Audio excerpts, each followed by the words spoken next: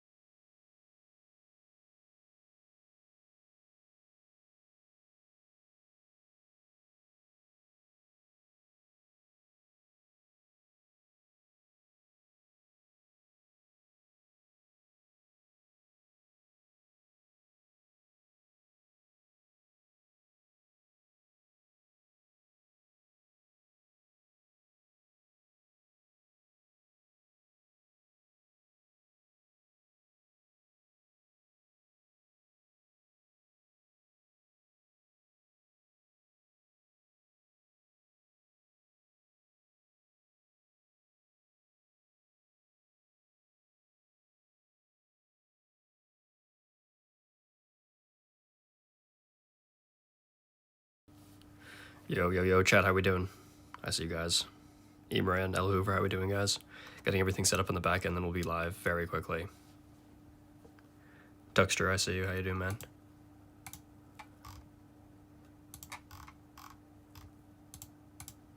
Let me add tags, Kingdom Rush Battles. Kingdom Rush. Pheonix. KRB. Stadium. I think we're gonna keep it light on the tags. I think that's all we need. I think people will get the point.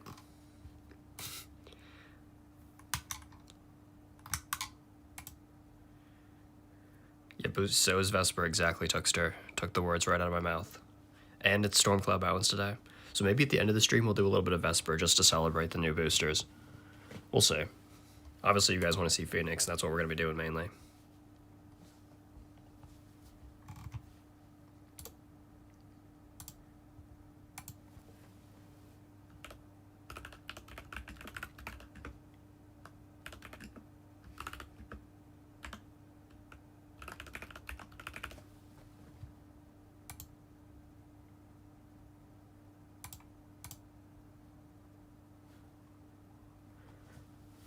Alright, should be good. Let's get into the game. How we doing, chat? You guys are starting to trickle in.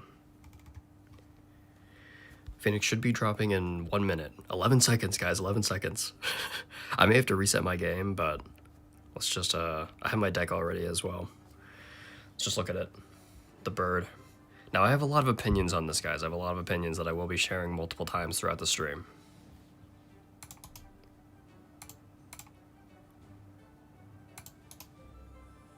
You know, if you're a usual in the stream, you know that I was saying I don't know how to feel about the card, and that's exactly why, because this is basically Boneheart 2.0.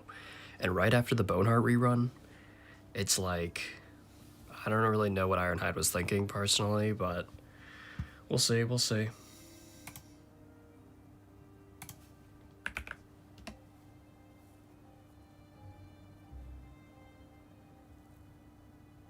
I'm actually going to advertise in the Ironhide Discord as well for once. I never do that.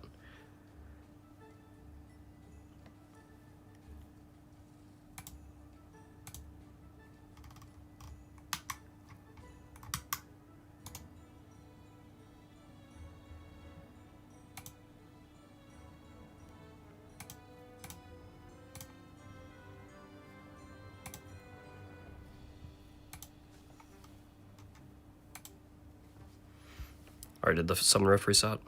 No, I think I have to reset my app real quick. Give me a sec, guys.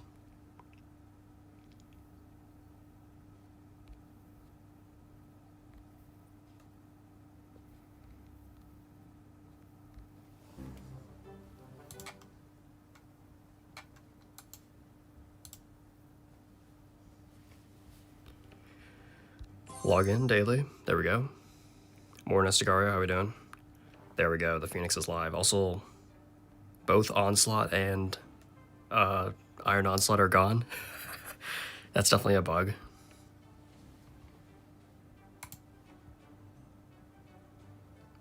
Let me mention that to them, actually.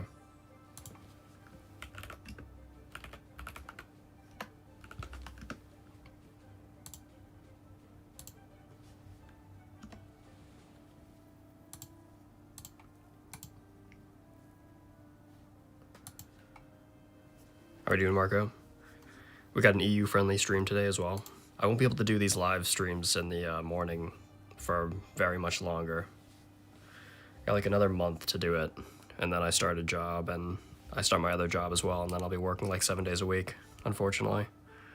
But I'm just gonna start ripping this, you know? Let's just get right into it. How we doing, yo? Appreciate it. Yo, we got Pheonix on our first roll, the first 10 roll. No way, guys. Well, I wasn't even looking at my screen. And Vesper, let's go.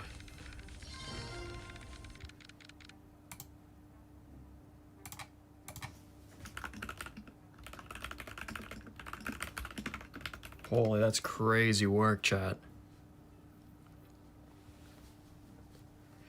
Snibbly, how we doing? Schnibbly, I think is how you say your name. Holy, look at that, guys. The first 10 roll, we got Pheonix. Let's go. I'm going to be getting it to at least level 8, obviously. Which now I only have to use 60 scrolls to get it to level 8. But I'm hoping I get a few non-pity copies, because I want to go to level 9, at the very least.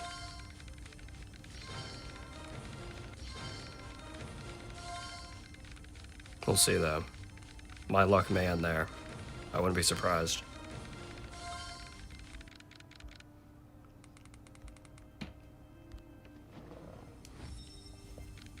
I've seen the meta be you do the 10 rolls until the last 10, and then you do 1 rolls for the last 10.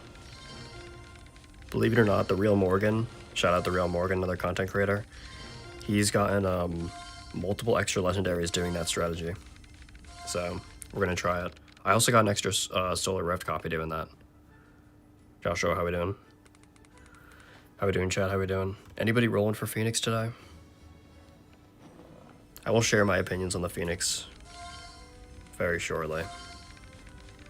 It's basically Boneheart 2.0, which is why I was like very mixed about it, and I felt really bad not telling you guys what it was, because it's literally just like another Boneheart. And I was like, if you have high level Boneheart, just go full invest in Boneheart. But I don't know. I feel like the Pheonix, people are mixed on whether or not it's going to be OP or just like kind of decent.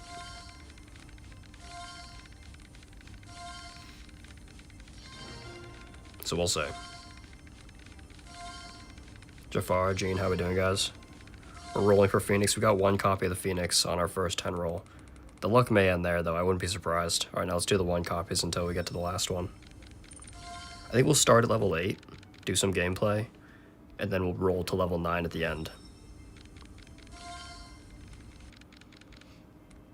Or like halfway through, we'll see. I want to see how good level 8 is, so that you guys can get a good taste as well, because most people are going to get it to level 8 for the most part.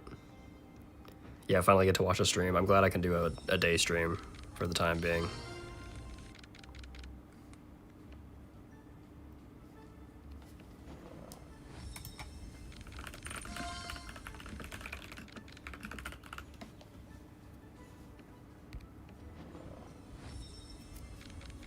So can we get 1 extra non-pity copy in our first 60 rolls? Probably not.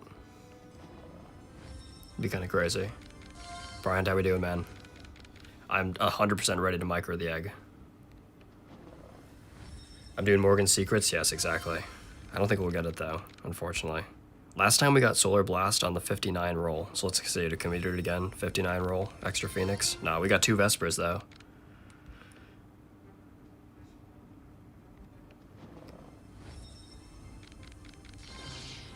Alright, there's our actual pity copy. I got kind of hyped there, but then I was like, yeah, that's the pity copy. So let's try level 8 first. This is going to be the deck I'm running.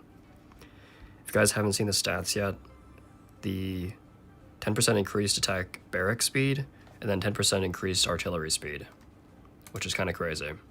Yeah, 2 Vespers is a massive dub Prohant. Also, the good thing about the boosters being reverted Prohant is we can use Vesper and Stormcloud Mountains again. So at the end of the stream, I'm probably going to use a little bit of Vesper. We'll see, though.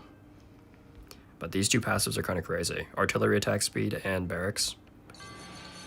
Let's go to level 8. Let's throw it in our deck. This is going to be the deck I use for now. We'll see how it goes. Yeah, the 10 artillery speed is pretty insane. And then this will also help like against JT. I mean, these guys deep fry JT. Not so much Ugluk, but I've been able to take out Ugluk with archery scouts by using lightning stun. And we can even go with our crazy other deck using Mage Tower, Crossbow 4, and then using Sabotage instead. We could try that, but I want to try this first. Because I want to try the double artillery, see how fast Tesla attacks, and see how good Battle Mecha is as well. Because I have a level 10 Battle Mecha, which is not shabby whatsoever. Also, I wanted to wait until I did this. I only have one chest available here, with only 3 claims ready for the rest of the day. But I was like, may as well just wait in case we get an extra cheeky Pheonix copy. Which the odds of that are like really, really low. Let's just go into it.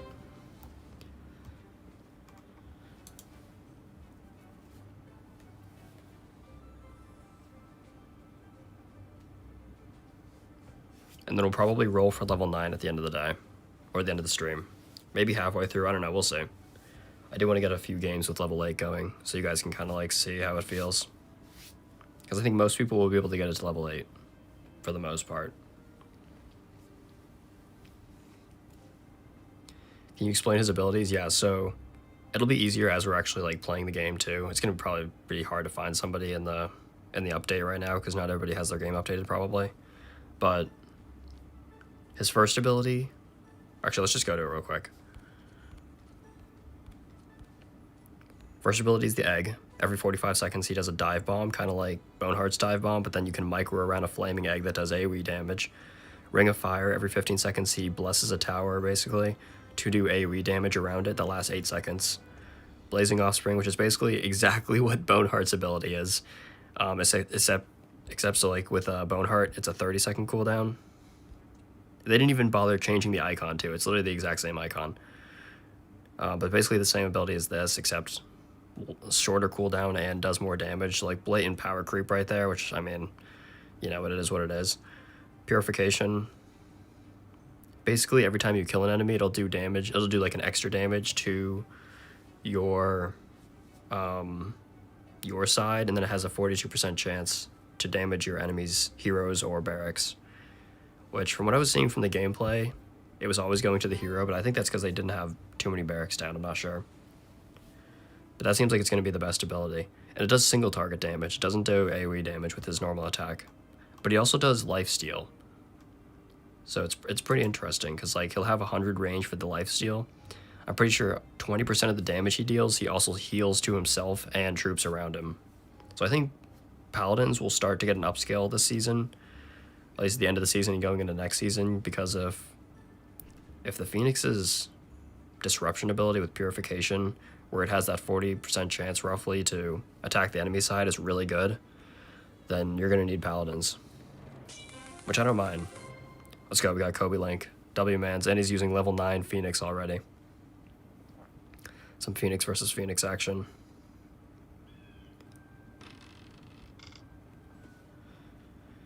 Let's go... I'm gonna go Frostbite. Slow his bird down. Now, if the Pheonix's voice lines are a little bit annoying, let me turn my volume up. That's something I want to be careful of. Because obviously as a content creator, I don't want like constant screeching, you know what I mean? See, the Pheonix's... Oh, so he does do like a little bit of AoE damage. But it's not crazy. Like, you can see his base damage is not what's gonna carry him here. I'm even struggling here because I should have gotten barracks in the back. No, Chad, I'm already selling.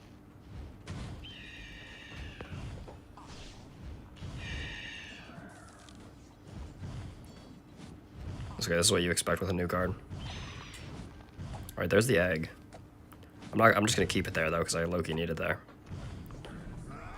This is rough. I'm literally about to lose off the bat, guys. I'm about to lose off the bat. No, I literally lost off the bat.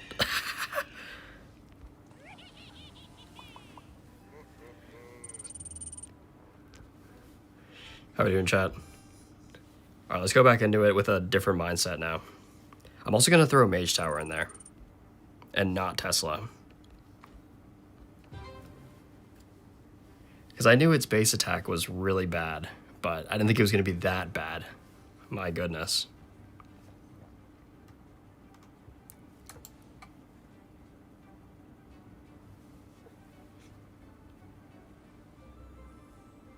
I could have moved the egg. Okay, so what I want to test, Gene, is if the egg can stack the AoE damage. Like if I keep microing it back and forth, will that stack the damage? Because that's something that was on my mind that I didn't really get to see in the gameplay yet. Okay, level 10 Ash Bite. The thing is, if Pheonix's base attack holds it back, then that could be rough. Because that's the only thing that's like really holding it back. Otherwise, everything else is pretty good. Of course, we get this map.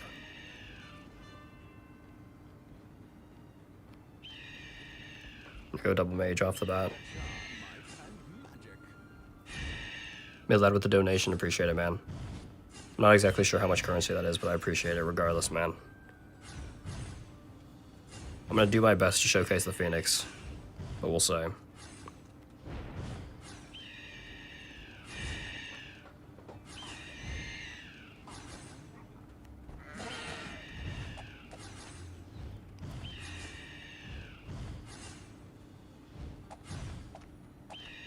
May throw Sabotage in this deck too, actually.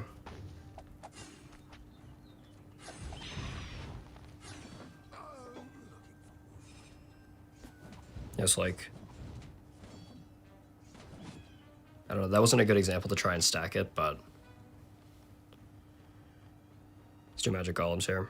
He's using Dorp. See, we're doing damage to his, okay, so the Purification even goes off when he's in his egg form, which is kind of interesting.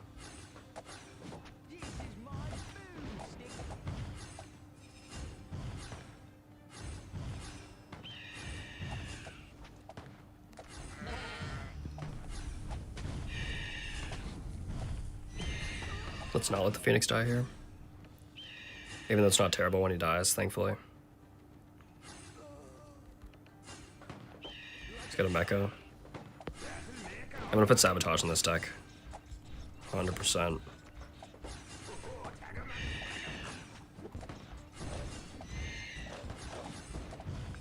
Yeah, see, his Ash Bite's dead already, bro. I almost wish the Pheonix did a little bit more base damage and had... You can always find good ways for the AoE death dive, 100%. I wish the Pheonix did more base damage and did a little bit less damage on Purification. I think that would be a good way to balance it.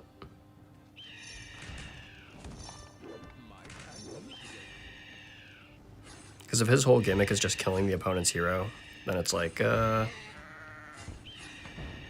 don't know, man.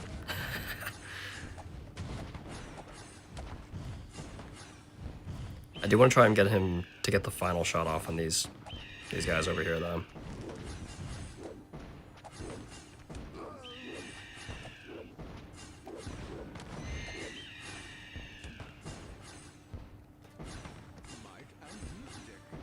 Will he get his egg off here? Yeah, there goes his egg, maybe. Oh no, that was the Ring of Fire animation. I gotta get used to his animations as well.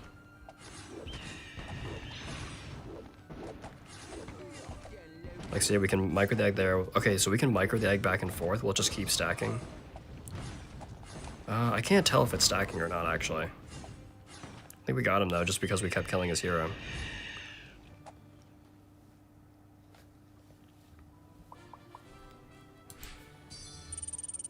Welp. We got 46 for that, too. We gotta pay attention to the medals, guys, because the medals have changed. The boosters were reverted. So... Alright, let's just keep going.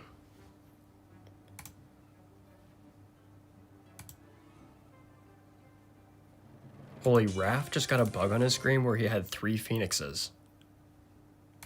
Raph has a bug in his game where he has 3 Pheonixes right now. Also made-led with another 22 donation. Appreciate it. The 22 try. I wish I knew what that was.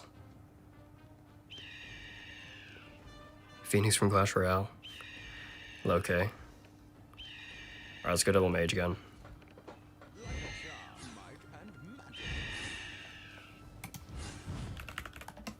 I wonder if we can replicate the bug that Raph got. Also, I forgot to put Sabotage in this deck.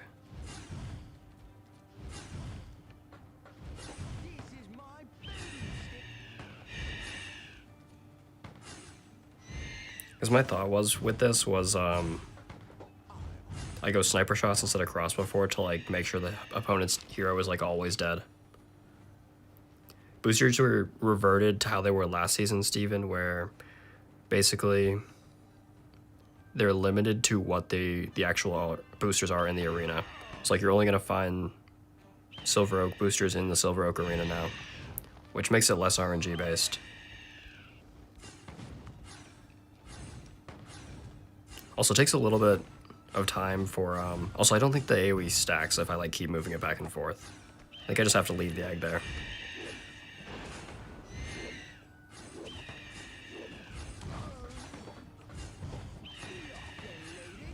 Let's use this.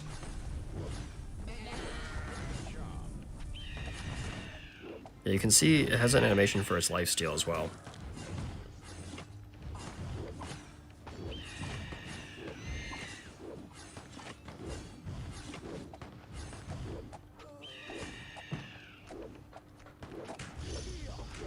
This Pheonix may even be more annoying with Solar Blast than Boneheart is.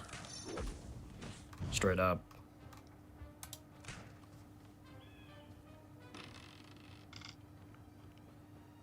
Let's just keep going Frostbite. Just to be as annoying on his troops as possible. That's the whole gimmick with this hero, right? Alright, let's leave the egg here. I don't mind it at level 8, but I definitely think level 9 is like where you want to have it, just off the bat. That's kind of like the rule of thumb for legendaries. If you're using a legendary hero, you kind of need him level 9. Or her. Is the Pheonix a her, guys?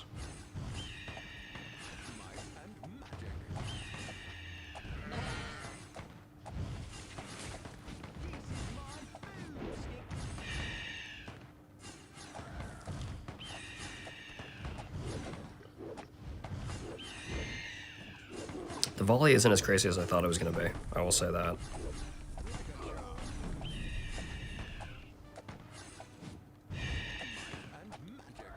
Let's do this.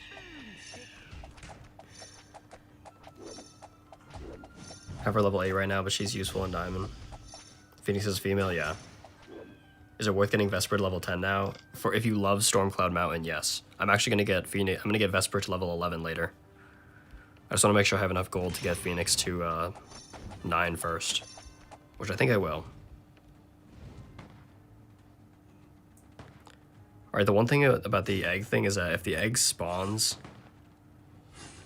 at like the end of the round, I gotta make sure I'm getting it like during the middle of the round, because the egg isn't getting much value there.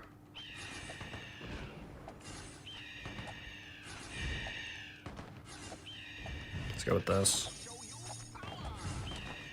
Let's do this. I do like that Ring of Fire, I will say.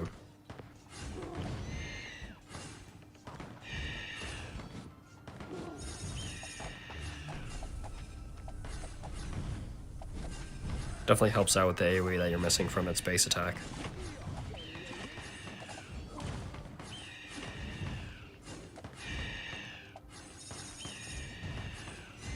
It's probably that. Let's get another Spell Barrage. You guys can also notice that the egg takes a little bit to be able to micro. It's like a second cooldown before you can micro it, which may be a bug. What's my favorite tower at the moment? I still really like Twilight Longbows. Like, that's my favorite tower in theory. But I think that right now, I mean, Mage Tower is just so dominant. Mage Tower is really good. But I've also been really liking Worm Prahand with Hacksaw. I think Worm plus Hacksaw is my favorite combo right now. This is my normal deck right here, guys. For Bandit Slayer and Forsaken. And honestly, you can do it on any arena. I beat a level 13 Boneheart on Stormcloud Mountain last night with this deck. It's pretty crazy. Let's see, can we get a legendary copy here?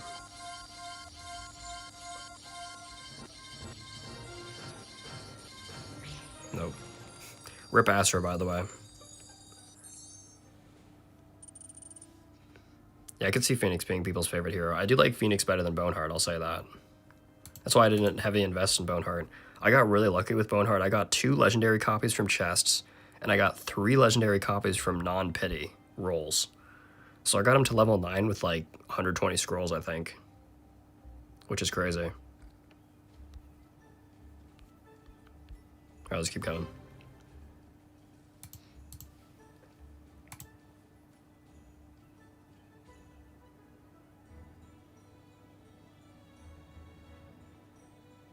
Yeah, I'm reading what Tur is saying in the Discord. Like, I can definitely see Boneheart being slightly better than Pheonix, but I'm not sure yet. Because on release, people said Boneheart was kind of underwhelming as well. And then it took them like 3 or 4 hours to realize that Boneheart was kind of crazy. I think you just have to have the right deck with Pheonix. Like, for example, I shouldn't be using Stun, actually. Should be putting Sabotage in there like that, and I think this is a good deck. And then if we actually go Crossbow for it, that's going to be crazy. I'll try that in a bit. Unless you guys just want me to go hard meta right away. I'll run a poll. Yeah, Pheonix at 9 I think is going to be the sweet spot.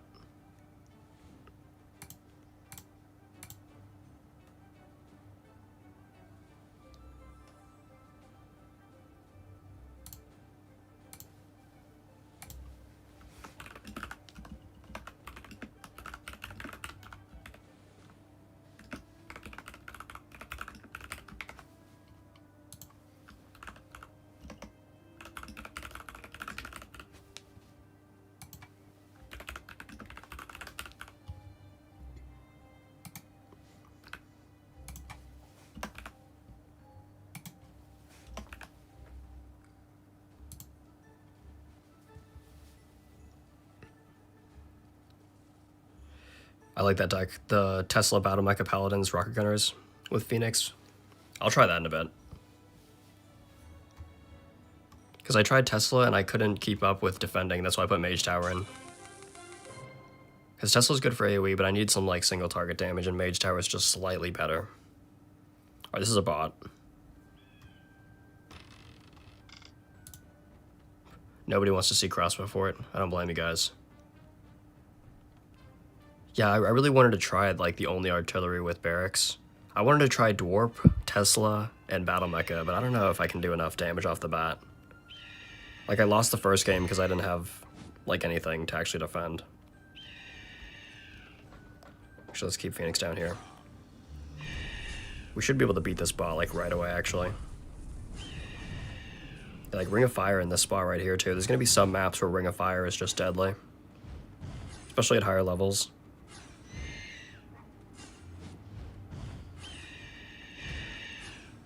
Let's get 1 musket though. And then I like going double Battle Mecha in the bottom here.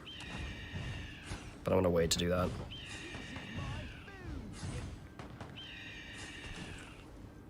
Or you got frozen.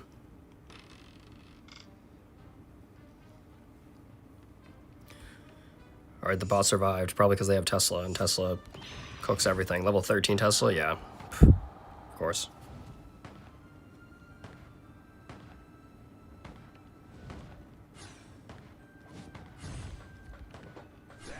They only have a level 10 Ice Scout though, so I should be able to take out their Ice Scout.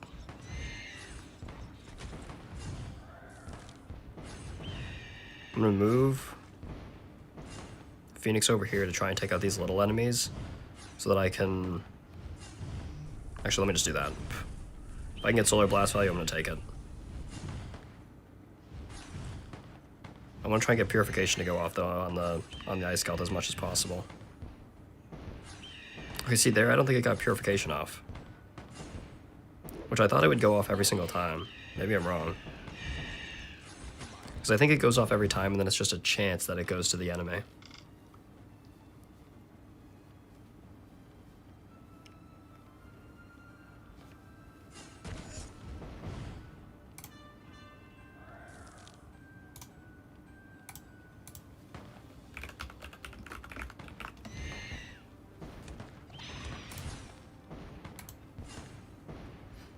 Move the egg. I wasn't paying attention.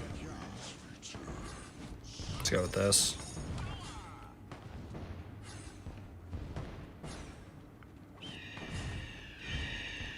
Let's polymorph that, why not? I'm gonna rush muskets here.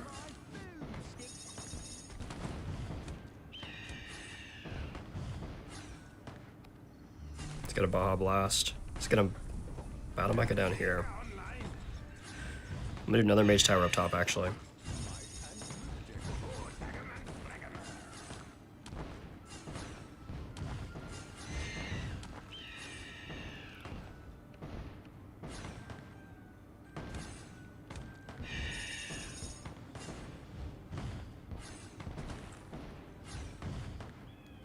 You can see how fast the bot is clearing because of that level 13 Tesla.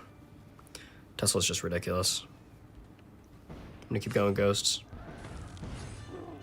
I will say though, now that the boosters are reverted, I do think they need to adjust some of them. Like, I still think boosters need to be balanced differently.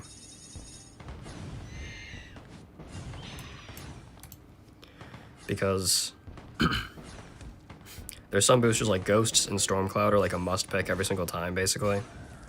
I don't think any boosters should be a must pick. You know, there can be some that are like slightly stronger than others, but like even smoke bombs need to be adjusted in Silver Oak and whatever else their arena they're in. They shouldn't be able to spawn like one tile away from the exit, especially on some of those Forsaken Valley maps. That's just ridiculous. Let's get this up. Move Battle Mech up. Hopefully protect this musket. Yep. So let me get that. Yep, that's good. Let me do this.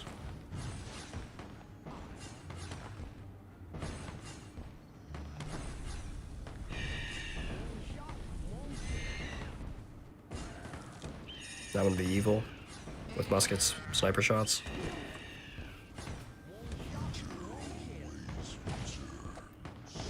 This bot shouldn't take this long to take out.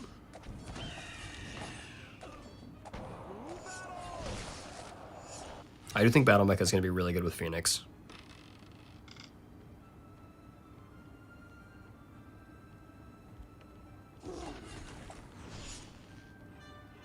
They use Thunderbolts on that one ghost, bro. What is this bot doing? Okay, so the Pheonix does always turn into the egg, like, regardless of where it is or if there's troops around it, which I kind of wish it wouldn't. I kind of wish the Pheonix egg cooldown would, like, only trigger if there was enemies around it. You know what I mean?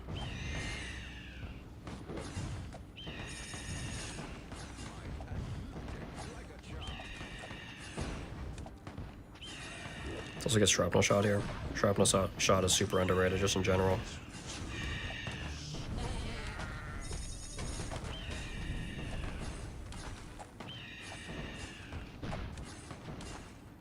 I can feel the need for the level 9 Pheonix though.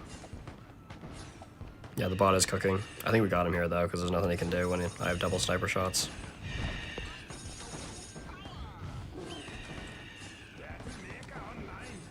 I mean, he's coming back. I mean, that's the power of Archmage, but he's just feeding me so much free gold. That, like, basically no matter what boss shows up here, I should be fine.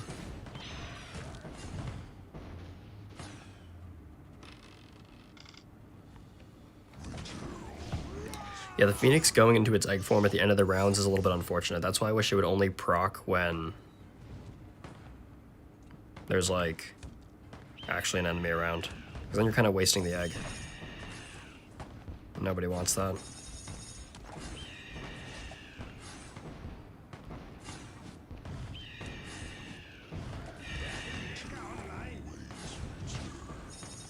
Ogluk is like worst case scenario here though. I may take Paladins with this deck straight up. I think Paladins are probably better. Because, yeah, we're not stalling Ogluk out here with archery scouts. And I don't have a stalling spell.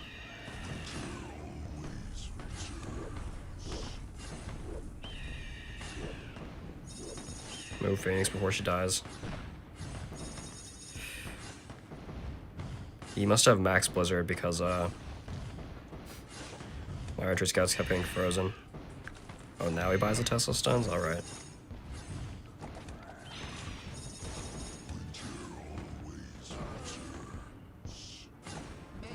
If I can't stall him out here, that's gonna be so rough. Just gonna have to keep reselling this. I may lose to the bot here, guys, straight up.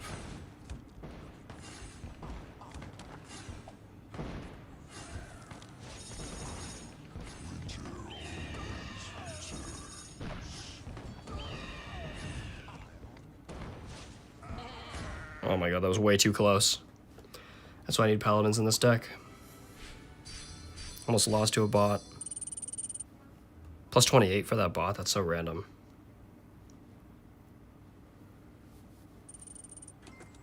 Why not buy the rocket? You're right, I should have bought the rocket, but I don't think the rocket would have killed him. I was just so focused on stalling him.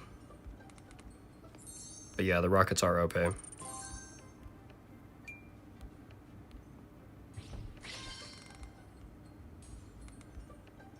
Like, that is a huge win condition against, especially Ugluk.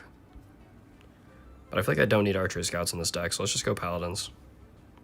Especially if we're playing other Pheonixes. 3 common cards, though? Is that the meta?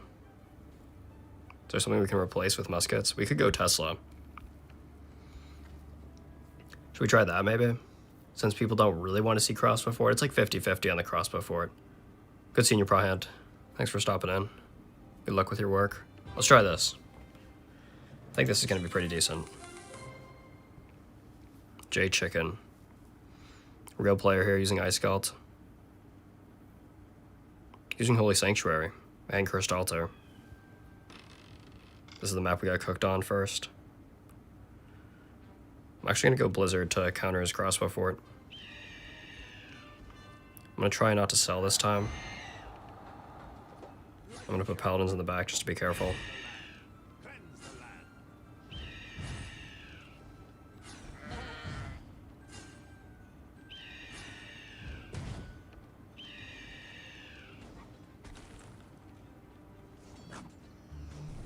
Let's do that.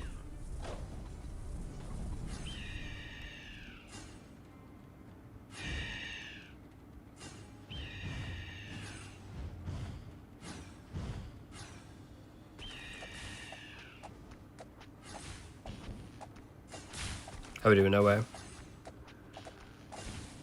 Yeah, this bird is the new hero. Sorry, I'm not fully caught up in chat.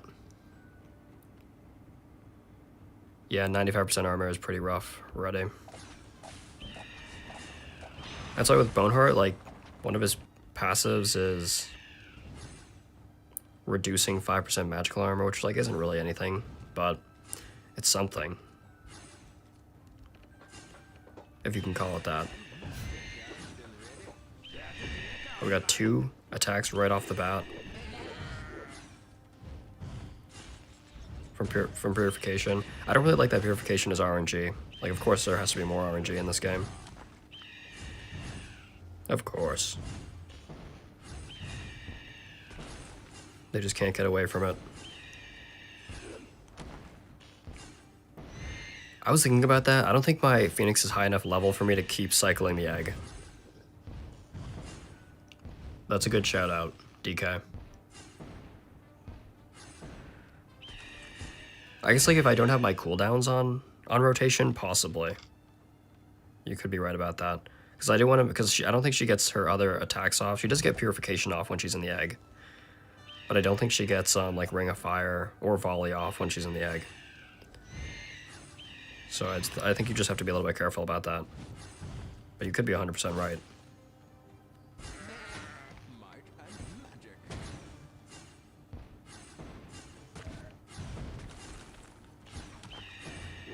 Alright, the egg doesn't get stopped by Glacial Freeze, which is nice to know. Let's get more paladins, actually. I was thinking about that as well. So Glacial Storm doesn't stop her from... Maybe she was frozen in the egg, and then when she gets out of the egg, she's not anymore. That could be how it is.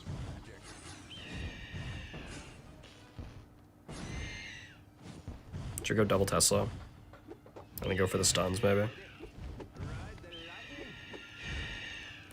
Does it seem like these Teslas are attacking faster? I don't know.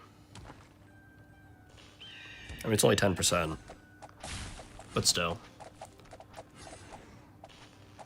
For Purification, it gives you, like, a chance, so whenever the Pheonix kills an enemy, it has a chance to throw an attack at the opponent's hero or barracks, which it seems like it always goes towards the hero. Yeah, I think, like, if you have high-level Boneheart guys, don't even bother buying Pheonix. I've been giving my opinion throughout the stream about that. Them dropping Pheonix right after Boneheart rerun is, like, crazy work. It makes no sense. Because they're basically the same hero. If you have a high level Boneheart, don't even bother with this hero. I know it's new and shiny, but like, you know, it's just not worth it, straight up.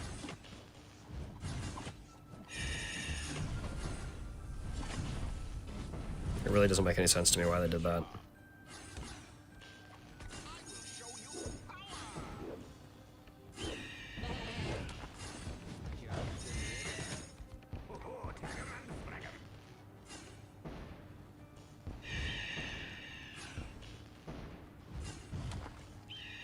No, the Yeti!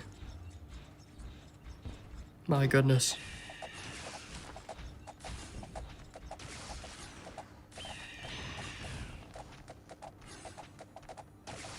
Boneheart are fun to play against. I do think, I don't know who's going to be more annoying, Boneheart or Pheonix. That'll be a good poll. I'll run a poll in a few days. I'll say who's the more annoying hero to go against, Pheonix or Boneheart. Right now, I don't know. I think it's really close. Because with Boneheart, like, you're always guaranteed those Wyverns. Compared to with Pheonix here, it's still like an RNG chance of whether or not Purification goes off. That's definitely a little bit sketchy.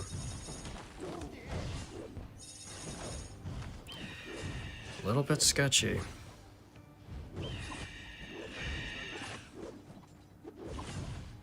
I do like that Ring of Fire, though. And I like the concept of the volley, but it doesn't feel like it's doing too much damage right now.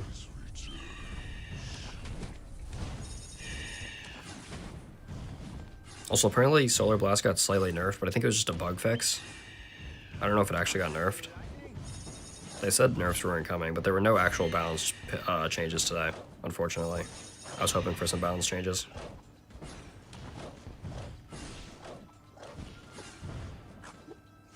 Yeah, like, see, DK was right. The egg definitely does more damage overall than its base attack. I don't know why, even though it's single target damage, I don't know why the base attack doesn't do more damage. But the moving egg is a lot of fun to use, I will say. Like, Pheonix is more fun to play with than Boneheart. I will say that. Boneheart, I just don't like using. His animation for, like, his Plague Cloud is way too long. I don't like Dive Bomb personally, even though it's, like, his best skill. Oh, we got JT. It's a little bit unfortunate because he has crossbow forward spam, so I think we're cooked. Oh, I should have gone for Blizzard. I don't know what I'm doing.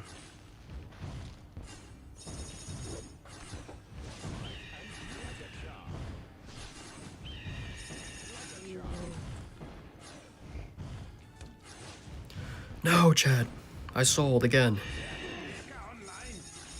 What's new?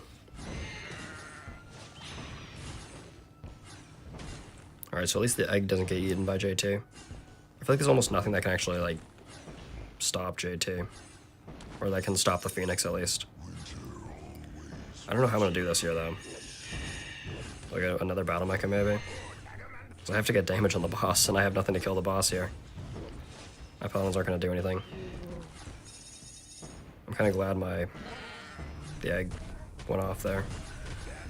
I don't really know what to do here. Chad, am I cooked? I think I'm cooked. So that's not doing anything. Or I could go Wasp Missiles. I should have gone Wasp Missiles earlier. Tough. Let me sell this. This is the problem with having no stalling spell. I mean, I have Battle Mecha Poop. I literally have to get that. I can sell this, sell this. I mean, I can stall them out with Paladins, but like...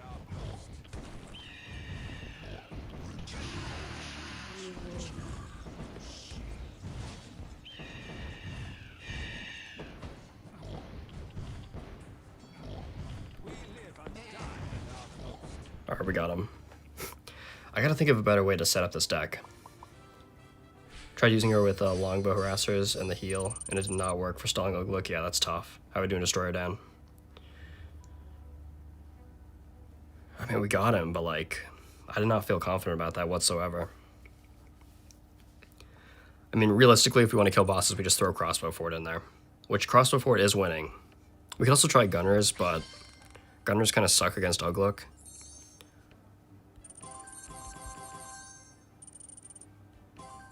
get our event tickets, not bad. Oh, you see that flashbang? Sorry, you guys just got flashbanged there.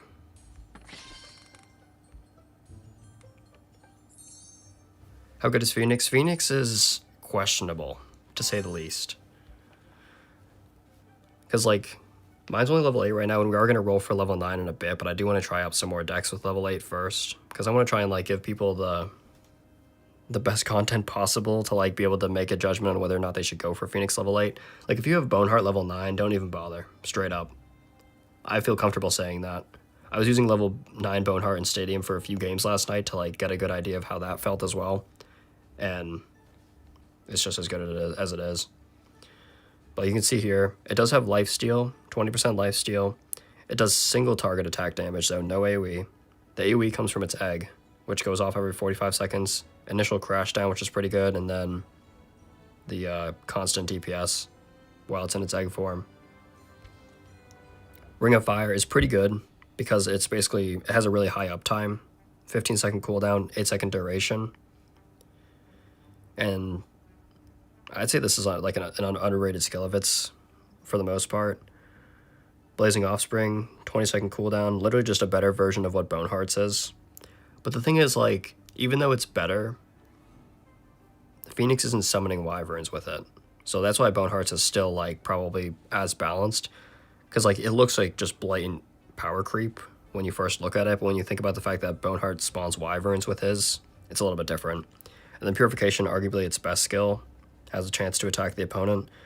But, I don't know, the RNG percent with this is, like, so random. Like, I've had chances where, like, it'll attack twice in a row and it'll just take out the hero, and then other times it just doesn't do it at all. So, I'm not sure about that. But, like, when it comes to taking out bosses, like, if you have Crossbow Fort, just throw it in this deck. Like this. This deck is going to be crazy. And we can try it. Out of all legendary heroes, is Pheonix top 5. You could definitely say it's top 5, which is crazy to think about the fact that we have 6 legendary heroes and 4 epics. Like, bruh, what are we doing, Ironhide? They need to be really, really careful with that, but apparently they don't care, so I don't even know what to say about that, honestly. And we're getting another legendary card in a week from now with a new summon pass, or the new season pass. And we don't know what it's going to be, unfortunately. It could be another hero. Like, we've gotten 2 towers in a row, so you'd think it's going to be a hero. And if we get another legendary hero back to back, and then we have 7 legendary heroes in the game, it's like, bruh. Yeah, they don't care. Which we all knew originally, like, this is something we've been talking about for a while now. Let's try it with Crossbow 4 and just see how it feels. Because I can at least, like, compare it to Ilaria, because I think Ilaria is, like, the best hero in the game right now. Yeah, we need more rare and common cards. Preach. I may as well pin that comment.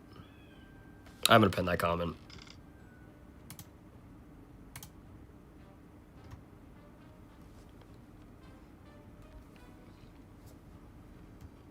I also think now that boosters are limited again, they need to adjust the boosters a little bit, because I think the boosters being limited is good, but they just have to be careful with how they balance them.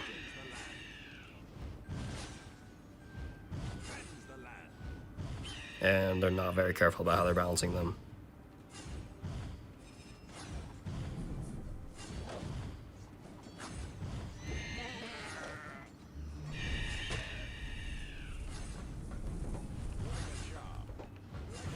Start getting this up. That Ring of Fire actually kind of helping there. Also, Pheonix versus Pheonix action. He's got archery scouts, which I like. I really like the concept of using archery scouts instead as well. I think with this deck I can use archery scouts, honestly. So maybe I'll go back to that. But I don't know. Because the Paladins also help me, look at that RNG that he's getting on that. It's pretty crazy. Yeah, Hammerhold is definitely the next Arena Destroyer Dan, and if they don't do Hammerhold, then I'll, like, borderline delete my channel. Don't quote me on that, guys. They'll come out with the Elven Arena for Origins next just to spite me.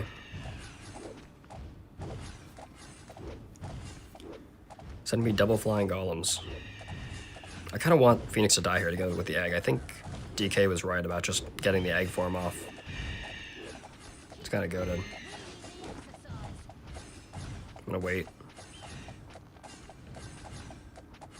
It's like I can do this. Burn these guys a little bit. And then, let's go with this, actually.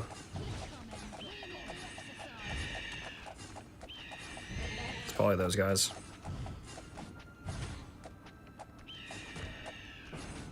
Alright, we've got the gold advantage on this guy, at least. Look at that, bro. The purification damage on your opponent's hero is ridiculous. It always goes to the hero from what I've seen. How we doing, Ironhide? Good to see you guys here. Yeah, Delta Rune today. Holotoy was talking about that.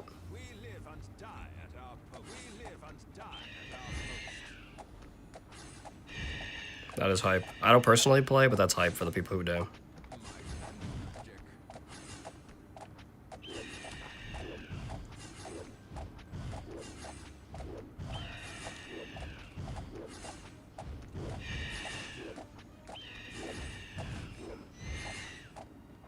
Bro, he gave up. No, Chad, he gave up.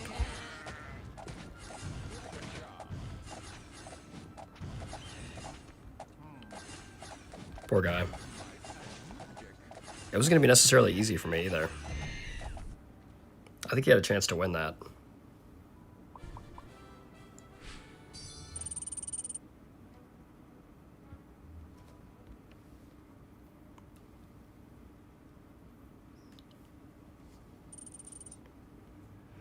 Let's keep going. I think in a few moments I'll roll for... Oh no, we got him again. He's got level 12 battle mecha too. I'm surprised he gave up. He's got level 12 rares too. Like, this guy can easily beat me.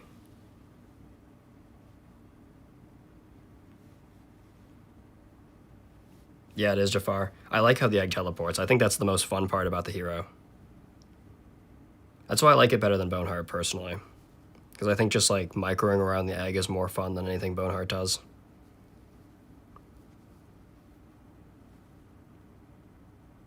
Is he gonna quit off the bat?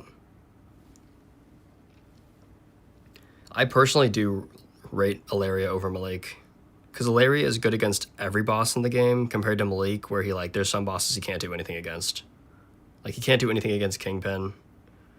Malik does really struggle against, like, Solar Blast and Boneheart spam. Yeah, this guy quit, unfortunate. Yeah, wild cards and chests would be awesome. Or just another way to get wild cards. Even if it's not legendary, just like rare wild cards, epic wild cards, commons. That'd be good. Maybe not commons. I feel like we do have a lot of commons already, but...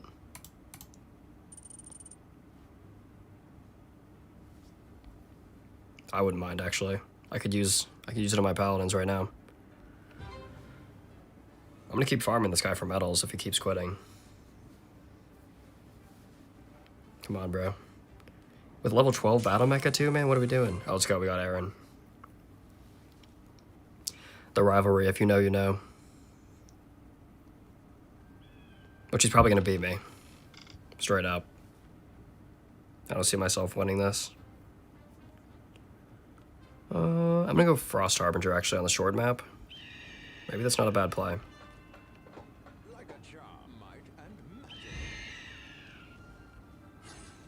Let's end with the fist bump. Yeah! This guy knows ball. How you doing, Jamaican? Your turret? Oh, valid. Thank you for letting me know.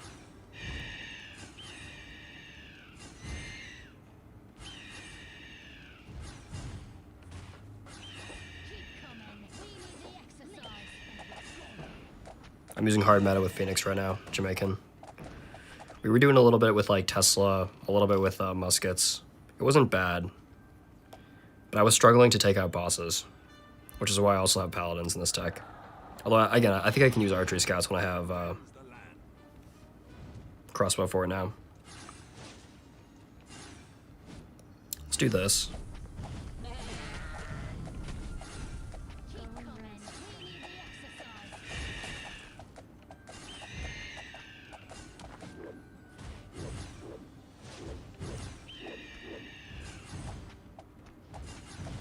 Yeah, I think I will go back to scouts after this. Because I was using paladins when I was using Tesla and muskets, because I needed it. But with this deck, it's like all about killing the boss. So I don't really need it.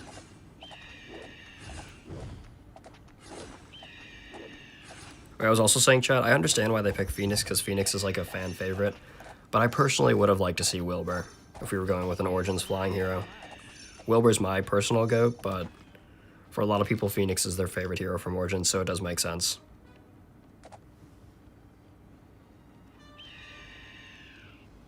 I feel like I don't even really need Paladins here. He's going to go for Dwarven Artillery as well.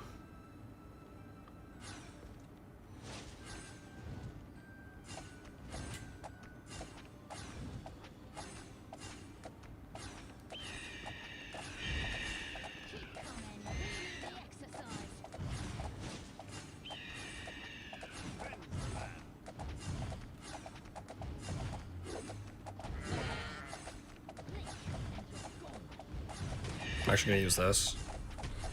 Not a very great use of it, but it's fine. See, Ring of Fire there I really like, because it's hitting both sides now. I think Ring of Fire is one of its best skills. It just helps out with the fact that it does single target damage. I'm going to let Pheonix die here, actually.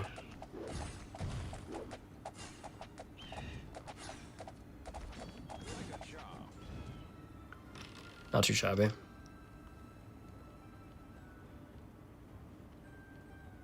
Yeah, I do agree that flyers aren't the most fun. That, like, Pheonix is definitely not going to be my main. Hacksaw will definitely continue to be my main hero that I use, and Ilaria. Yeah, we could try Worm, too. I like that deck that you posted in the chat. Worm is a good shout. I think it's a little bit tough, because also flyers are not great on Stormcloud. I keep saying that flyers struggle on Stormcloud more than any other map in the game. So that's not really helping its case here. Like, I think even on Silver Oak tonight, Pheonix will be better. We'll have to see, though. I will be using it. I won't be streaming tonight, but I will be trying it out.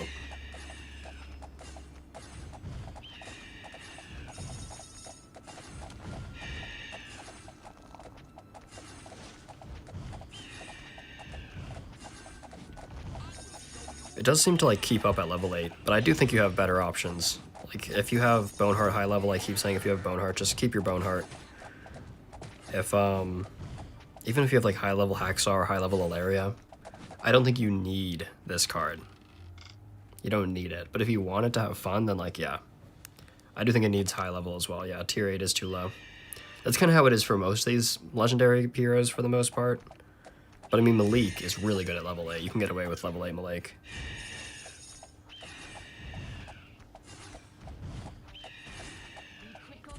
Although he has been struggling in this current meta. More than he used to, at least.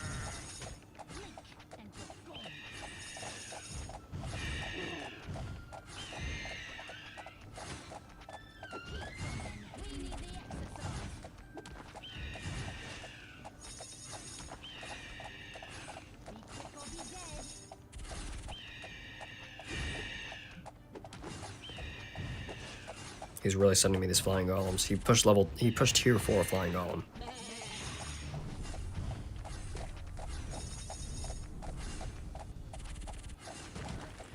Interesting choice. He's also nerfing my towers now. I'm not sure how this boss wave is going to go. I feel like I don't have enough disruption. I should have focused that more.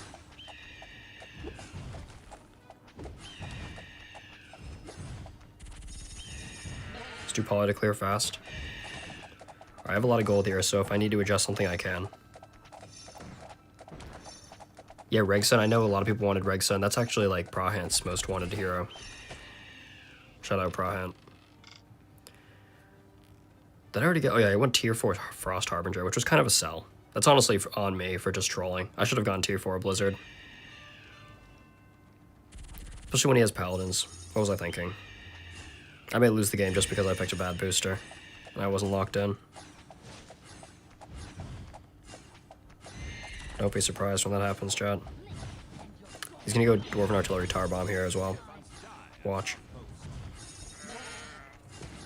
I can feel it in my bones. Oh, JT too. I don't know how I feel about that. We got stone golems too, my goodness.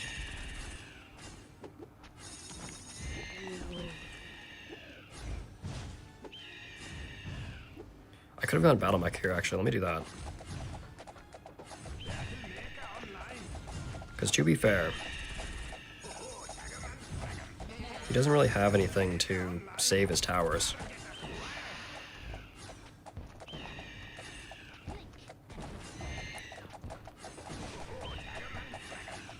Not that I really have anything to kill JT here with, though, unfortunately. I have nothing to stall out JT. I guess I have to go Paladins at the end. I don't know. I think he's gonna kill him, actually.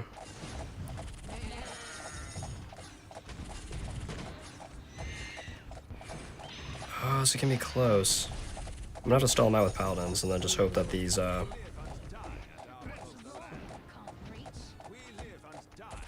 crossbow forts can do enough. Oh, I forgot, he keeps getting, he regens health when I do that. I gotta be careful. He's gonna win, he's gonna win. Oh my goodness, guys. That was so close. That was way too close. I probably should have just let JT walk and kept the battle mecha there, because he actually healed himself when he ate those Paladins. We'll take that, though. W match against the rival Aaron. Always a good match against Aaron.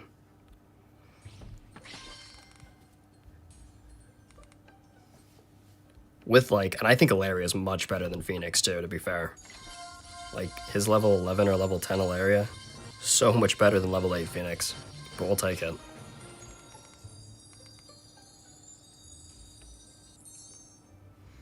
Should we roll for level 9?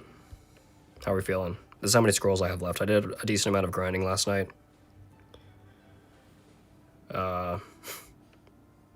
Used a lot of event tickets, which I try to keep above 200 event tickets at all time. Let's get our battle chest first. See what happens. Level 7 Pheonix, okay. He's got the Blazing Gem and Battle Mecha strat. I mean, this guy has a good deck outside of his low-level Pheonix.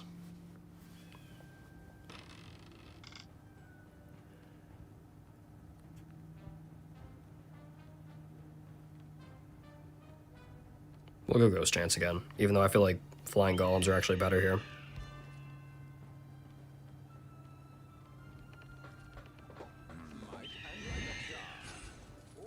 Let's hit him with that.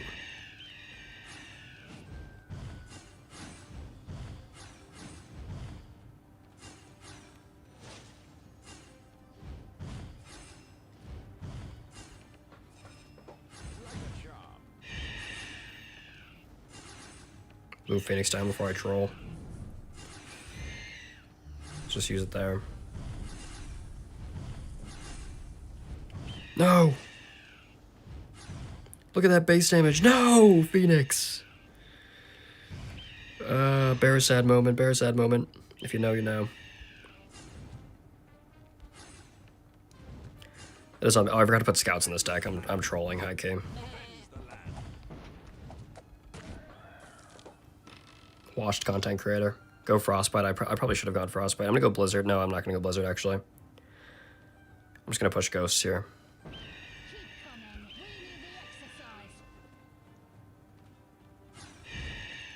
Let's hit him with the oops.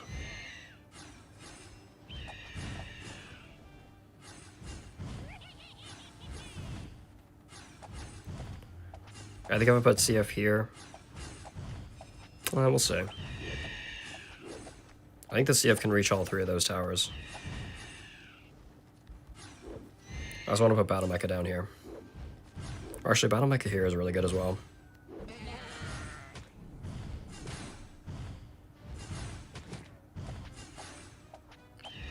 Yeah, he got Frostbite. The thing is, guys, is I keep saying it. This arena is just tough for flying heroes. Stormcloud. Like, Ironhide is going to get kind of unlucky with the fact that... Please take that out. The fact that this hero is dropping with this arena. People are going to think Pheonix is, like, underwhelming when really just this arena is so bad for flyers. I would never use a flying hero in this arena. I would use Vesper, which in fact we're probably going to use Vesper at the end of the stream just for, you know, the fact that they reverted the boosters, because you can actually use Vesper again, thankfully. That's the best part about this update, straight up. I'm just doing Pheonix for the content.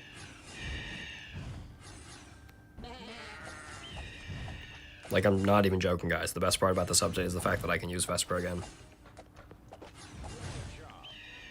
I should have waited on that sabotage and bot.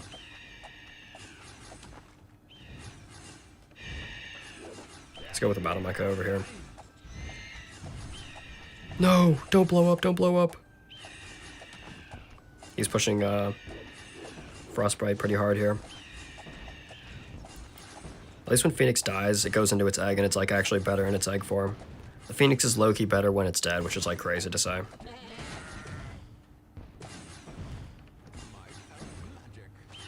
Like, it shouldn't be that way, but it just kind of is.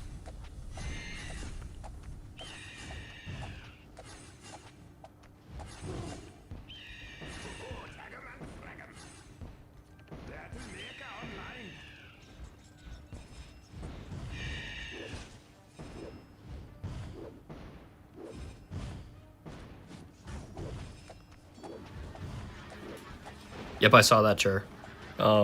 Raphael actually sent me the screenshot of the duplicated Pheonixes. I don't know how they got that to go off. Oh, if it's stunned when she's burning an egg, you can duplicate her. They're gonna have to patch that so quickly. Can you actually use the two Pheonixes? Like, can you micro the two Pheonixes around? Because, Raphael got 3 of them to spawn. Shout out, Raphael.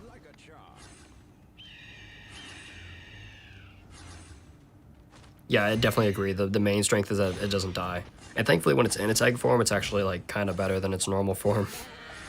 Which is a little bit crazy to say.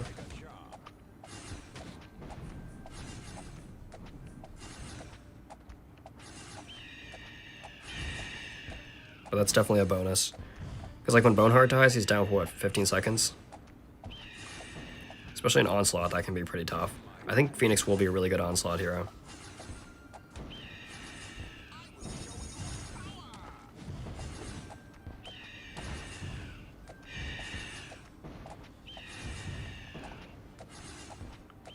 Like, Pheonix dies, but then it's not actually dead.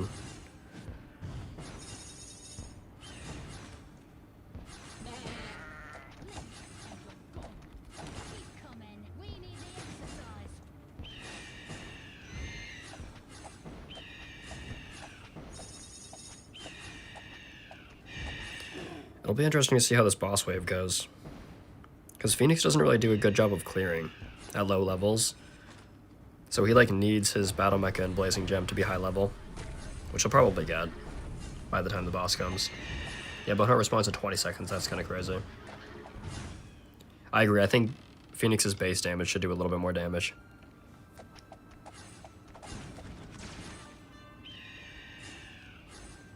Especially if it's going to be single target. Like, you have Vesper, who will do more single target damage in melee range. Shout out Vesper. Vesper's crazy, guys, don't sleep. Especially in Stormcloud Mountain. His stun actually gets value because of Ugluk. Using Vesper's stun on Ugluk is actually, like, kind of crazy.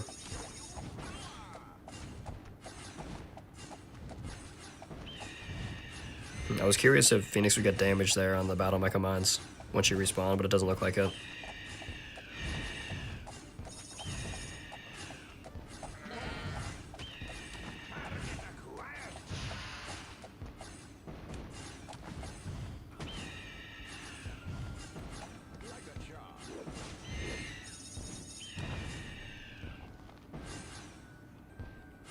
I'm actually not mad about Destructo right here, because it doesn't really matter. Let's upgrade the Paladins a little bit, though.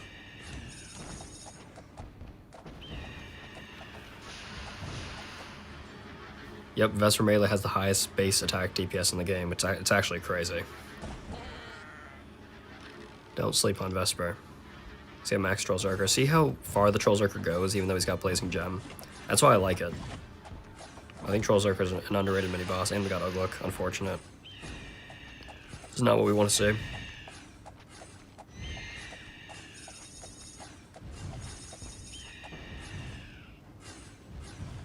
do this.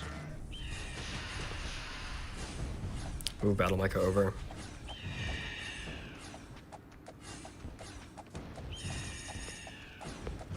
Let's do that. This is straight up gonna come down to who can stall out Ugluk, which is why I gotta sell that and buy this.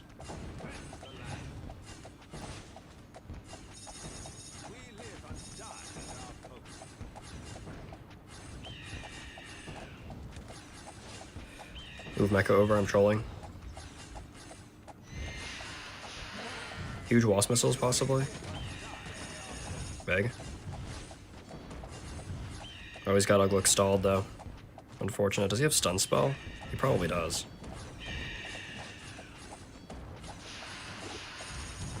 Heal these guys up. How do they die anyways, bro? Are we for real?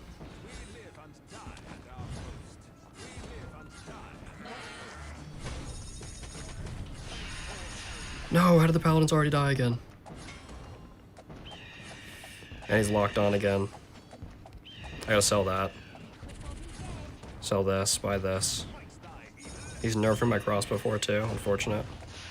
They rebuy these Paladins here. Alright, somehow the Blazing Gem unlocked on. Did you guys see that? Holy, we got him though. Nice, nice. Yeah. Plus 44. Yeah, I thought so as well. But, how are we doing, Ollie? Yeah, the early stream. Holy, 75 people in here? How are we doing, guys? You're all here to see the new hero, obviously. Even though I want to play Vesper deep down.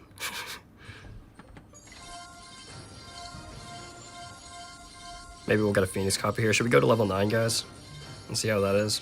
Because I think by now we can tell that the level 8 is a little bit underwhelming. And I do want to get her to level 9 at the very least. But I think the tough thing there, Tur, was that even though I had Paladins, I think the fact that the Pheonix had the Purification, he had Archery Scouts Disrupt, and he had Destructo Ray, you know, kind of just cooked. We could try Sandworm too over the Battle Mecha. Thing is, I think Battle Mecha is a little bit better in Silver Oak just because of all the tower disrupt, like with Blizzard. But we could try Sandworm if that's what the fans want to say. I mean, I love me some Sandworm.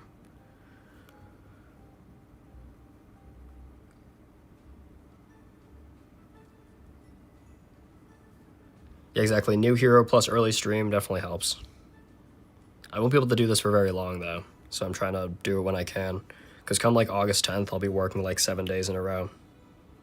Every week. Like, I won't have any days off. It's going to be tough.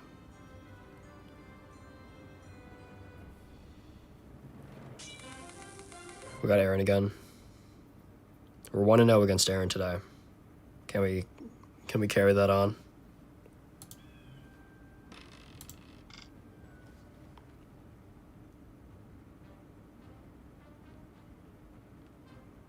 Let's go Trozerker.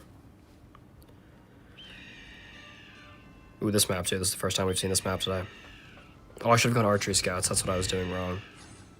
Man. Is it really a Dross stream if I'm not selling the bag?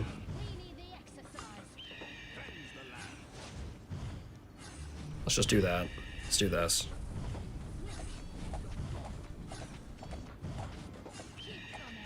Move Pheonix over. Yeah, he killed that Pheonix extremely fast. Not surprised.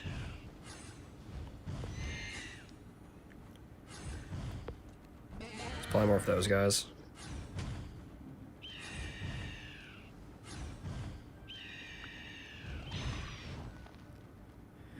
Pheonix base attack letting me down here. What's new? Giving Aaron free gold. Oh my god, look at his crossbow forward spam. And it gave me literally the worst boosters possible. None of these boosters are good. Like, just give me Blizzard, man. We'll go for Thunderbird, I guess. Siki, how we doing? Is the new hero OP? Definitely not OP. Probably good when it's, at a different level, though. Like, in custom matches, I can probably see it being a lot better there. Like, the Pheonix has the tools to be really good, but it's just not because of its base attack. That's the only thing holding it back.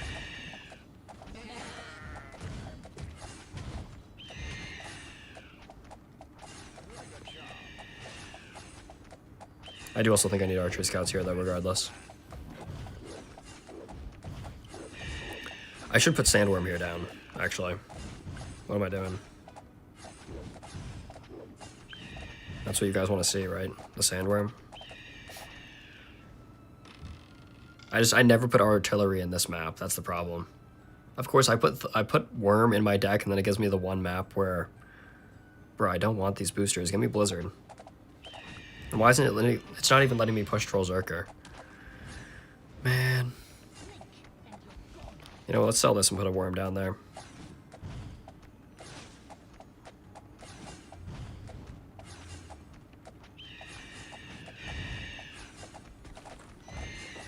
Even though it's always going to go to the left side, probably. Maybe that's good, I don't know. Yeah, now he gets Blizzard, of course.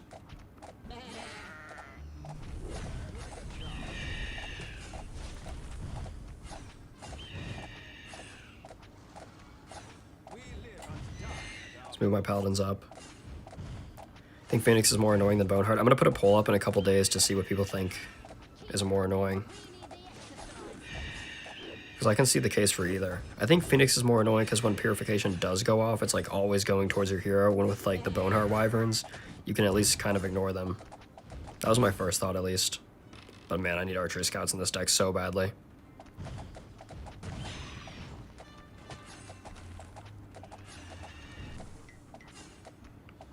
It's not even funny how bad I need them. Why is he the one that's mad he's winning? He's going to win as well.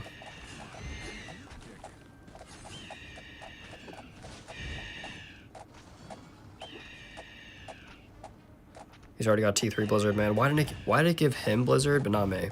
I thought these booster pools were supposed to be fixed. Yeah, Purification, it's so weird because of how it is with RNG. Like, if you get two of them to go off right away, then it's not bad. But if you don't, then it's like, it's kind of bad. So it is a little bit weird. I feel like the numbers aren't fully how they should be. I thought it was going to get nerfed, too. Like, I thought Pheonix was going to get nerfed on launch, or like it should get nerfed, but I'm definitely having different thoughts now after playing with it.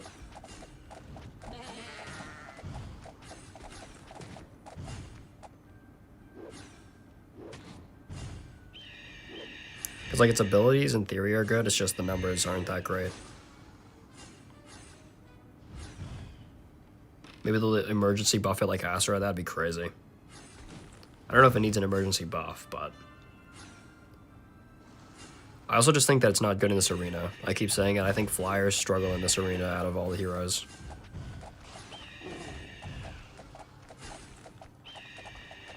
That's why I use Vesper. Come on, stop freezing my tower so I can use the Worm Eat. Big, got both of them, thankfully.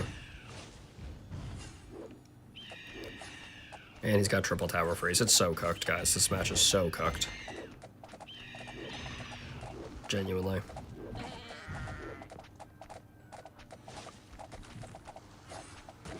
I guess this is why I don't take Battle Mech out of my deck as well. I know you guys want to see Worm, but I can't use Worm in this arena, man. I can't do it.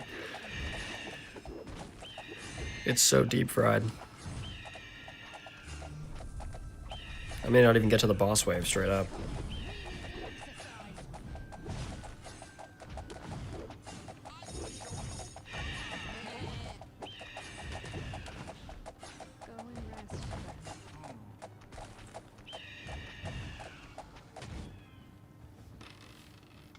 Each ability of the Pheonix. So the first one, I think the first one's the egg, where every 45 seconds it like turns into an egg, and then you can micro the egg around, teleport it around, which is fun to use. And we got Oglook, bro. That actually may be best case scenario, because if we got JT here, there was no chance of winning. That also means that I need to buy more Paladins.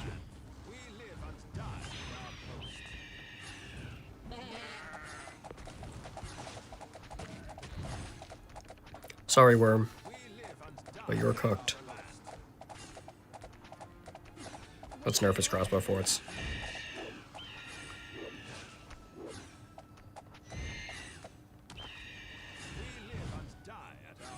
Yeah, so it has the egg. It has the Ring of Fire where it turns a tower nearby into a giant Ring of Fire, basically. That does AoE damage. And then, Purification, where whenever it takes out an enemy, it has a chance to attack the opponent's side. And that's pretty good. He's gonna take out Ugluk straight up with that Sorcerer. The one Sorcerer is gonna be enough to take everything out.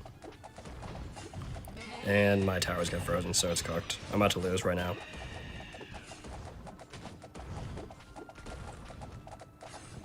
Yeah, see, this is why I take Battle Mecha.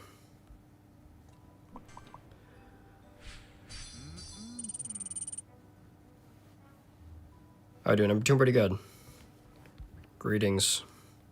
Good to see international people in here. I know it's finally an international friendly stream, which is hype. Alright, let's put Battle Mecha back in. Thing is with Pheonix too is I don't even know if I want to invest to level 9. I'd rather just save my scrolls for like Malik or high level Sandworm. Because my favorite hero right now is Hacksaw and Vesper, of course. Which I already know we're going to get Vesper leveled up here to level 11. Let's just do it right now. Not even going to think twice. I do feel like I need archery scouts as well. Let's put archery scouts in. Good call, I keep forgetting. Thank you for reminding me. I think Worm is better on maps that aren't Stormcloud, straight up. Stormcloud, you just kind of need Mecha for the Blizzard. Even like Molten Stone could probably be tough on Forsaken. But I think you get naturally more value out of Worm on Forsaken. Like Bandit's Lair is really where Worm shines. Even Silver Oak, Worm is really good. But I think, especially for this deck specifically, if I was running like a different hero, then maybe I could use Worm. Rated on a scale of SAB, oh yeah, I'd put it in like low A tier right now. Like I'd put Pheonix on like the same level as Hacksaw. It's hard to gauge because mine's level 8. Like if I had a level 8 Pheonix or like a level 11 Pheonix to compare to Hacksaw, then it would be different. That's the tough thing with legendaries. That's why I don't really like legendary heroes that much. Like Malik, I think, is the only good legendary hero at low level. And even then, he can struggle. Yeah, I could see Pheonix level 11 being crazy against Hacksaw. I'm streaming at a different time just because the update came out and I'm available to update it. I mean, I'm available to stream it during the update, thankfully. But like come August 10th, I won't be able to do this anymore. So I'm trying to do it as much as possible. That's why next week when the new season drops, expect a morning stream as well. Well, it's morning for me, but it's probably night for a lot of the EU people in here.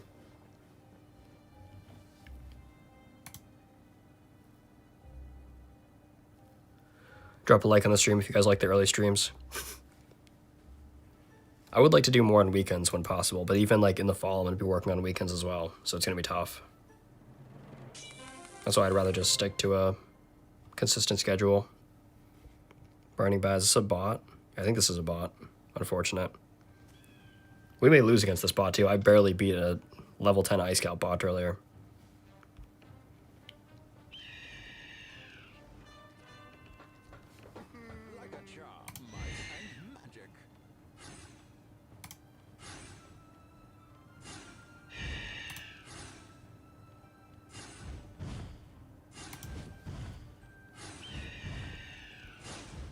Let's go with this. I'm kind of trolling.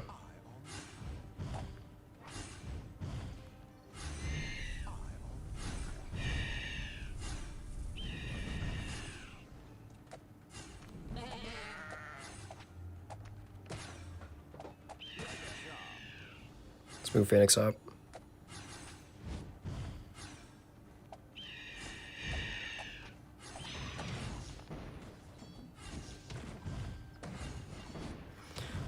Alright, we may take him out of the way just with Solar Blast alone. When are they dropping this card? It's already out. You should be able to update your app. I know it's out for iOS. And yeah, Malik is really good in Bandit's Lair, just like Ice Cult and Forsaken, I agree. The only thing with Bandit's Lair is that if you get Kingpin, it can be tough. Oh, let's go. He didn't roar away the fire misfits. We just won. I'll take it. That was our best chance to beat the bot, so. I don't really know how these medals work.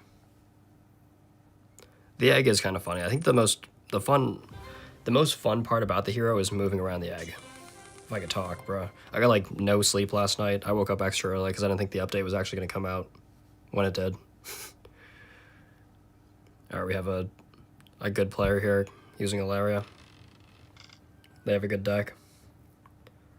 Let's go Flying Golems.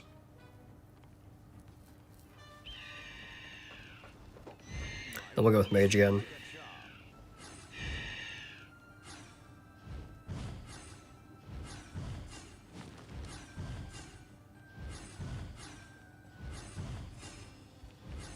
And then hopefully we won't troll. Alright, he's got Solar Blast, yep. Good thing I waited.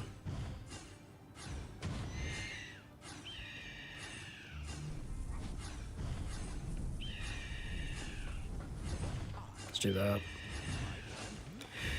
Get a crossbow forward action in there.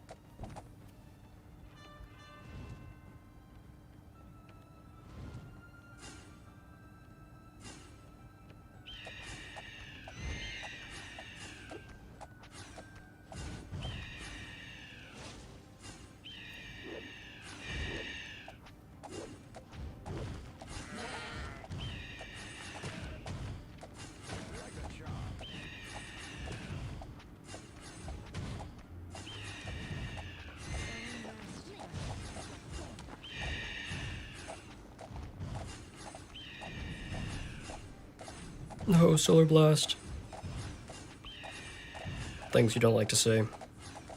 Let's just Solar Blast this right side. I should have done it earlier, though.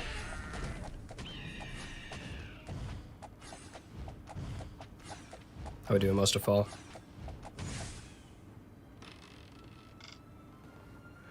The thing is, the Pheonix right now doesn't seem like it's broken. It's definitely not broken. It's like low A tier, in my opinion.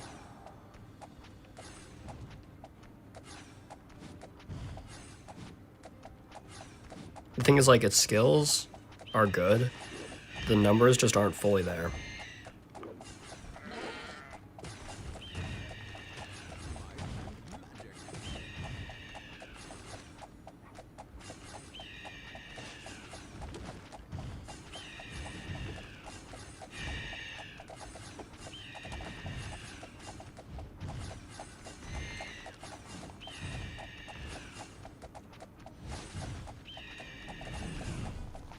Chat, Ironhide offered me an extra copy. Should I take it?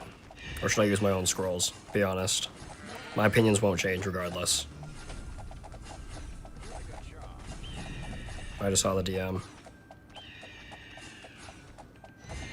Should I take the extra copy of Pheonix or should I use my own scrolls? Not that I haven't already used 120 scrolls. Or no, I used 60 so far because I did get one non-pity copy in my first 10 roll. Let me run a poll for that. And this poll, and I'll run another one.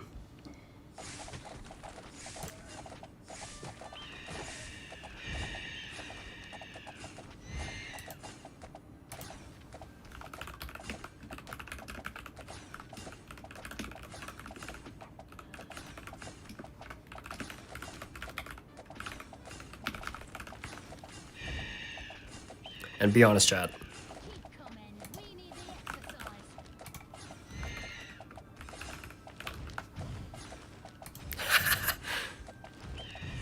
I played fun at it though. Regardless. I should probably push Battle Mecha here. Because of the Blizzard. I don't know. Let's do this. Please reach. Oh, I barely reached. Yo, vote in the poll, guys, vote. It's okay. Be 100% honest.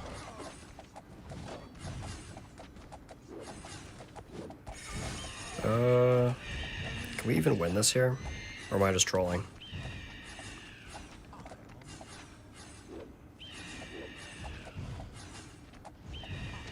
No, I meant to, No! The Yeti! I played that wrong, that was on me.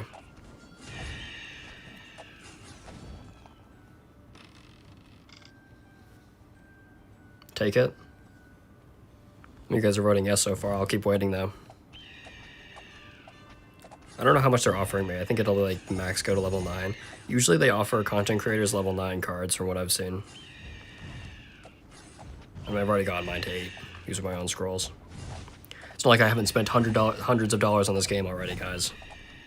Absolutely ridiculous. Oh, he has Dwarf Disrupt. I gotta watch out for that. Let me go Battle Mecha.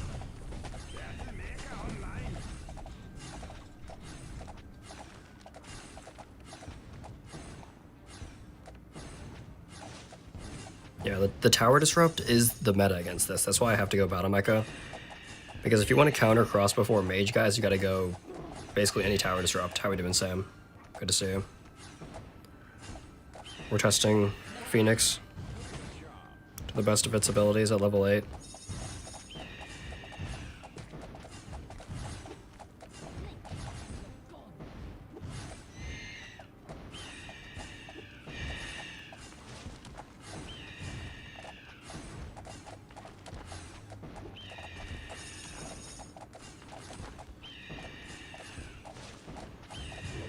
So far it's fun, but the numbers are a little bit underwhelming. I like it more than Boneheart though. I like Pheonix more than Boneheart. Definitely.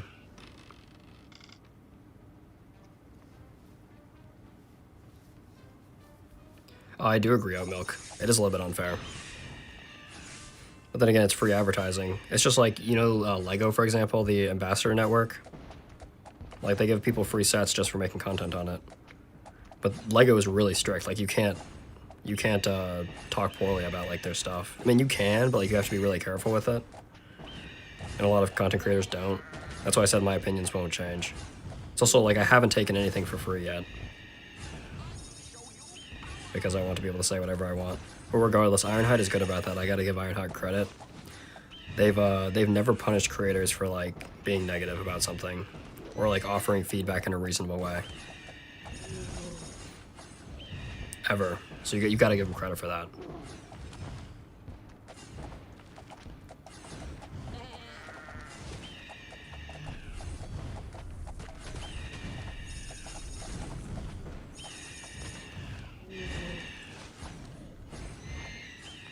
Also, I've been saying the entire stream that the Pheonix is underwhelming. And I keep saying that. I also said that the fact that they released this as close to the Boneheart rerun is, like, actually crazy. That's why I bought a Mecha here.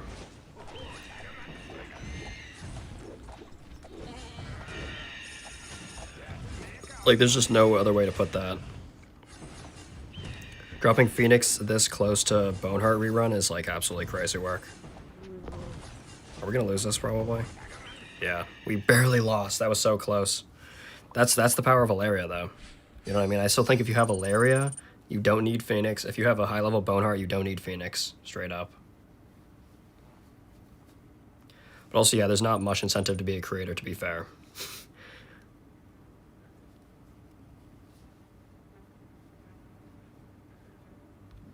If you guys want to become a content creator, go for it. But you do have to have 500 subs to be in the content creator program, from what I know. Alright, this guy's using a very similar deck, although he's using Necromancer, too. I think Mage Necromancer is actually a good double mage strategy. Yeah, like, I've literally spent hundreds of dollars in this game, guys. Like, probably upwards of, like, I don't even want to say it, honestly. I don't want to say it. Just know that I'm in it, and, like, when I quit, it was rough. Like, probably a little under $1,000, straight up. But I haven't really spent much in the last few months. Like, all of that was in, like, the very beginning of the game.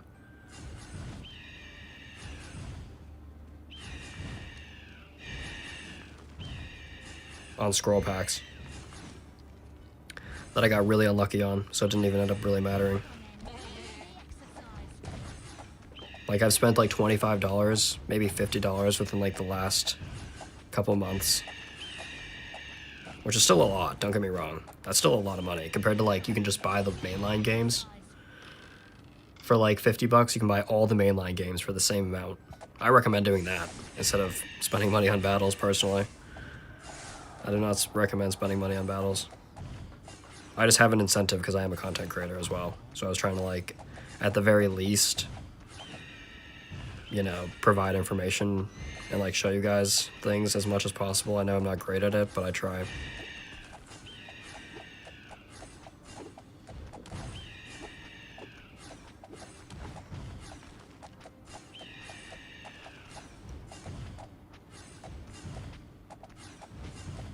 Yeah, it's good. I wouldn't, if you, like, reach the 200 USD, that means, like, you're in it for, like, the long haul.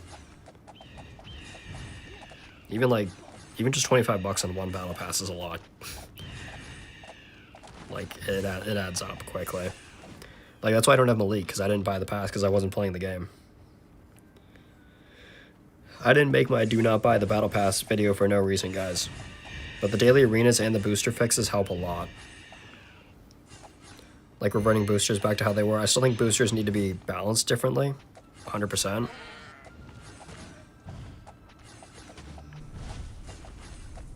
But at the very least, the daily arenas, like, reduce the RNG in the game so much.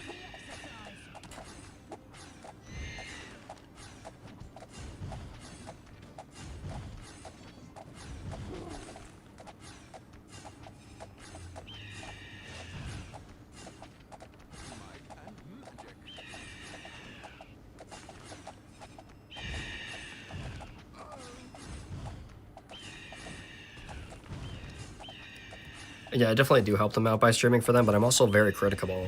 I'm very critical when I feel like I need to be. Like with Boneheart, I still think Boneheart and Solar Blast is a very obnoxious card combo. I literally named one of my streams Solar Blast is ruining the game. Which I don't really think it is anymore, but it's just tough because you need to take a damage spell to be able to counter a damage spell. Like, that's really annoying. I think the game design behind Solar Blast needs to be worked on. I also try to be critical in a respectful way, too. Even when things, you know, can bother me quite a bit.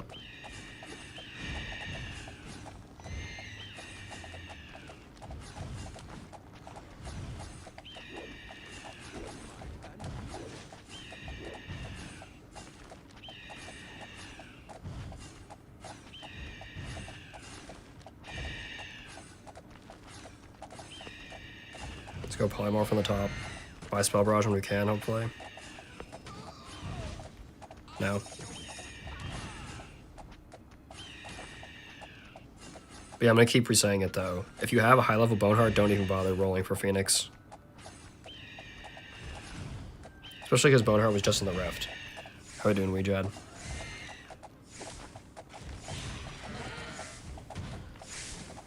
Yeah, I could see that too, Ollie. They need to add, like, just something, man.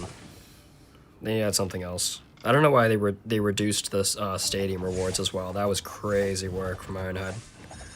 Reducing the stadium rewards. It was a little bit bunk.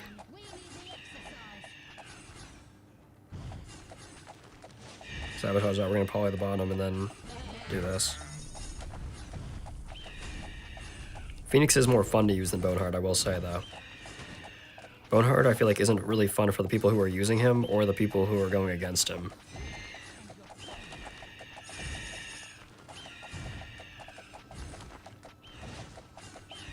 I do feel like I have to be careful with Uglook here. Because the thing is, this deck is really meant for Ilaria.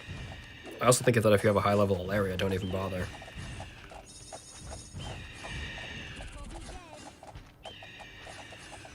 That's real talk. Because I think Ilaria is the best hero in the game right now. Ilaria and Wild Fang, of course. Can't forget Wild Fang.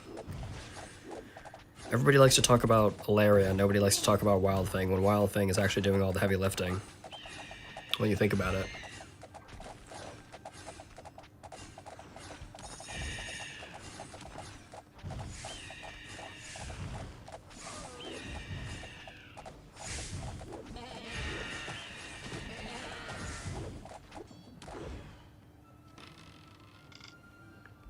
Alright, Max Blizzard. Thankfully we got Max Blizzard though. If this is Uglook, which it probably will be, then we may be cooked regardless.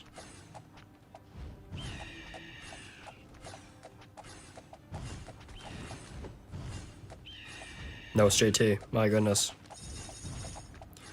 We actually got lucky. How many times do you say that in a King Rush Battles match?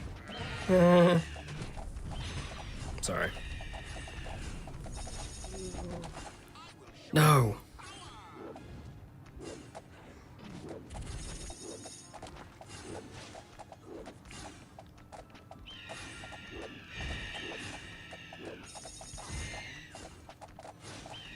Can we get Barrage here, maybe?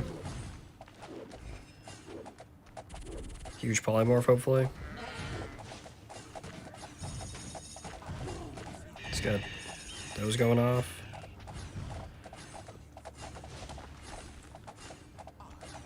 Frostbite is a little bit annoying here.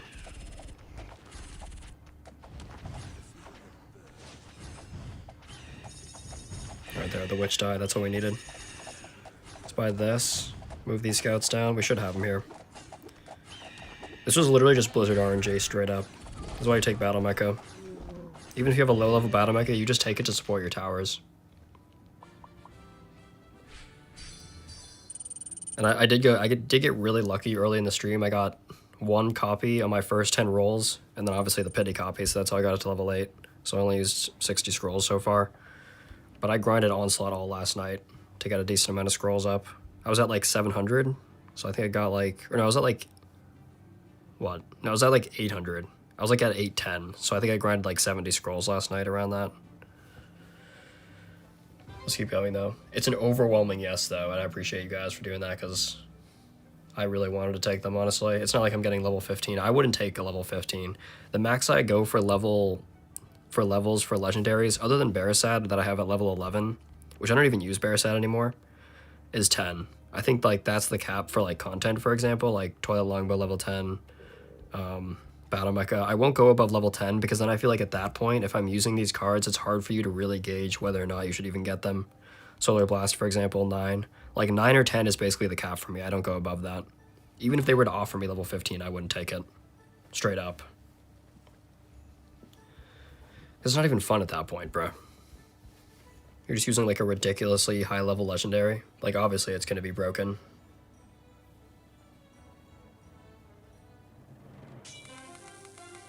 Oh, we got Aaron again, although this time we have our Battle Mecha back and Scouts. We're 1-1 against Aaron today.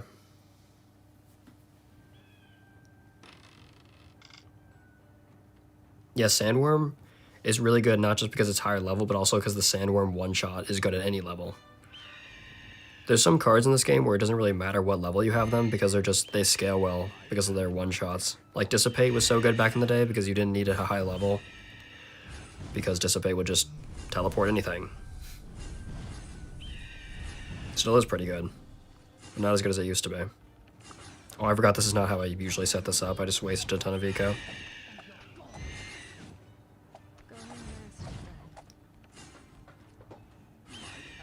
Depending on what happens here, I may reset. See, Aaron knows what he's doing, of course. Alright, I can afford to reset here, actually. Thankfully.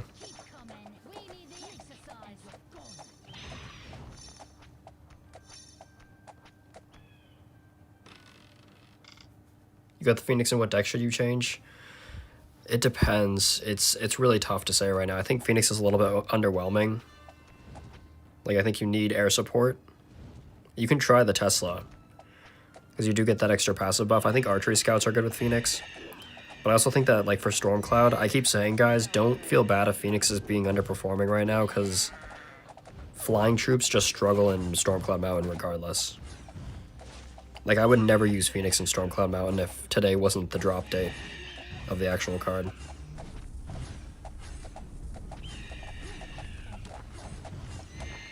I'd use Pheonix in like Silver Oak and Bandit's Lair. Maybe Forsaken, I don't know though.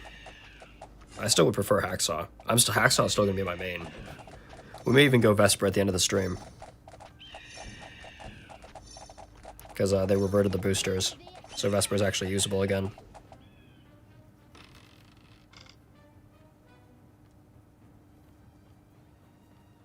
I'm just gonna go magic golems. I don't really trust ghosts. Ghosts aren't bad though. Ghosts are one of the best boosters in this arena. Easily.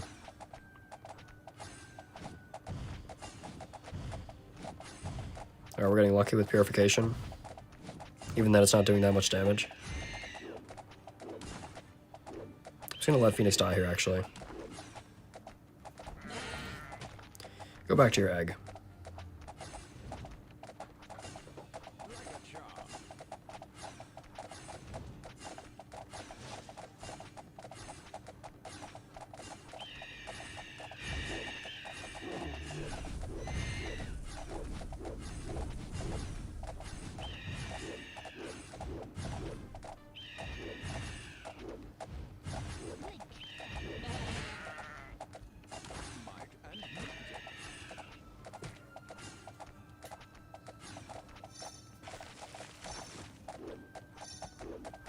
Yeah, Pheonix is really good against other dragons too because they have no armor. So I'm pretty sure that makes purification even better.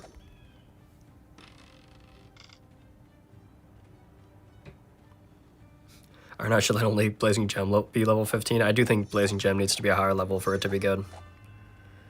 That's why I'm kind of hoping Blazing Gem is the free legendary in next pass, so that I get mine to level 9. Because I only need 3 copies to get it to level 9, and that would be perfect. I want it to either be Blazing Gem or Battle Mecha. Blazing Gem for personal reasons, and Battle Mecha for everybody else.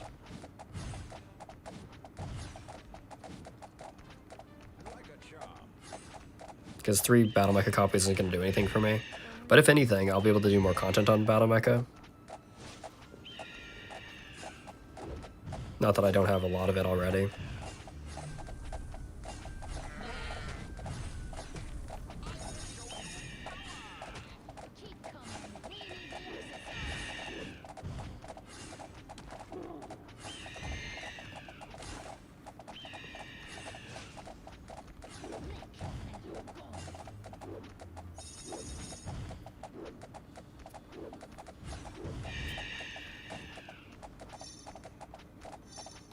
The first Scarab 3 card. Yeah, I think this technically is the first Origins card now. Could I do some Iron Onslaught? We could try Iron Onslaught. My bad, I didn't see that before.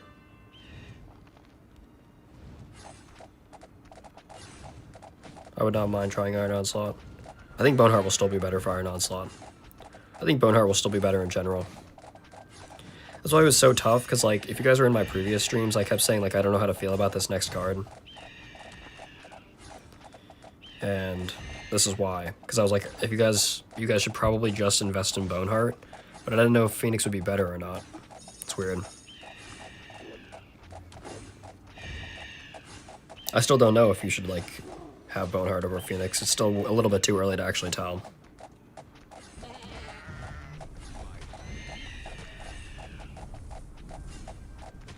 Of course he has Frostbite too. Gotta love it.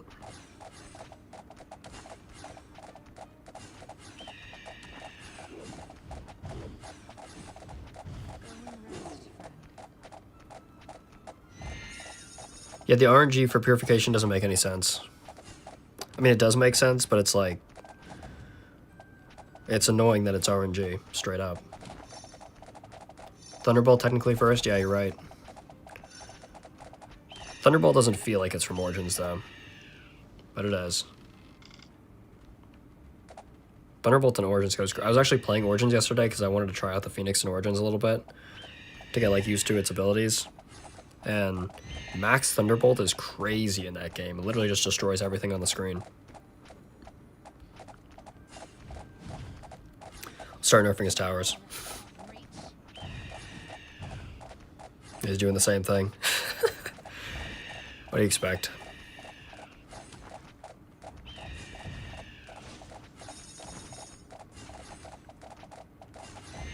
Let's do this. No, I should have waited for the barrage until I use Sabotage. See, this is going to be so tough because he has a massive upper hand here. This is why I still think Galarian is the best card, guys. He's going to do so much damage to the boss compared to me. I'm only getting lucky because I'm buying time with troop boosters. That's the thing. But now, like, okay, His troop boosters are gone. His Alaria is down, or his Wild Fang is down. That's giving me a huge advantage, actually. Thankfully. Because Pheonix isn't doing anything here. I'm just lucky that his Wild Fang died, straight up. Which, if his Wild Fang died because of my Pheonix, then I guess I can be happy about that. Bro, get these stupid things out of here. Or I think he knows he lost. Which, I mean, not yet, bro. It's not over. I should upgrade this, though. There we go, huge. Alright, we got him. I think he just shouldn't have gone for, he shouldn't have gone for Frostbite there. I know Frostbite's good against flying heroes, but I think if he just went for troop boosters like I did, he would have won that. W Aaron, though. I like Aaron.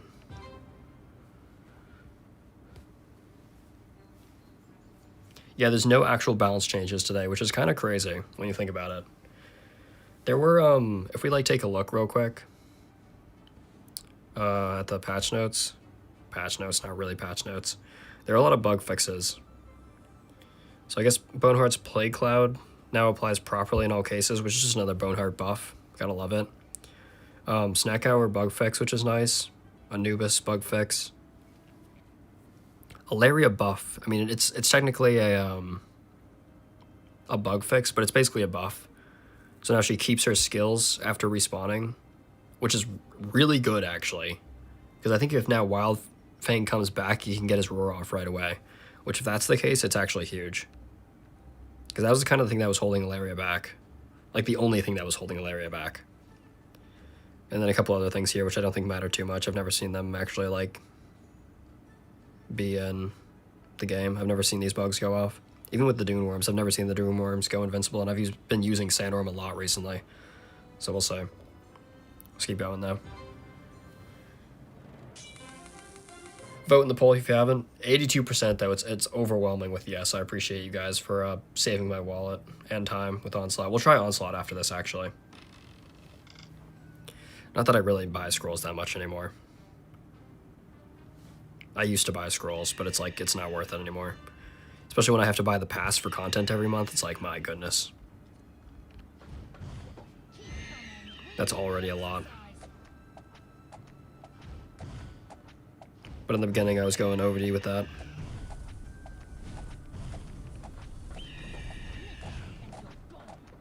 Let's not troll here. Oh, I didn't realize he had Solar Blast. I broke my rule 1. Nice, Dro. This is not what you guys came for.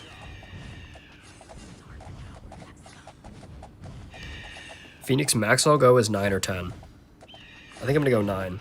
I don't know how much they're gonna offer me either. They just said they wanted to give like an extra copy. So it's like 1 extra copy. It's like, alright. I'll probably go to 9 regardless, but I won't go more than 9 with my own scrolls. That's what I was planning on doing, is just going to 9. I also won't get legendaries above level 10. Like, if it's a card I really like, the only cards I'll go above level 10 legendary, if they drop them, is like Wukong or Demon Pit. Those are like the 2 cards that they could add where I'm like, okay, I'll go to like level 11, maybe 12. Maybe. Depends how good they are. Like, if Wukong has his one-shot insta-kill, and he doesn't really need a higher level, then I'll just stick with that. That's why I think Wukong would be really good for the game. Shout out to the Monkey Gang. Shout out to the Cave of Flowers and Fruit.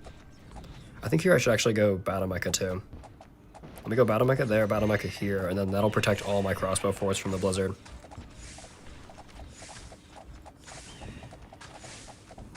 It'll be a little bit tough having no mage tower here, but I think it'll be fine. Yeah, Boneheart I have level 9. And I didn't even really... I thought about it for like a little bit. But I was like, bruh, I don't even like using Boneheart. With Pheonix, at least I like using Pheonix. She is fun to play. Compared to Boneheart.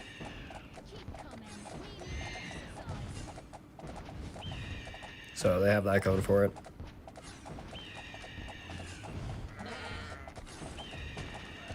But I think if you have a high level Boneheart, I keep saying it, just keep your Boneheart. Don't invest in Pheonix. Unless you're rich. And even then, I still wouldn't recommend it.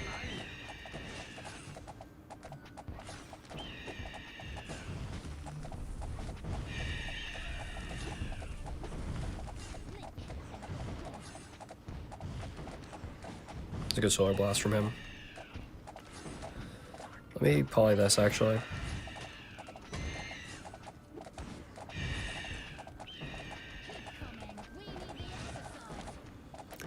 Push a Necro Rider already. Things you don't like to see. This is the tough part about not having a Mage Tower up. Ooh, actually, maybe I'll get a Mage Tower in the middle. I may have to do that, actually. Let's do that. Sacrifice one of the crossbow forts for a Mage Tower. I don't mind that. Because then I can also get another battle mech on the left if I need to. Bargain to 10? No, I won't do that. It's fine.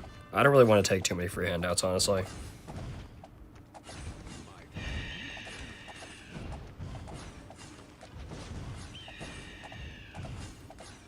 I don't really want to take any free handouts at all. I was kind of hoping you guys would say no, honestly. But I'll take it. If you guys really want me to take it. I mean, I've put in enough hours in this game. I put in like over 1,000 hours. It would be nice to get something in return.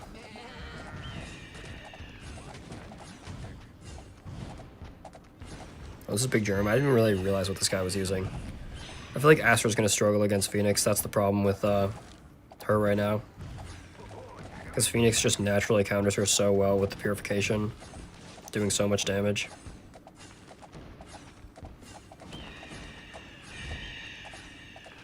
Let's use that there.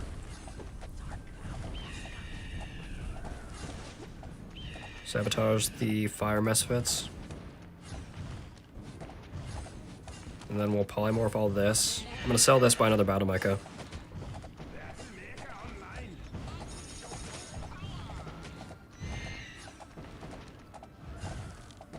It's very dodgeable, yeah. It's the same with Magnus and Malik. That's what people were saying, like, if you see the Purification going off with Malik, you can just jump out of the way. Which I think there's some cases where, like, you can't do that with Malik. Like, I think in some cases you kind of need, you need Malik to be where he is, like, actually doing damage and clearing. So you have to be careful with that.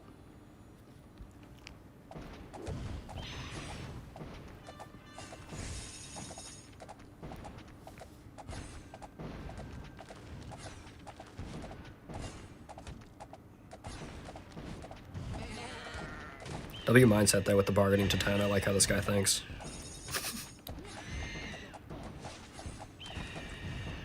Try to get as much as possible out of them. I think 9 is more fair for content too, at least for the beginning. Like, that's what I did with Barasat too. Even though my Barasat is level 11, I had a ton of content with him at lower levels. So that you can kind of see. It's hard with the creep scaling too. That's like the only problem. Is that they adjust the creep scaling all the time, so like it's not exactly consistent. But it's been consistent recently. They haven't changed it in the last 3 months. Which I do think they need to buff mini-bosses a little bit now that they're going back to this. Although I don't know. Because so many people are starting to run harder disruption now that like the games are harder than they were when they first did this creep adjustment. It's still coming down to usually like who kills the boss, but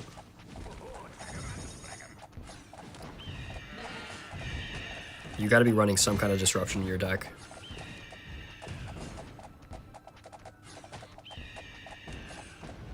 Let's keep upgrading these, I guess.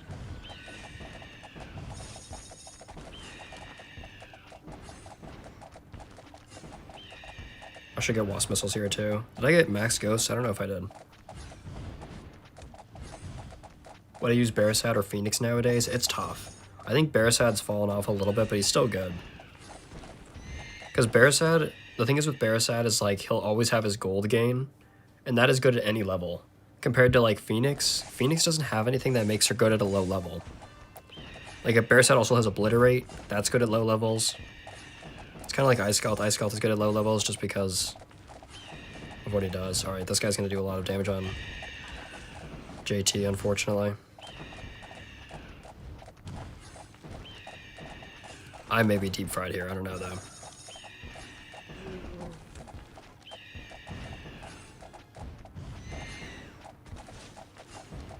I don't even know where to keep Pheonix. I think we just gotta wait until the end here. Wasp Missiles? Wasp Missiles are probably gonna save the day here. He's got a little chip damage, maybe. He's also got Paladins. This guy has a good setup for Ugluk, but for him, he just didn't get Ugluk, so I don't think it's going to matter.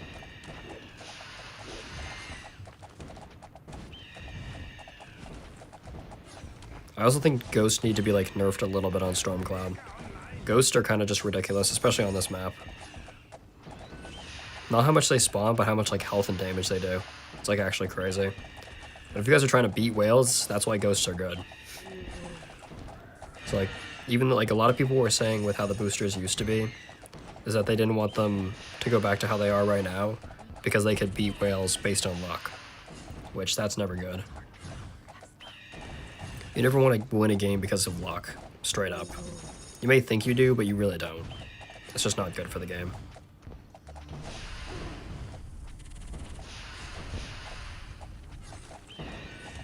Like here I just win because of Crossbow Fort, Mage Tower.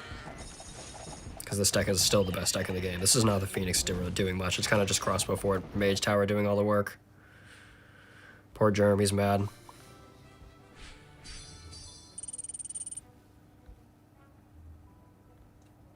I'll give him a well played for using Astra. I mean, he was necro spamming me too with Gunners. It's not like Necromancer or Gunners is bad.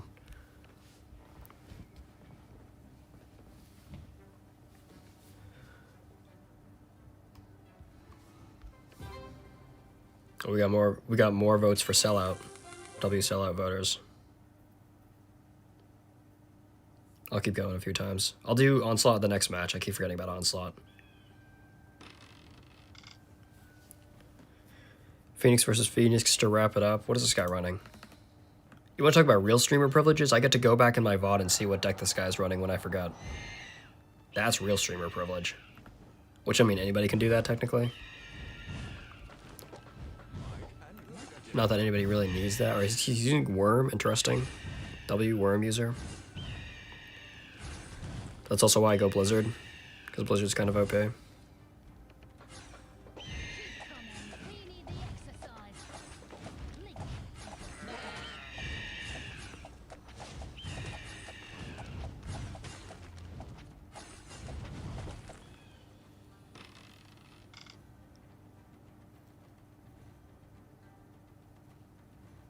How are we doing, Vincent? Pheonix is alright, Anteater. Definitely not broken, like I was saying. But I think the thing is with Pheonix is that it's because she doesn't have any skills that like make her really good at low levels. Like Barasad, we were saying, has his gold gain, which makes him good at any level. Barasad has his obliterate. You know, Ice Scald has his slowing. That is good at any level. Boneheart's Wyverns are just annoying off the bat. Pheonix kind of like needs to scale higher and higher to be better. That's just how the kit is designed. Well, she's fun to use. I think Pheonix is a lot more fun to use than Boneheart.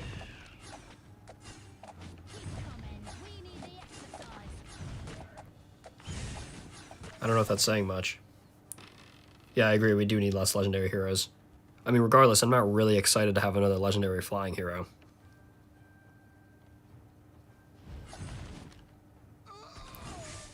Yeah, I think we'll see more spells when Hammerhole drops, for sure.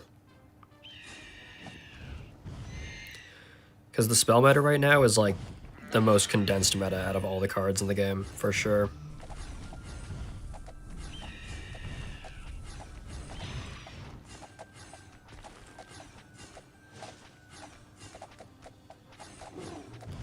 I don't know what I should go for here.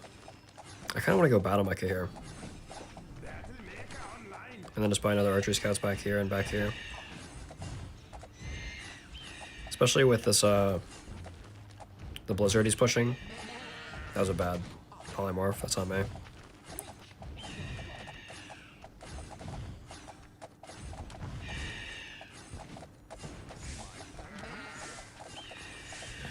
He's already pushing Necromancer. Gotta love Death Riders.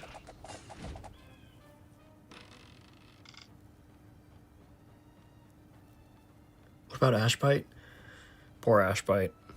Ashbite's not bad in like coin farm, I guess. Kind of like Cursed Altar. I feel like Cursed Altar is kind of lacking in the meta right now as well. Especially for a pay-to-win card. Like you see way more Maliks than you do Cursed Altars.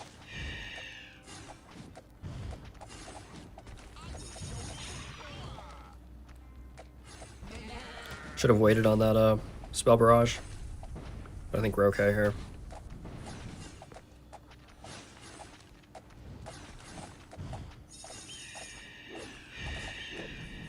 We're not okay here. That was really bad for us. I didn't realize he was just going to Solar Blast me like that.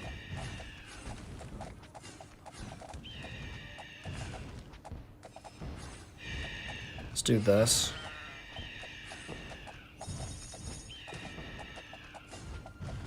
We should be careful about these two things here.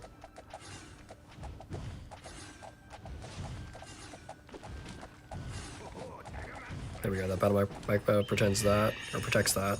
I think we should go another Battle Mecha up top, actually, instead of the Mage Tower, to protect the two crossbow forts. We kind of need it. Even though Mage Tower is also OP.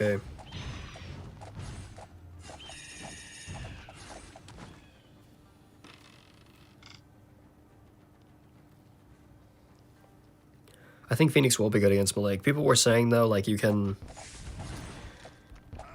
counter the Purification with Malik just by jumping. So if you're good with his micro and jumping, the Purification can't really hit him. And then all that value goes to waste.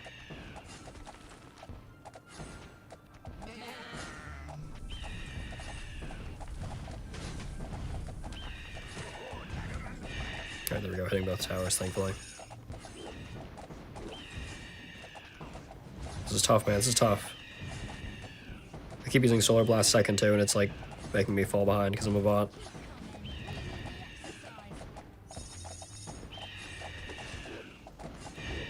Botro moment.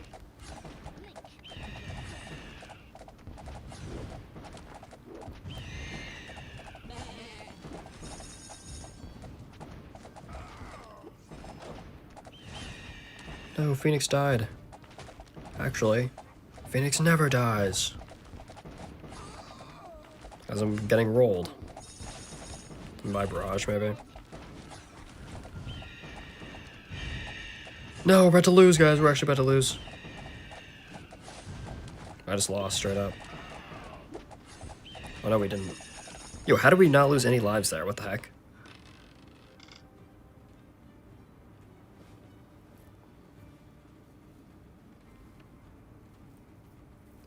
I mean, look at the pinned comment, guys. We need more common and rare cards. I love my common and rare cards. Because, like, you can use legendaries, but you need to support them with commons and rares, like Mage Tower. If you're not supporting them, then they're just kind of useless. Alright, we got JT. I don't like the look of this. I think he's going to hard counter me.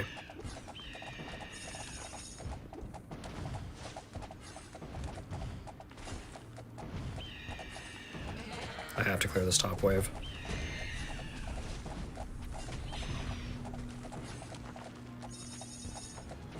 Let's buy this. Actually, at least the Battle Mech helps me out a little bit here. A little bit. It's really not much. Oh, I should have hit that witch in the back. That could actually cost me the game, straight up. No, never mind, the Ring of Fire is actually kind of clutching up. We may have gotten him, actually, because the Battle Mecha clutch. No, don't go into melee range. No, the scouts. Well, if I sell the game because of that, I'm going to be kind of pissed off. I think I did sell the game because of that, too. Oh my goodness, chat, I think I sold. Holy crap, that was so close. I shouldn't have won that game, straight up, chat. That was so close. The Archer Scout don't shoot if they're not on the track sometimes. Yeah, that's 100% facts. You gotta be careful about that. I should have moved the scouts out of the way, though, so that they didn't get eaten and regened JT's health there. That was so close. What's my thoughts on Pheonix? It's alright. It's fun to use, that's the thing. I think Pheonix is more fun to use than Boneheart, but she just doesn't have anything really going for her to like be worth it at lower level. That's why if you already have high level Boneheart, just don't even bother. Let's do Onslaught now. I'm going to switch up the deck too for Onslaught. We'll do that. And I like doing this, believe it or not. And then we'll also switch up the spells. We'll go Ultimate Strike. And I think we should go, Rain of Fire too. Maybe we use Tesla over muskets, I don't know. No, let's try that.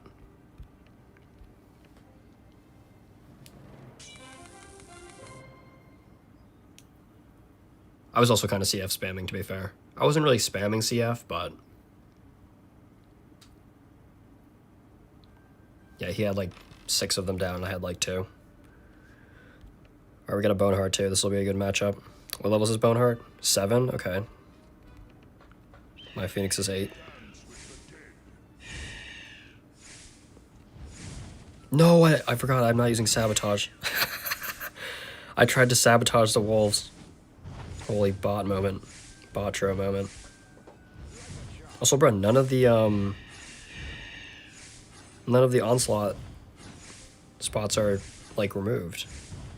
Or, like, they're where you have to buy them. Do you guys see that? Is that a bug, or is that how it's supposed to be now? I wouldn't mind if that's how it's supposed to be. I think that was so stupid before.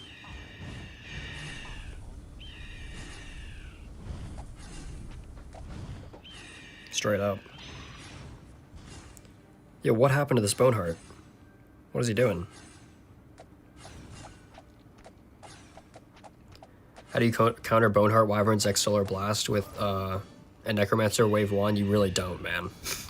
It's so hard to counter. You need to have a damage spell for Solar Blast, basically. You take Thunderbolts or Rain of Fire and counter the Solar Blast and then hope that the rest of your deck can take out everything else.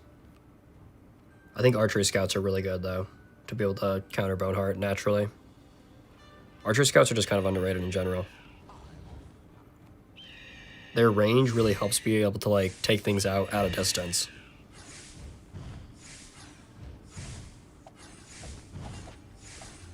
Alright, now let's actually use the Ultimate Strike how it's supposed to be used here. Let's upgrade these guys. Unfortunately, they're probably going to die to this Poison Cloud. Let's buy a musket there.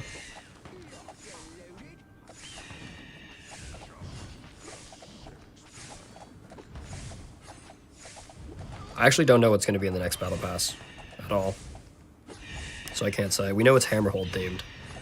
It's not going to be Origin theme, unfortunately.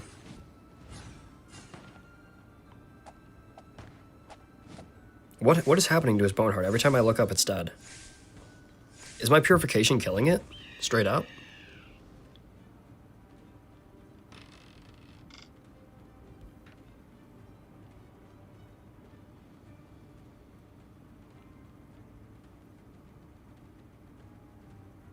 You're having success with Pheonix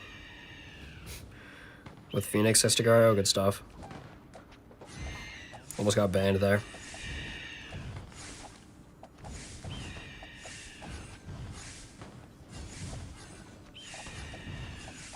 Banned. Check Twitter. Okay, you got called the dragon. That's no bueno. Now we gotta be careful. That's why I use Archery Scouts though. Do this. Ooh, I was kind of hoping it would go the other way. That's fine, though.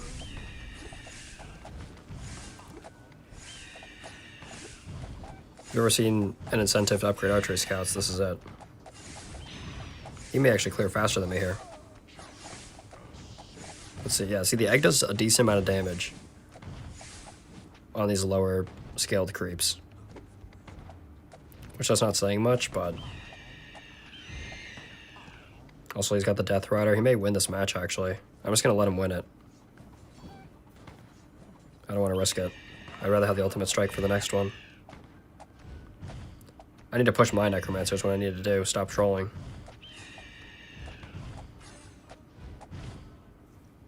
He probably will come back against me here. Did you read the changes about Sandworm and... oh yeah, the Sandworms are polymorphable. They were polymorphable before, but... I guess there was a bug where they were invincible, which I've never seen that bug personally, but it's a good thing they fixed it at least.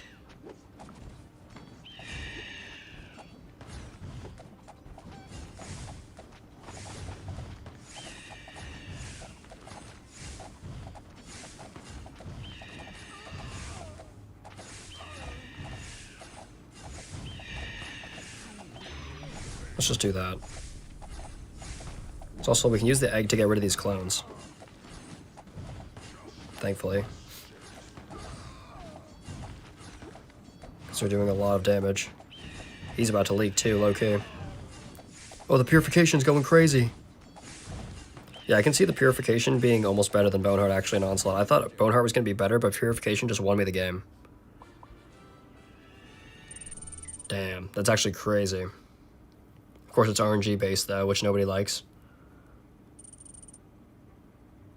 Yeah, Laria versus... I can see Pheonix being really good in tournament play.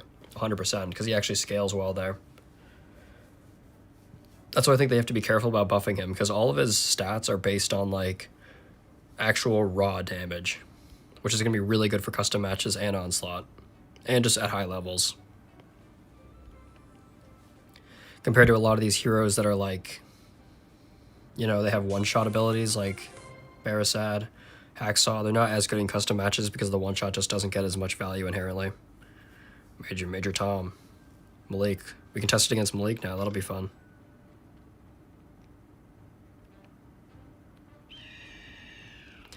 Believe it or not, I am going to go Golems over Smasher. I think he went Smasher, though. But I have Ultimate Strike, so I can just take it out right away. Unless he went Chicken Tower. He may have gone Chicken Tower. Let's take that out. Get that BS out of there.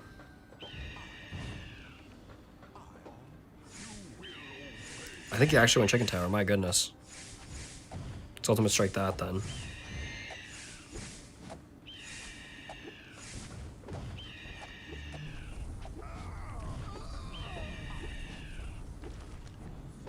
Yep, he did go chicken. See that?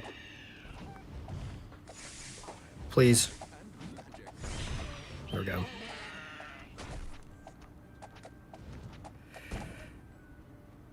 We got him. What boosters were fixed? They reverted the boosters to be how they were last season, where it's now you can only find the specific boosters in those specific arenas. Which some people wanted, some people didn't. I personally wanted them, but now I want them to still balance the boosters. Like, when we were talking to the devs about it, we were like, if they go back to the old system, you still need to, like, balance it a little bit differently. Which was not done, so that'll definitely be interesting to see how people receive it. Ooh, Ultimate Strike that. Rain of Fire these guys out of there. Upgrade the scouts, because there's so many magic resistant troops on this map right now.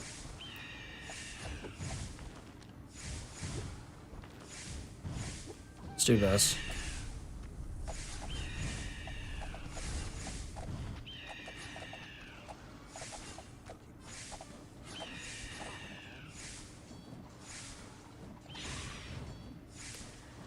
Did we get him again? No, this one skeleton. I'm not even gonna win probably because this one skeleton, man. All right, we got it. You're back. Did you miss anything? Not much, honestly. We're just doing the entire thing, but we're playing Onslaught now for a little bit. I'm gonna upgrade the golems. Oh, he does have worms though. I didn't even realize that. I actually beat a Boneheart play with my Hacksaw deck on Onslaught last night. If you're in the Discord, you know. The link to the Discord is also in the description. It may be outdated though. I don't remember if I updated it.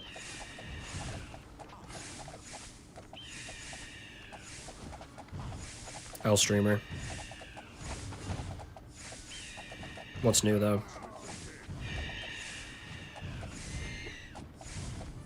Yeah, see, like, his volley attack does so much more damage at this scaling. That's why I thought that was going to be his most broken ability. But in Stadium, it's kind of meh.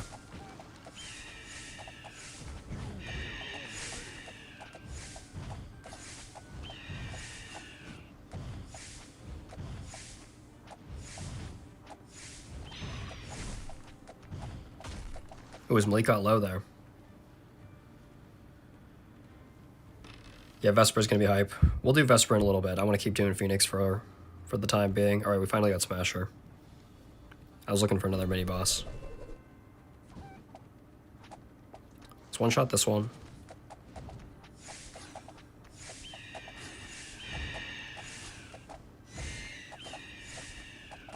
Let's upgrade these scouts and move them over a little bit.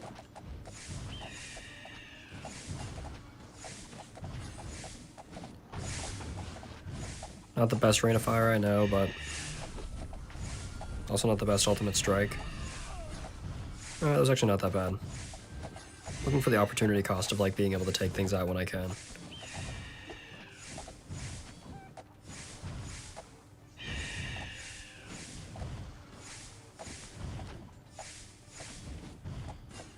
A little iffy. He is struggling though. Even though this is iffy. Oh, he lost a life to the Solar Blast. We may win right here just because of that. Yeah, we got him, damn. Why Rain of Fire over Thunderbolt? I don't know. I think because Rain of Fire just does more base damage. But you're right, Thunderbolt isn't bad for extra stalling. And the passive isn't bad either, since we're not using any artillery. Let's just try Thunderbolt, see if it makes a difference. Probably won't, but it does help with 4% extra tower skill damage. Oh, we got Major Tom again.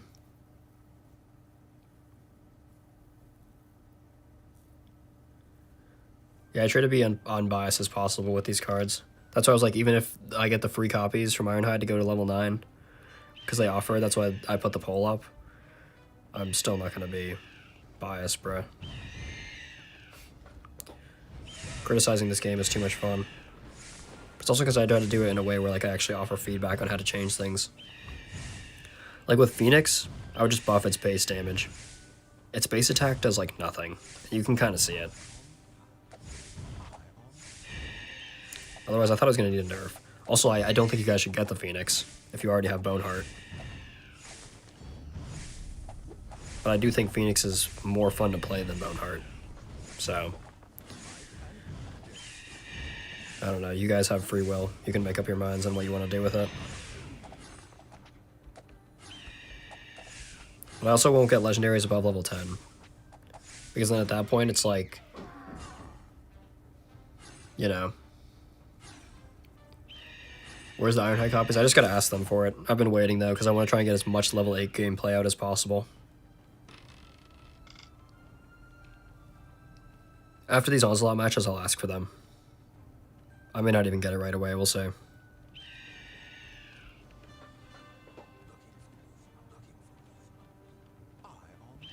Ultimate Strike that.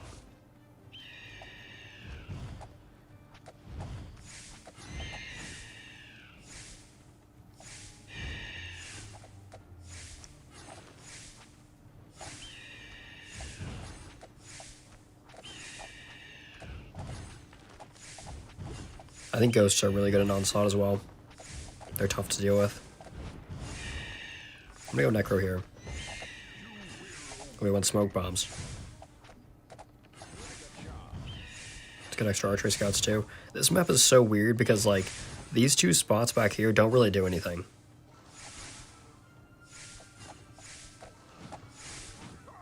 Purification RNG, yay! We love RNG, we want more. Psych! Said nobody ever.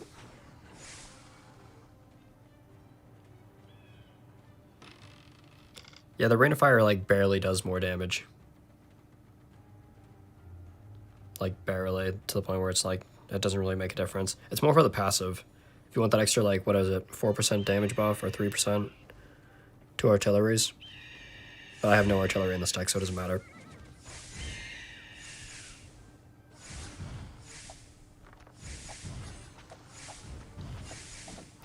Could use that there. It's not worth it. Let me do this, actually. Should be able to take them out, right? Yep. Even just 4 Fire Misfits there are pretty good. Alright, now we got the Dark Knights coming out. Oh, he has Solar Blast as well? I didn't even realize.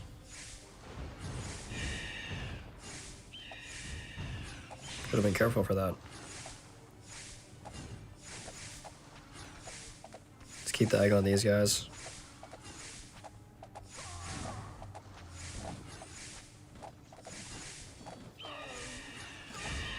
W egg question mark? We could get a Mage Tower back here as like backup. Especially with the smoke bombs, now we kind of need it. Thankfully I bought it.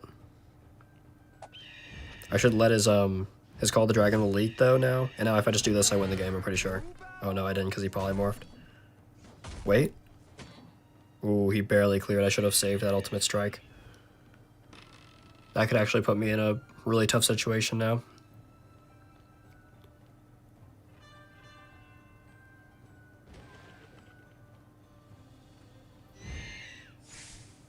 How are we doing, Paris Gupta? I think that's how you say your name.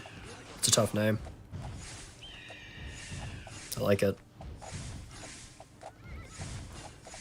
The purification works by, like, when you kill an enemy, it should, like, always damage an opponent, like, on your side, and then it has a chance to attack the opponent. But I don't really know if it's been working that way. Let's use Ultimate Strike here, or I mean Baja Blast. Let's just Ultimate Strike that out of the way, because we kind of need to.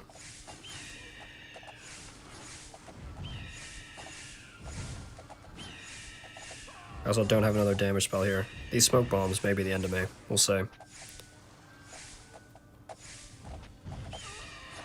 Yeah, genuinely, he's probably going to come back here down 3-1. Oh, never mind, he leaked. Oh my goodness, I just got so lucky.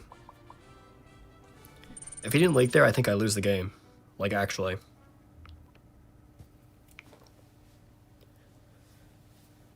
Rain of Fire instead of Ultimate Strike, I could do that too.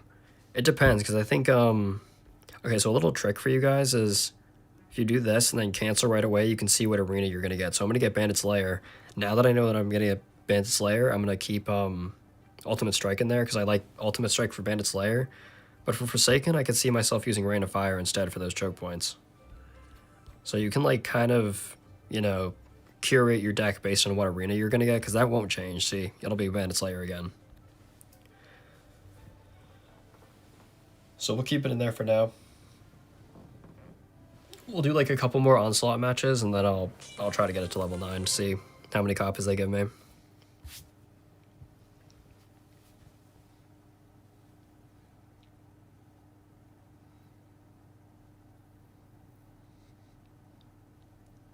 Yeah, if you mean the Solar Blast spell, the Solar Blast spell is, like, the most difficult one to go against. It's so annoying. Especially against Boneheart here. It's so rough. I've been saying Solar Blast needs a nerf. They need to make it so, like, the fire misfits aren't as good as they are, because they're ridiculous. I do like, though, I don't know if it's a bug, but I like how Onslaught doesn't have any of these spots covered up now, because that was kind of annoying. Like, it didn't really offer anything to the game, in my opinion. Again, though, I don't know if it was on purpose. Actually, let's do this. Oh, I didn't even see that he put that down. The Warmadillos. I was not expecting the Warmadillos. It's okay, though. I have Mage Tower. Mage Tower's OP because of these situations. Like, I can just spam mages in the front here, and they'll just take care of all the Warmadillos.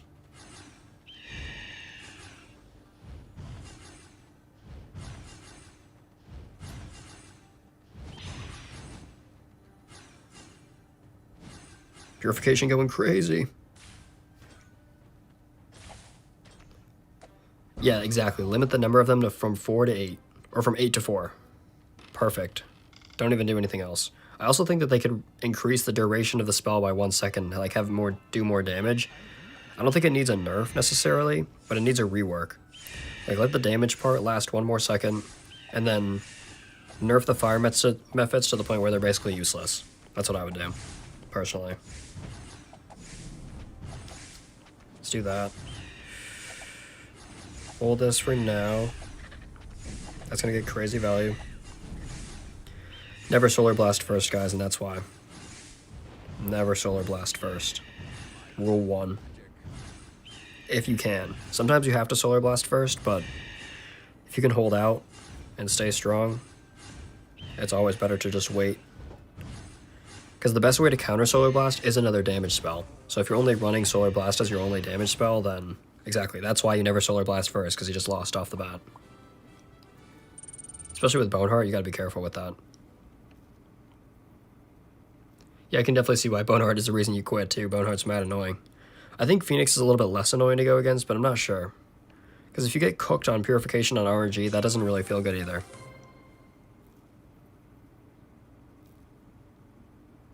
Yeah, it shouldn't be a summon spell. I couldn't believe that they had even added the summon part to that spell.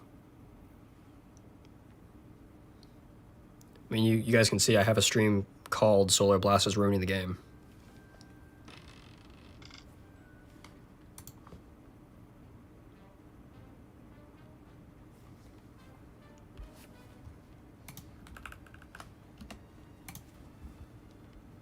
I was not joking. They said Solar Blast nerfs are incoming, too. Yeah, that's why I was saying earlier, guys, when I knew Pheonix was coming out, I didn't know how good it was going to be. I didn't see any of the stats or anything, or any of the abilities as well. But I was like, I really don't know how to feel about Pheonix coming out. And this is why. Because they're dropping it right after a Boneheart rerun. Like, it just doesn't make any sense. I don't think they're going to make money on it, straight up. You know, let alone it being a good card. Although I don't think Pheonix is necessarily better than Boneheart. I think if you have a high level Boneheart, you're sitting pretty and you're not mad. At least you shouldn't be, personally. That's how I feel.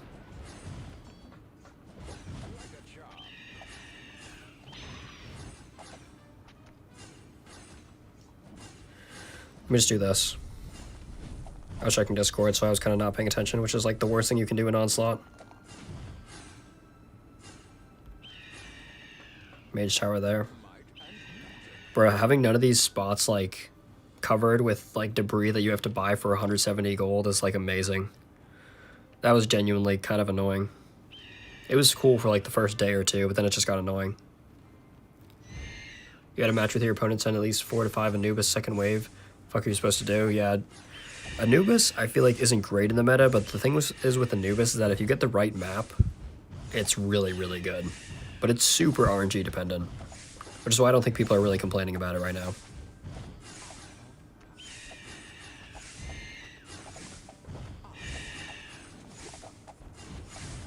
That could change in the future, though, obviously.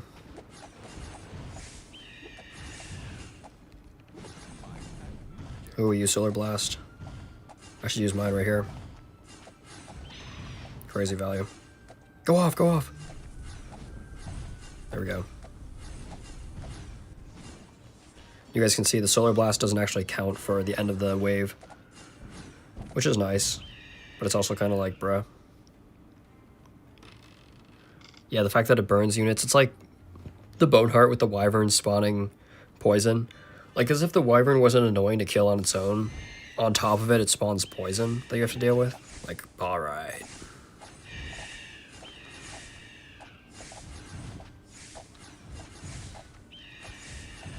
It's like they want us to be in pain. That's why I still think, like, Boneheart is one of the most obnoxious heroes in the game. With Solar Blast, too. That deck is just really, really obnoxious.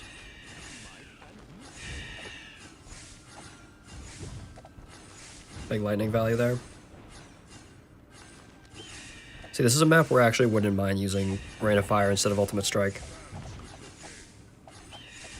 I don't know, though, because I took out the Crusader right away, and that was good value. Let's use it now.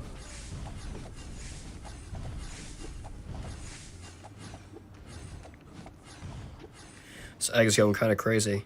See, when the egg scales well and it does a lot of damage, it's kind of crazy. And it's a lot of fun to use. Like, microing an egg around the arena is a lot of fun. Oh, we actually cleared. W-mans. There's nothing I can do. This is why I have to push Necromancer.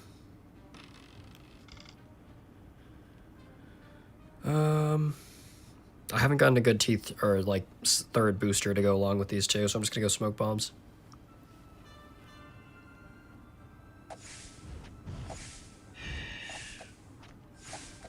Yeah, I could see that, Vincent. That'd be a cool way to do it. And just limit how much that spawn. Because that, I feel like, is kind of the ridiculous part about it. 8 of them spawning, and they spawn in, like, different areas in the map. That's just, like, so hard to counter no matter what you're running. He's not letting his Magnus get any value, though, which is kind of weird.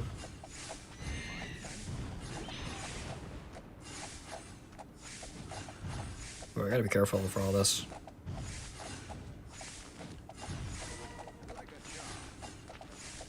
I'm gonna use Solar Blast here. No, I meant to move the egg. There's a lot of Crusaders here. And they're going up top. It's not what you like to see. And there's a Raider.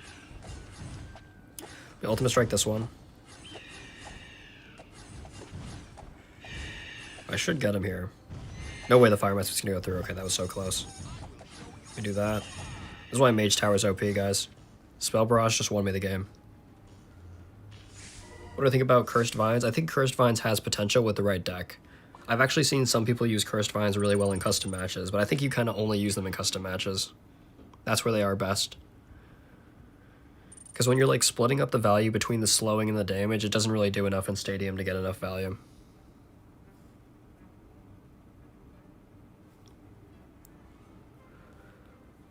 Alright, I will be right back, guys. I'm going to claim the copies as well as hit the bathroom, and then I'll be back so that I can stream for like another 2 hours. If I can figure out how to do the screensaver. Alright, BRB. Give me like 3 minutes, and I'll be back, guys. And drop a like on the stream. I appreciate you guys stopping by.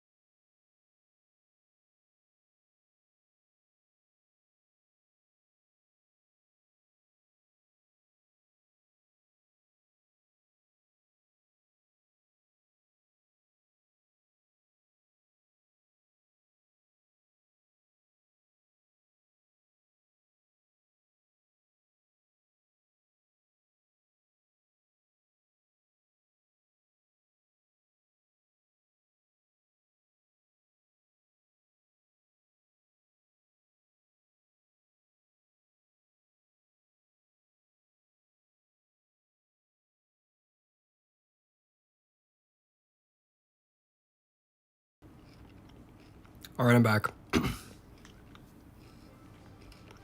Oh no, I leaked. It's okay. It's not like you guys could do anything with my ID.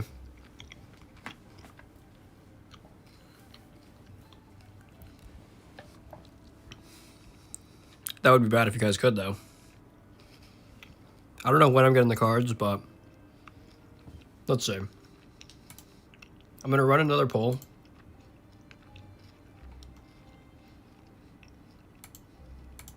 To see who wants to see Vesper.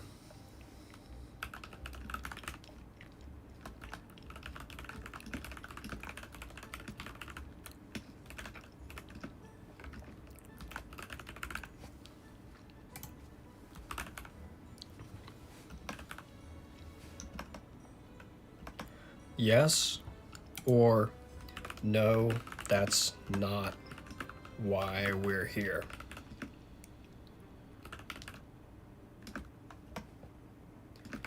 L streamer.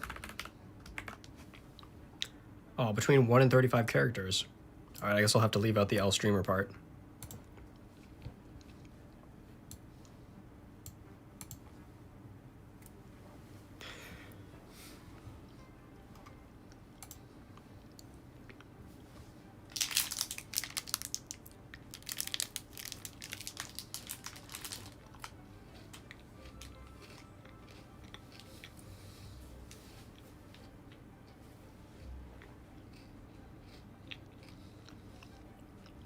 All right, let's play another game of Pheonix. How many scrolls do we get? Oh, damn. Easy 30 scrolls.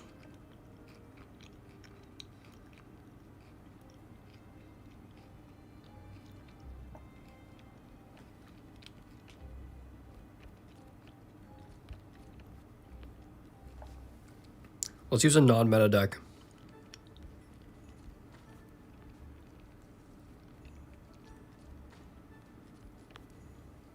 Get rid of Solar Blast.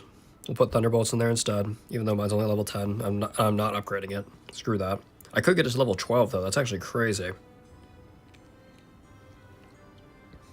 That would not be too bad.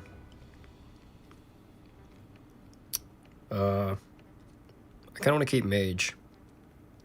Should we just throw Musketeers back in? Or should we do Tesla? Battle Mecha? Battle Mecha's kind of cheeky, I know. I was eating a protein bar because I was like, I need to eat something. I also got some green tea in a can. Shout out to green tea in a can. Unsweetened. You know, you gotta get that detox in you.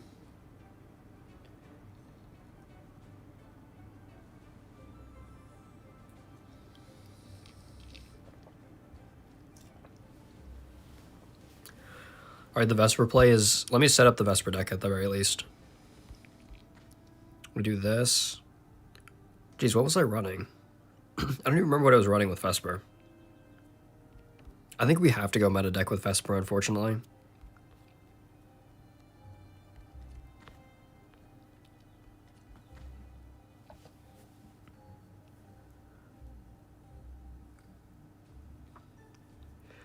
I'd do devious things for a breakfast roll right now, Anteater. Exactly, the Tesla does take advantage of that. And Overcharge may go crazy with it. That's a good call, Ter. No one want to see Vesper. I respect the honesty. Think level 8 Sandworm is fine? Definitely, but I don't really want it in this deck. I would use Battle Mecha with Vesper. I'd probably just use this deck right here and then use Archery Scouts as well.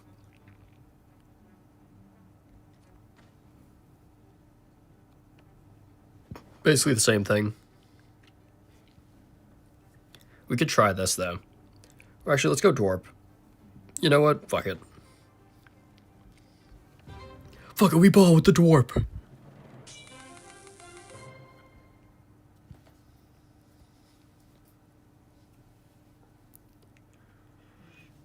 I will do Vesper at the end of the stream regardless. It's going to be a long stream, guys, so grab your popcorn. Which is also why I needed to take that break. Alright, let's see. What do we want to do here? Let's go Tesla here.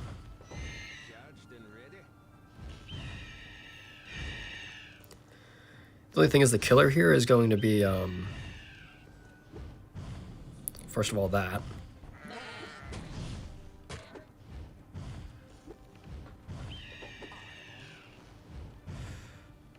I have to play at the choke point. This is what it feels like to use non-meta decks. I think I just go Tesla spam, actually. I don't even know if I can use Dwarp off the bat. We could go Dwarp here, I don't mind that. Because that helps me get more value from Thunderbolts.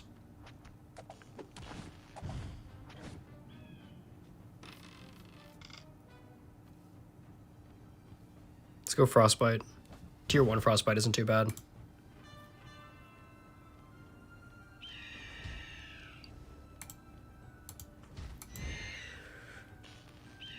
So let's say he's going to use Solar Blast, so I gotta be careful.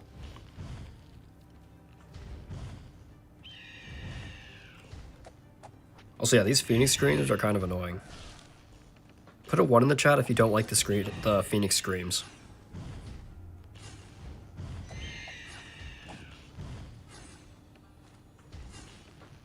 I think that Tesla's fine. Let me do this. I should move the archery scouts up and not be a bot. Move these archery scouts to the side. Move that there, move this there. W Pheonix Egg, let's go. Yeah, 100%. Thank you, Tur. Thank you for that. Because I was going to say, bro, I like using the Pheonix, but for content, it's so annoying.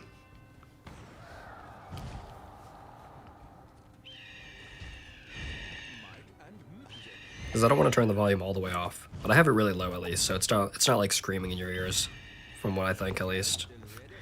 If it gets, I just turned my volume on though, and it is kind of annoying, so I may turn it down even more though. Because it's like the worst part about the Pheonix. It's just that.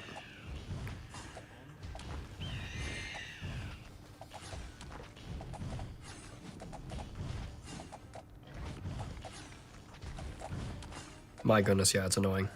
I'll try to micro it as least as possible. Which, you know, isn't, you know, ideal.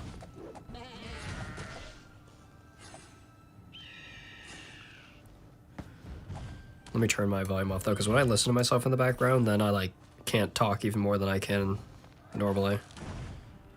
When I'm streaming, my English goes, like, down, like, to a 3rd grade level. And I've graduated from college.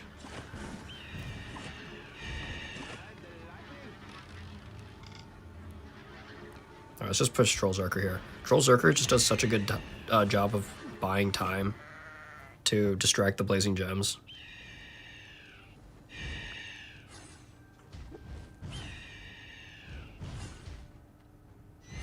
It does kind of feel weird not using Solar Blast, though. I haven't taken Solar Blast out of my deck in a long time. I like this Polymorph here. Egg here would be kind of crazy.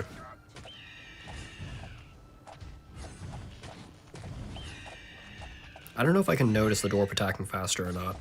Do you guys notice it? Yeah, it does sound like I'm strangling a bird. It sounds like that in Origins too, so at least it's, you know, faithful to the source material. If that's what you can call it. It was going sniper shots? I didn't realize he had muskets.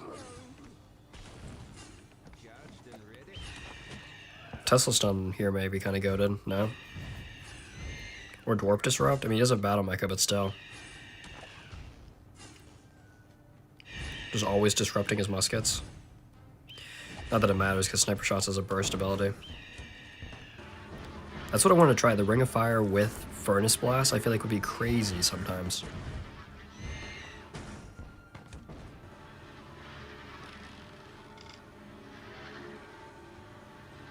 Sure, you can see whether it's attacking faster. Oh yeah, 2.7, true. I'll have to check that after.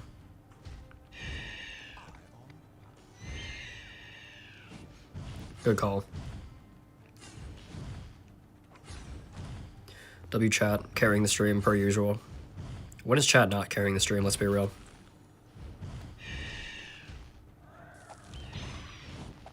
I like that egg. I like this Furnace Blast here too. No, I barely missed the Furnace Blast with the polymorph.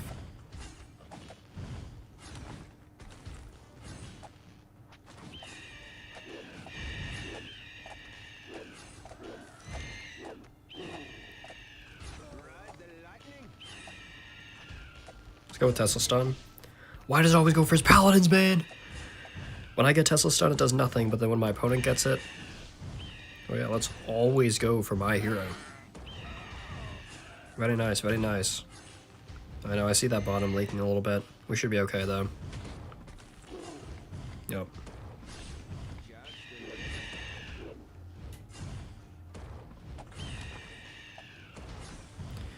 We gotta be careful about this boss here. This deck really can't do anything against the boss. Maybe even another Dwarf would be good just for the stalling. Like down here. Dwarf would be kind of goated down here. Dwarf is a lot of fun.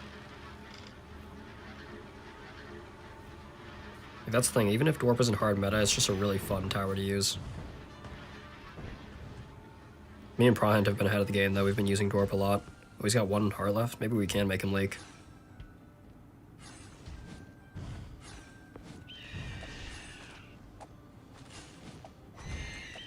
Yeah, the Dwarf plus Ring of Fire with the Furnace Blast is kind of crazy, actually. We got JT here. Now I almost wish I didn't go Dwarf because we don't really need to stall him. Let's go with Overcharge on this one over here.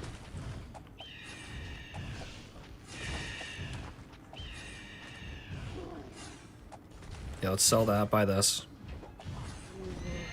Move these guys over. Because we need to make JT into barbecue chicken over here. Let's polymorph those.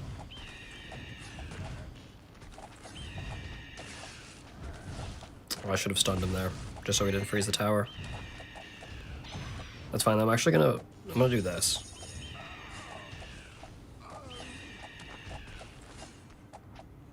It's gonna be close. His Blazing Gem did lock on, unfortunately. Let's buy this. Let's Poly Lightning this.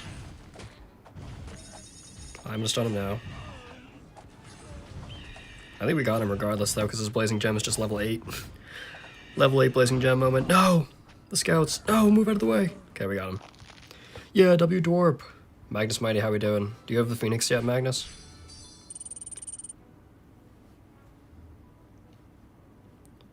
Oh, the Pheonix. Oh, true, because I have Tesla Stun. Good call on the 2 Phoenixes. So, Estegaro, that is a bug right now, where whenever the Phoenix gets stunned in its egg, 2 Phoenixes spawn. So I do need to be careful about that. Maybe Tesla isn't the way to go, just because of that. I actually think using Dwarp with muskets would be better. No? This is kind of a go-to deck, no? It's level 13 as well. Because commons are easy to upgrade. I don't feel bad about using high-level commons, because that's just how much time you put into the game. Oh, let's go, we got Kobe again. Kobe's an active supporter of the channel. He's got his level 9 as well.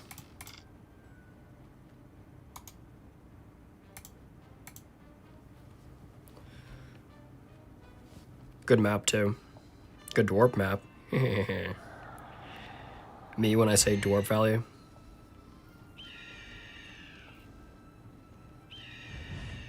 I get giddy over some Dwarf value. No, my Pheonix! Chill out, chill out. Actually, don't know what to do here. Oh my goodness. That's not good. This is bad, chat. Lock in. I forgot it actually doesn't matter if my Pheonix dies. If anything, it's low-key better. I'm gonna go double Dwarp. So can we get a ton of purification off here? No, I was like barely. I should have just kept it there. But this is why I didn't. Okay, we got it. No leaky faucet moments. Yeah, Tesla would be better here. Sorcerer Mage for the Golem stall against the Troll Boss. Sorcerer could be cool here too. We could try Sorcerer over Mage Tower here. I think that would be better to like put in these 2 spots, for example. That would be fun. Let's try Sorcerer after this. Good call. Sorcerer is one of my favorite towers, guys. Oh, and we can actually use Sorcerer again because we don't run into Dark Priest every match. Yay! W booster changes. Let's go with 3 Dwarps, why not? He doesn't have anything to protect his towers. I also think Mage there is the best case scenario for us. Let's put Archer Scouts over here. I'm just gonna use my Thunderbolts off the bat because he's not using Solar Blast. And he used it, of course. I'm a bot. Botro. Common Botro moment. Yeah, he does cause more damage when he's dead than alive, which is kind of fun, because like the egg is just fun to use. So I really don't mind it too much. That was not where we wanted the Furnace Blast to go, though.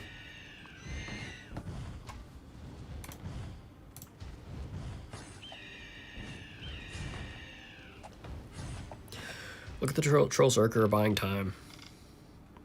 Things you don't like to see. Let's go with Blizzard.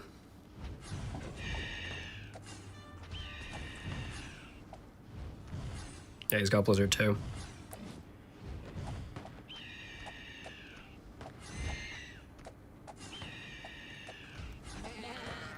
It's moments like these where you wish you had Battle Mecha.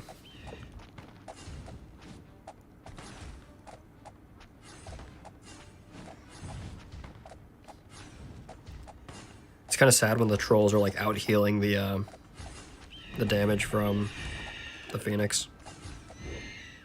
That's rough.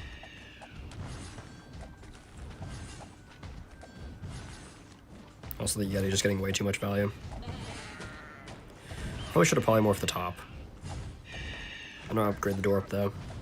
Should also move these guys down so that I'm not like struggling against this Yeti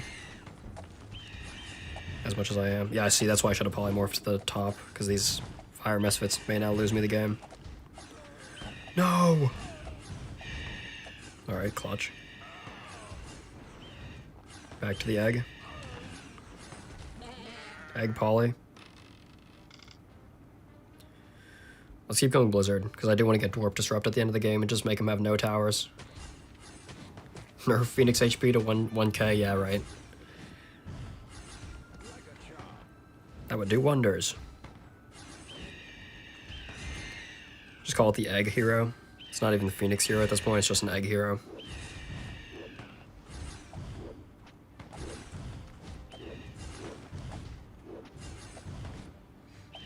Yeah, but you're kind of right. Microing around an egg is not really skill-based. You're just kind of just microing around an egg that does AoE damage. It's fun, though, I can't lie. I don't think it's great.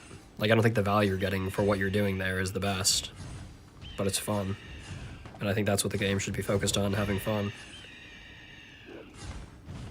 Unlike Boneheart. What, did I say that?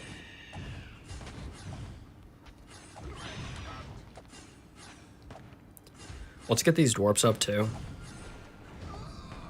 We'll just get like a crazy amount of stalling. Yeah, look at the egg going crazy. I'm actually just gonna let the Phoenix die here, right? Is that not the play?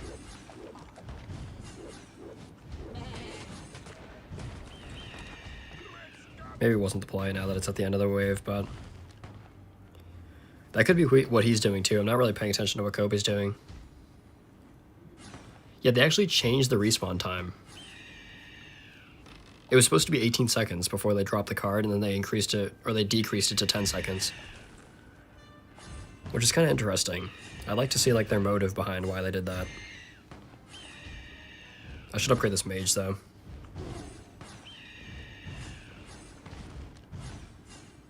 Just to help deal with these tanky troops at the bottom here. Like the Death Riders that he's now pushing.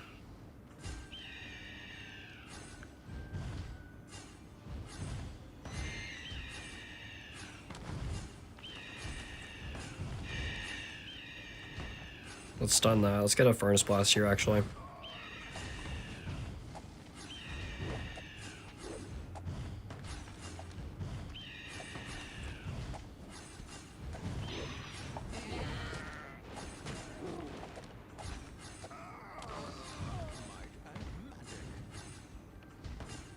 didn't realize he was dead. No! I'm about to lose, Chad. I'm about to lose. Alright, W play from Kobe. I can't even be mad. I just got cooked, Chad. I got cooked. Let's see, this could save me, though. No!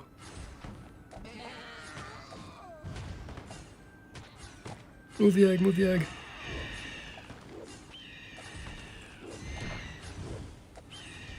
That's why we need more mage towers straight up.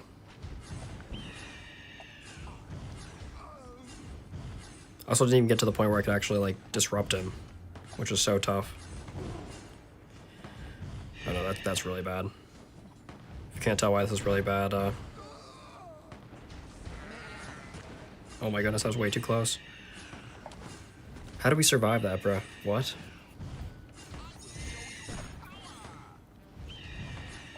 Genuinely, how do we survive that? I'll take surviving that any day. Also, yeah, this is why we need Tesla. For Stormcloud, at least. I think, like, on Silver Oak tonight, try Dwarp with Pheonix. Oh, I didn't even get the max booster because I had to use all my gold, too. That's tough. I'm also going to buy Mage Tower here. Because I don't really need the Archery Scouts. I mean, I kind of need them, but... right now, that's not, like, my priority. The thing is, he doesn't really have anything to kill the boss. Especially Ugluk, or he does have Paladin, so I'm cooked. Wait, no, I'm not cooked, because I have Dwarf stall. This will be interesting. I don't know how this is going to go. Also, there's two bugged troops right there. Do you guys see that? I didn't realize that at first, but yeah, they're bugged. Unfortunate. Let's, I'm gonna clear the bottom first, actually. It's not even worth buying sniper shots against the Pheonix. That's the crazy part.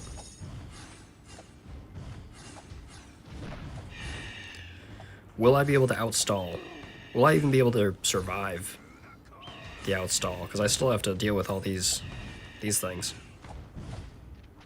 Can't let my archery scouts die here. Alright, that was okay. Let me... That's not what I wanted.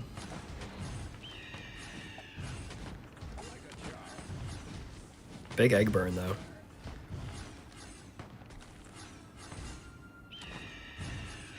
I don't know if I can outstall him even with this dwarf.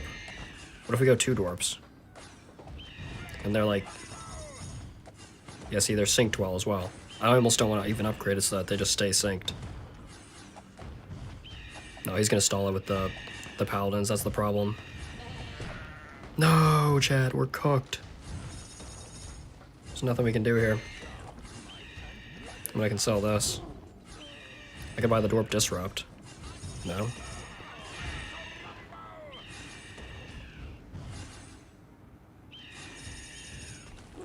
No, the ice muffet. No, I keep getting perma-stunned. Alright, he's gonna win anyways. Maybe I take Paladins with that deck. I don't know. Or maybe I just keep the Tesla in there, stop trolling. I think I go Tesla instead of muskets, and I put Sorcerer in there, like we were saying. Like this.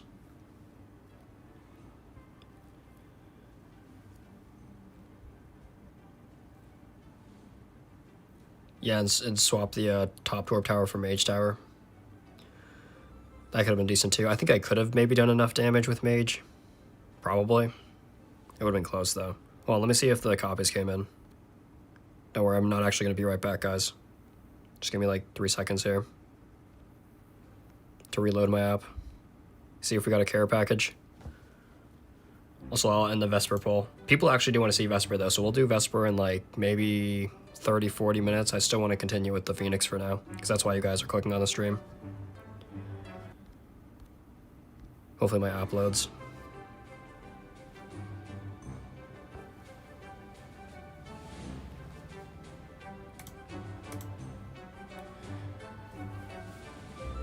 How are we doing on this fine Wednesday morning, chat? Oh no, my ID leaked again. Just kidding. Doesn't actually matter. Alright, let me reset my app though. For some reason, it's been like taking a while to load into Kingdom Rush battles sometimes. I'll like reset my app multiple times and I'll have to like do it again. Alright, there we go, we're in. My shop also reloaded. Oh, we got 2 copies. W. So they gave us enough copies to get to level 8. That's very fair. I was kind of hoping they wouldn't give me enough to get to level 9. I think that's more than fair. That means we can go gambling again. Yay! Alright, should we go to level 9, guys? It's kind of a no-brainer.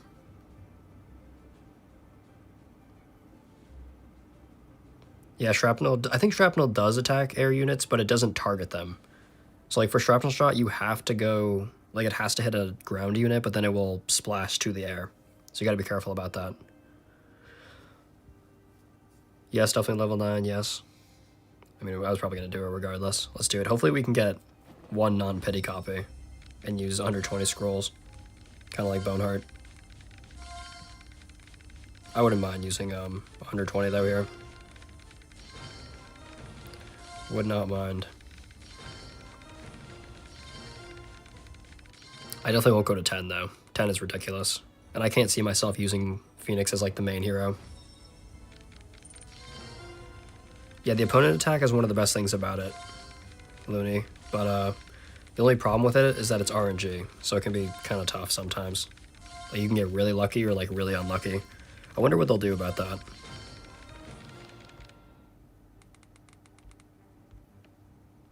They'll probably just keep it how it is. Like, I don't know if it's worse or better than Boneheart's Wyverns. Because Boneheart's Wyverns you're guaranteed to get. I mean, they gave me 2 free copies, sure. So, I'll take it. I was kind of hoping they didn't give me enough to go to level 9, too. I feel like that's ridiculous. I'm pretty sure they gave the creators enough to get to level 8. Because that's what 2 copies will get you. Which is more than fair. Level 9 is a little bit overkill.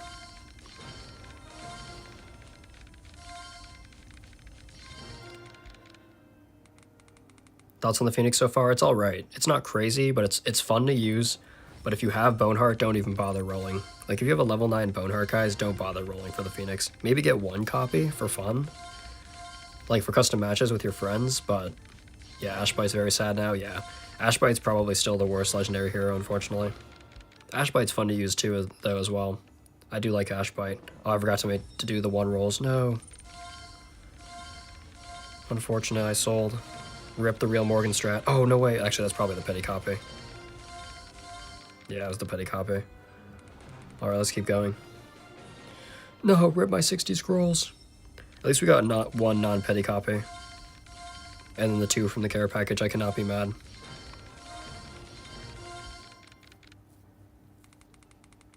You play on your laptop? True, I've never tried playing on computer. I know a lot of people do, though.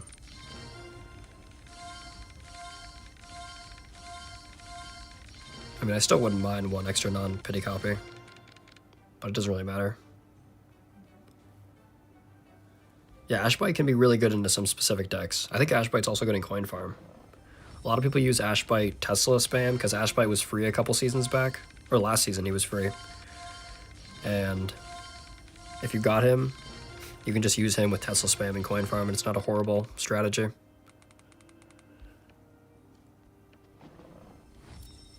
Which, by the way, pick up Ice Scald from the free side of the pass this season, guys. Do not miss out on that. Because Ice Scald's even better, especially for Friday's map for Coin Farm. I have a ridiculously OP free-to-play deck for Ice Scald. For that first Coin Farm map. I have a video on it too. Just look out Hunter Outpost with Coin Farm. That deck goes crazy. And it's free to play. The only thing that people were missing was Ice Scald. So now that Ice Scald's free, you can use it. Alright, let's do the 1. Let's do the 1 rolls. Let's do the real Morgan strategy. Shout out the real Morgan.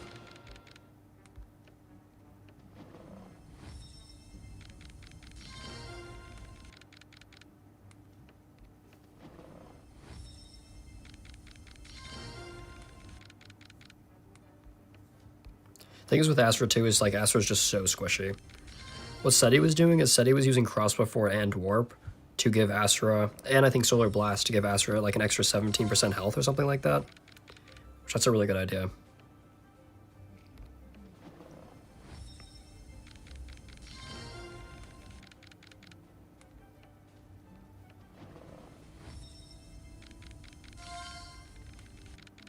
Scouts, Musket, Sorcerer, Dwarf. That's a good deck. I like that combination. Like what Aaron was doing is he was just putting one Sorcerer down for like Ugluk against that boss. And then letting his Crossbow Forts do the rest of the work with Hilaria. Buzzer Beater? Nah.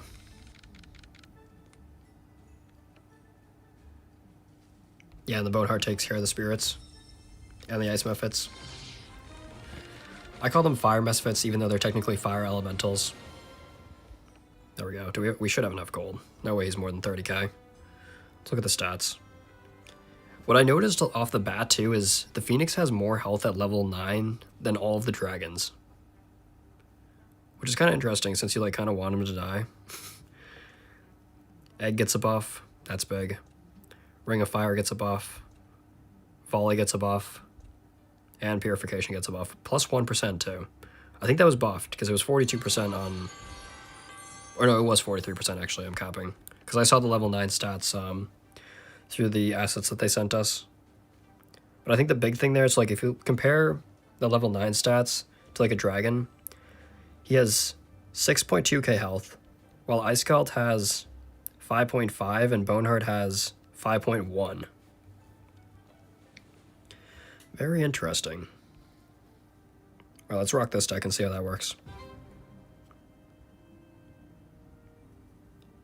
Yeah, if you want to go back in the stream, Gene, you can go and... I'll post the screenshots in the Discord if you're not in the Discord. But feel free to go back in the stream and take a screenshot of all that.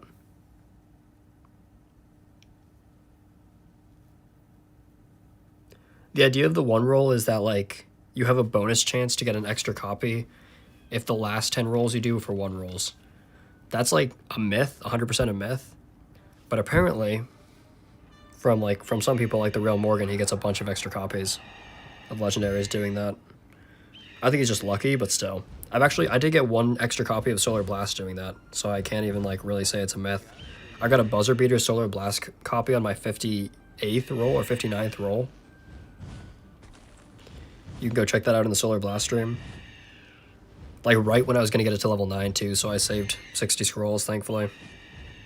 That was a massive dub. I'm gonna do Dwarf here, and then Sorcerer here.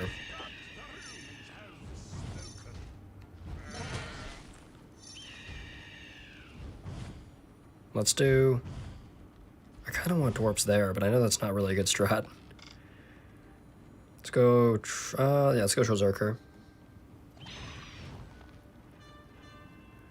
Aaron Snipe again.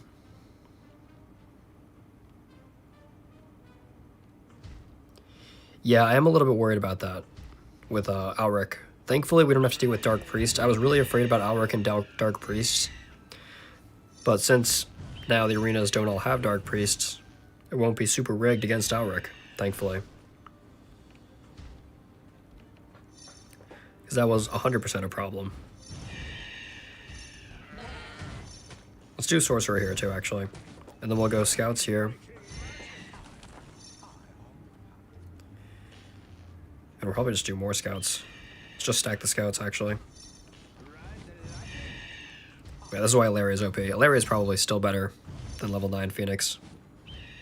But the Pheonix definitely feels usable now. He actually is like kind of taking things out.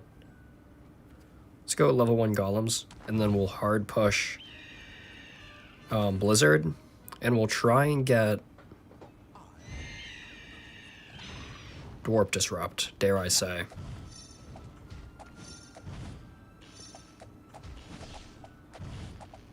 Trying to use like as free-to-play friendly deck as I can think of. But obviously like using Solar Blast here would just be better.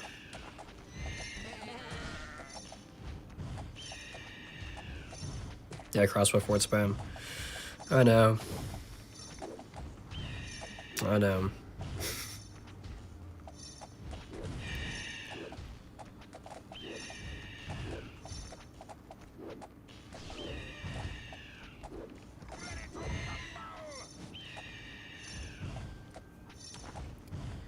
Like the Phoenix's base attack actually feels like it's doing something now. Yeah, why didn't I? Oh, we have more bugged enemies here, man. That's annoying.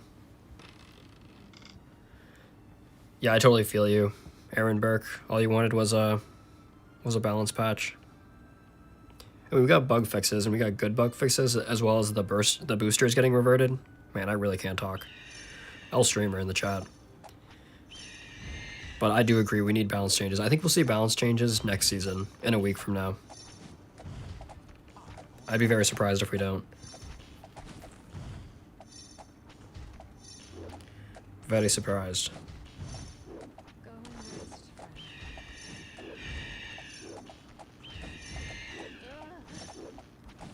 Let's go with that.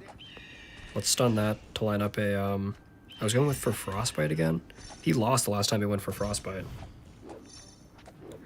Which kind of makes me think I should just push Troll Zerker instead of that Blizzard.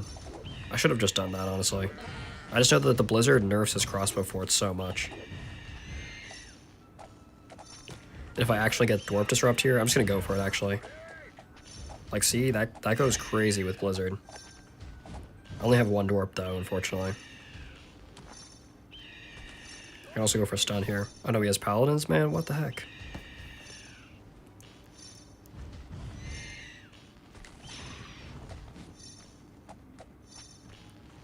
Dwarven Artillery could be crazy, actually.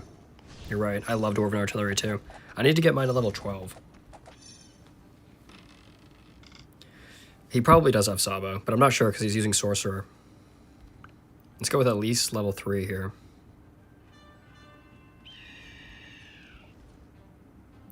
Sorcerer's also good because, I forget who said it, but using the golems to stall out the boss, if it's Ugluk.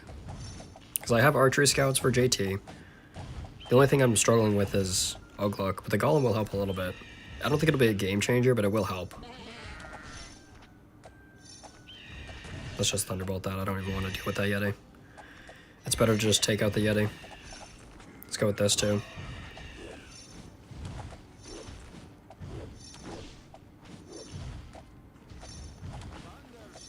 Let's go with Overcharge. Stun that. I wouldn't mind the Phoenix dying here, actually. That's why I'm keeping him close to the Axe Throwers. We should max out this Tesla, though. Yep, there we go. There's that. Let's buy Overcharge. Let's upgrade the Sorcerer.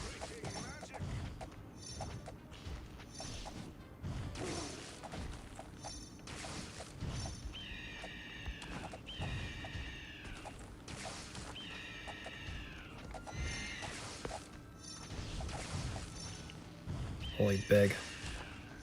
Big value. I almost want another Dwarf here. I know that's crazy work. I also should have saved gold. No. Is it worth it? Is it worth it? Oh yeah, now it is. Oh god, please. Yes, we got 300. Huge.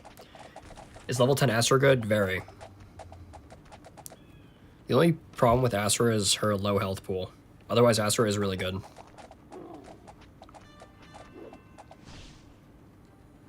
I think Astra has the highest skill ceiling in the game. Like, if you're really good with Astra, she can be the best hero in the game. But she can also be the worst. Like, I'm personally not good with Astra, which is why I don't really use her that much. I would love to show you guys Astra content. Just go look up Seti's channel. He's good with Astra. Like, actually good with Astra, too. Alright, I should upgrade the Sorcerer now that we got Ugluk. Or Ulguk. I keep saying it wrong. If Anteater was here, he'd be cussing me out. W Anteater. W chat for just, you know, calling me out on my BS. I'm always here. Yeah! How are we doing, Lucerna? Try Tesla, Necro, Battle Mecha, Barbs. We could try that. I do want to try Necro with Pheonix.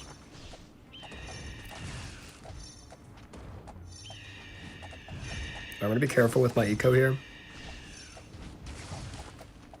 Look at that Blizzard plus Dwarf Disrupt, though. The best way to counter crossbow fort spam, guys, is just Tower Disrupt. This is why I think he needs Battle Mecha in his deck. Let's do this. I also think another Dwarf here would be better. Let's just go with Archery Scouts first, though. Buy this now. Nice.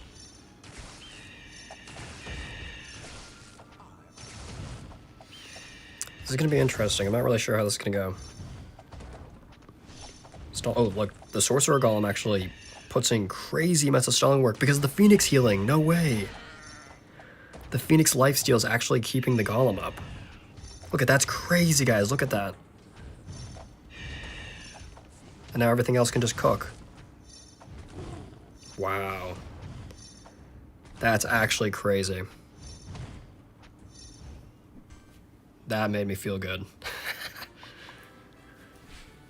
The Golem solo tanking with the Pheonix lifesteal is crazy. Because I'm pretty sure the Pheonix's lifesteal is percentage based. It's 20%. So, like, it's not just healing a lot, but it's healing 20% of the Golem's health. Which is actually crazy now that I think about it. That's the meta. Let's keep using this for a bit. I don't think I need Dwarf in this deck, but Dwarf is fun.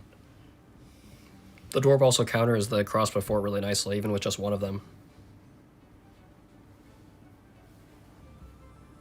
I can't believe I didn't think about the Golem and the healing percentage base, because we were looking at the Paladins. If only we had another strong defensive unit. But one that did a ton of damage. If only. Low-key, we could even try Fallen Order, because I love that spell, but I just use Stun Spell all the time because Stun Spell is so much more goated. But Fallen Order could be good too. Especially in Silver Oak. I may try Fallen Order tonight in Silver Oak with Battle Mecha. Or not Battle Mecha, but Dorp. Yeah, I think Pheonix is good based on the situation. I think you gotta build a really specific deck around your Pheonix. Alright, we got an Astro player here.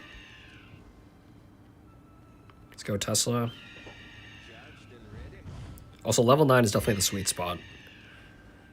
Like, it's definitely usable at level 9 compared to level 8. Level 8's going to be tough for you guys if that's what you're going for. Like, the rest of this deck here is free to play. So definitely try it out. Let's go Sorcerer here. Let's go... I kind of want to go double Dwarf, no? Or do we just go double Sorcerer? Or do we just go Tesla? Actually, let's do Tesla here. Too many magic-resistant troops to really justify putting a Sorcerer there. And we're wasting time.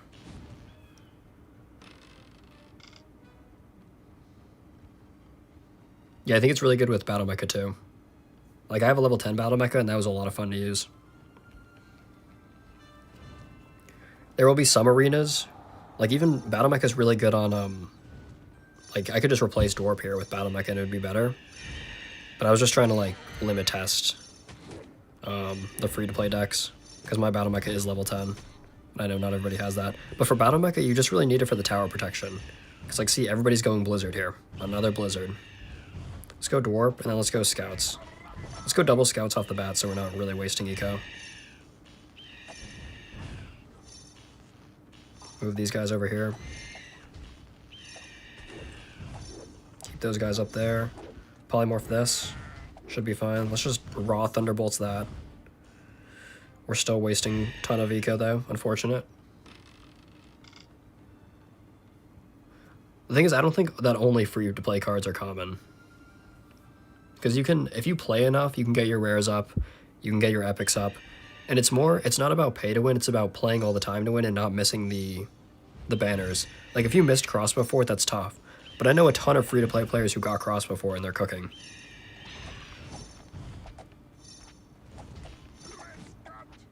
So, like, that is technically a free-to-play card.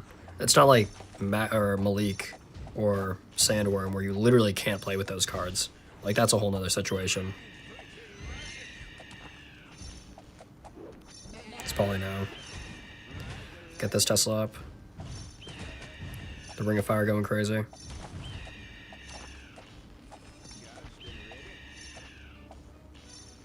Like, same with Gunners. Gunners haven't come back for a while, though, so it's, like, a little bit harder to justify those being a free-to-play card. But Gunners have been in the banner twice now. Which isn't saying much, because both, like... I keep saying Gunners, Barisat, and Astro should be in Forsaken chest by the time Hammerhole drops, and if they're not, it's just crazy work. Yeah, before Season Pass cards, it was very generously free-to-play. I still think you can win free-to-play, though. Like, go check out my Hacksaw stream from last night. I was using Gunners, but I know, again, I know a ton of free-to-play players who have Gunners. It just depends on how long you've been playing. Eventually, there will be an epic card to come to the Rift. Eventually. And if you miss out on it, then yeah, you're cooked. But, like, you gotta take it upon yourself to not miss it. If you really care about this game. If you really care. Otherwise, it's like, yeah. And I missed the polymorph because I'm booty.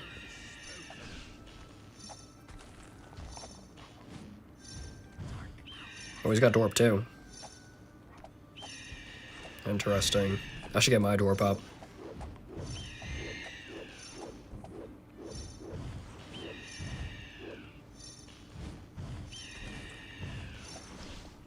Sorry about those Phoenix screams. I should lower the volume. I keep forgetting to do that. Drop an L streamer in the chat if I forget again. Because I don't want to ear rape you guys with that Phoenix scream.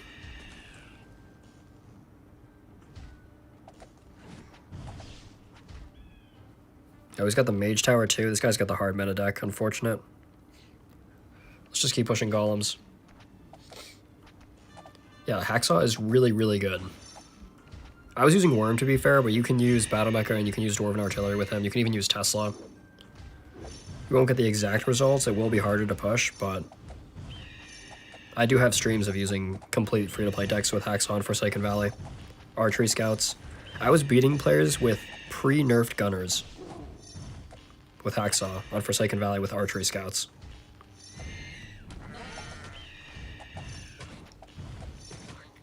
Start getting this Disrupt up. Of course, it goes anywhere but his... Let me lock in, hold up. It goes anywhere but his crossbow forts. Gotta love it. I'm waiting for Polly here. No, move back, Scouts. Polly now. Furnace Blast. Big. Are we finally won a wave? It's actually played it well.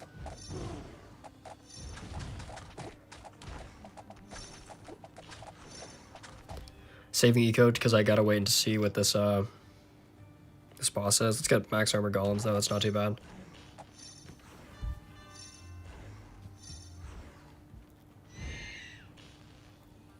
I don't know if it's not doing anything because it's not actually in range. Yeah, see, now it's doing something. It could have been because it was on the not on the path though. Good shout. Because that is a bug. You're right.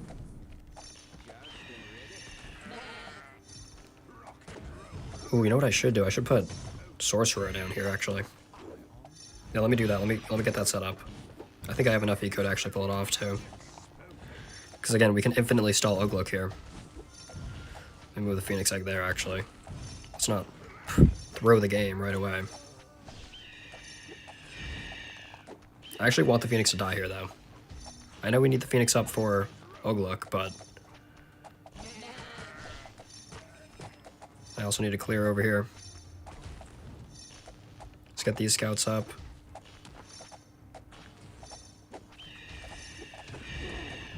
Stun now. The right side.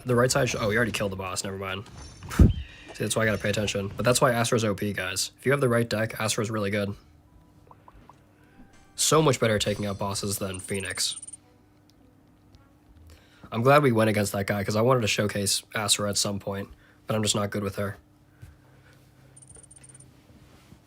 Thankfully, we actually went against a guy who's good with them. Also, no, I was gonna do it. Don't worry, guys. I was gonna reduce the volume. L streamer. Here, I'll do it for you guys. Let's go, actually I'm gonna go Armor Golems here. I don't trust Frostbite enough. Should we go double Dwarp? Probably not. Oh, maybe we go Dwarp in the middle. And we put Sorcerers on the side. And then Tesla's in the back. I like that.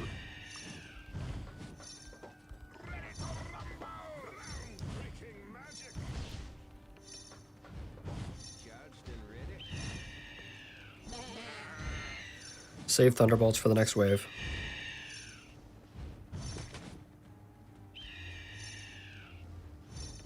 Buy archery scouts here. This actually isn't a bot, believe it or not. I thought it was a bot as well, but it's a real player. You get a Merchant of Death? I don't trust Merchant of Death. I don't know. You're probably right, though. I just really like troop boosters. I don't know. I think when you stack the ground boosters together, it buys you so much time that, like, extra money wouldn't really do. Could 100% be wrong, though.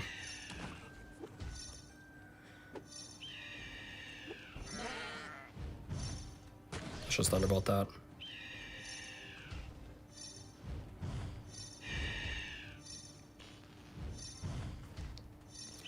It may not matter, though, because he does have level 13 Barasad. And at that point, he can just literally clear everything, no matter what it is.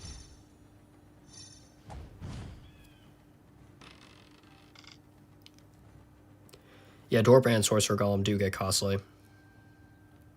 They're going to push Sniper Shots? Good to know. Good comms. I'm going to keep pushing Armor Golems here. Good thing I put 3 scouts down. They're also going to push Tesla Stun, which is more annoying.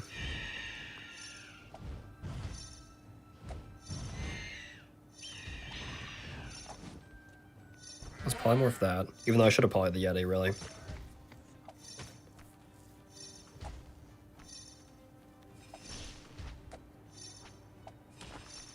Yeah, especially round 1, I totally agree. If I lose this game, it'll probably be because I didn't pick Merchant of Death. 100%. Raw Thunderbolts. Let's upgrade the Dwarf. Miss the Yeti, because I'm a bot. I don't mind tier 1 tower freeze, actually. But I kind of have to just keep going with the ground boosters. I have to get, like, lucky and hopefully get a ground booster to pair with it. Ambushers would be good if I get ambushers too. I don't know if ambushers spawn anymore in here, Jamaican, because of the booster changes. Which would be kind of tough. I don't mind it though. I just gotta pick the right booster. Which I may not have done.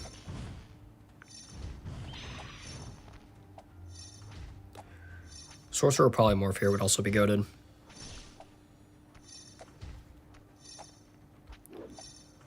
I'll probably end up pushing that. I know I missed the big guy with that, but I was trying to clear ASAP. So then I can buy this. Not yet. Raw Thunderbolts. Because Poly doesn't really do anything there.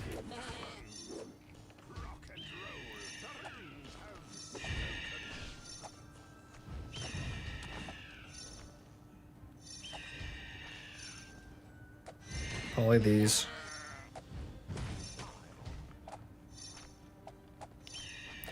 Here we go. He's Sniper Shots incoming. Next wave.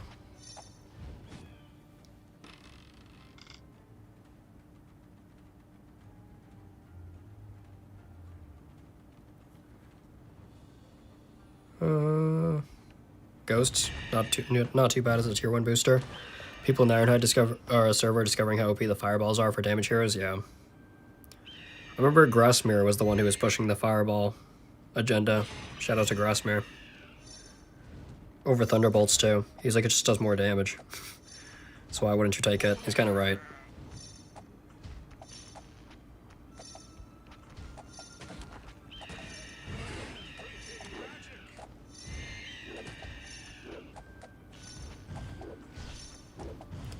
I'm gonna trust that top lane to do its thing. Maybe upgrade the Tesla. That'll help. Move scouts down so that these things get clumped up together. Then we can hit a polymorph with the lightning. No raw lightning here. Cannot afford that. Let's upgrade the dwarf to max. Let's also get this. That'll be good.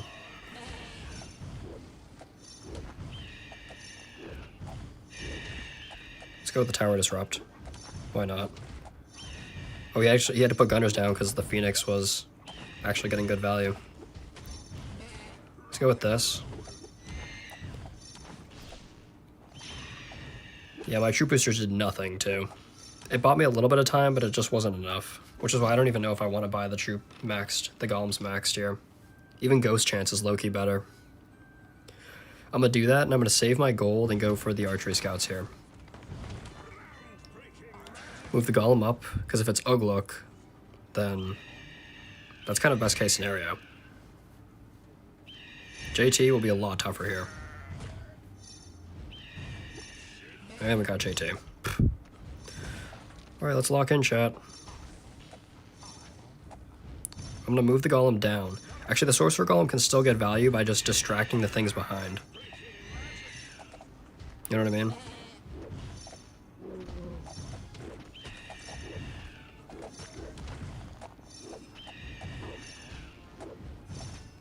I'm going to stun while he's still in the dwarf range. Let's do this.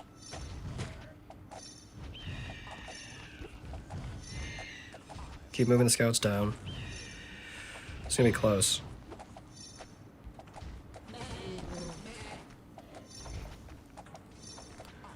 Not a great time for that to go off. Is there any eco we can buy anywhere? Yep, let's just full send. Nope. We got him. W. Hit him with the gold emote. W1 membership gifted. Appreciate that, Milad. Yeah, Hexite emote. Let me match you with that Hexite emote. Yeah, exactly. Just sell the top and spam the scouts. It was a good call. I wanted to make sure I could defend, but that's always the play there. Like, the golems did buy me a little bit of time there, but it just wasn't too much. We led with the 220 try as well. Appreciate it, man. With the goal emote, too. Anybody watching the World Cup? The US is 2-0, which is kind of crazy. Appreciate the donut, though. I wish I knew how much it was. But the orange is like 10 bucks, man. That's a lot. I really appreciate it. I try my best to provide the entertainment. I also don't monetize the streams. Which I was going to run a poll. Should I start monetizing my streams, guys? And actually making money off of them? I just wish I could, like, determine how many ads get run. Because YouTube runs ads way too much. That's why I don't do it. Because I don't want there to be an ad, like, every 5 minutes. I should have gotten Tesla there. What am I doing? Spicy mayo. He's got a... Actually, let me keep the door. Why not? And I can go Tesla here instead, actually. Or Sorcerer, actually. That's not bad. If I have double scouts, I think I can pull that off.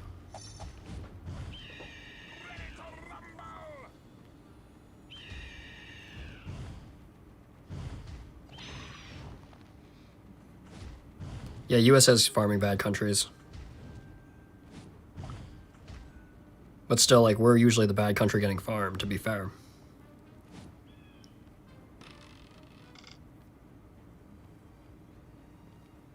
We led with another 220, bruh. We gotta put this guy in the Hall of Fame.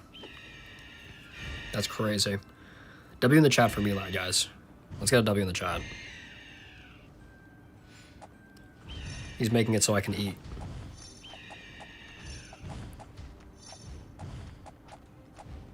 I'm gonna go, I kind of want to go triple dwarf here, although I feel like a Tesla up top will be more reliable. Yeah, let's go Tesla up top. So we're not, like, swarmed by ice methods in the late game. Nobody likes that. He does have double barracks, interesting.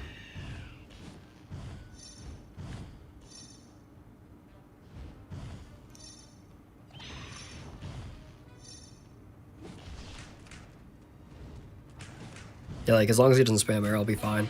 I don't think he will. We'll see, though.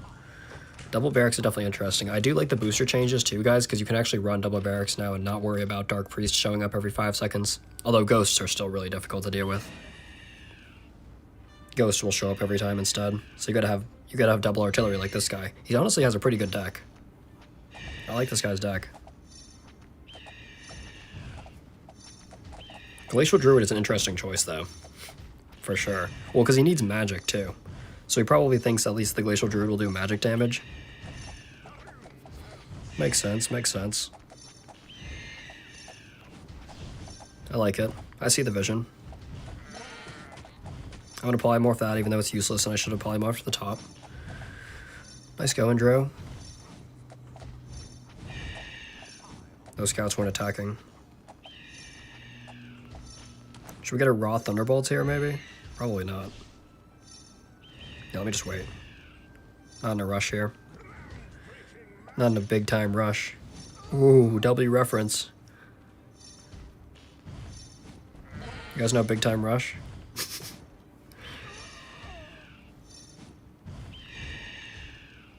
Yeah, you're right. Dwarf Disruption is not going to do much here. That's why I was thinking about going Tesla instead. Frostbite Max would be kind of goated here. But Ghost is not bad either.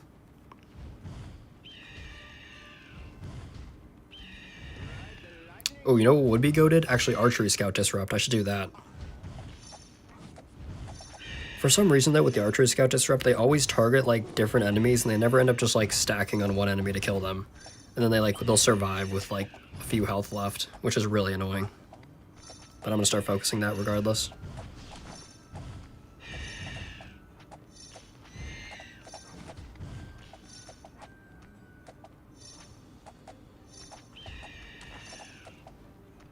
Let's wait until the Thunderbolts are back.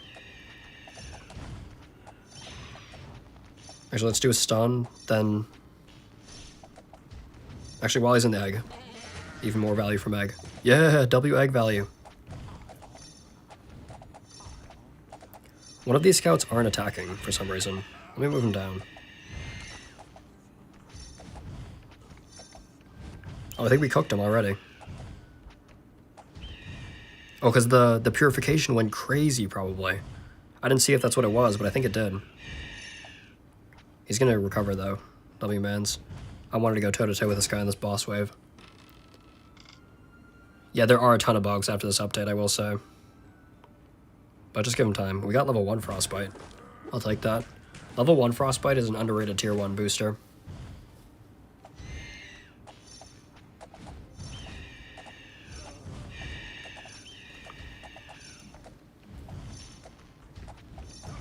Let's get the Sorcerer up.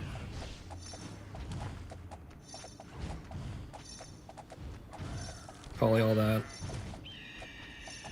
It's got damage over time arrows. Let that egg cook.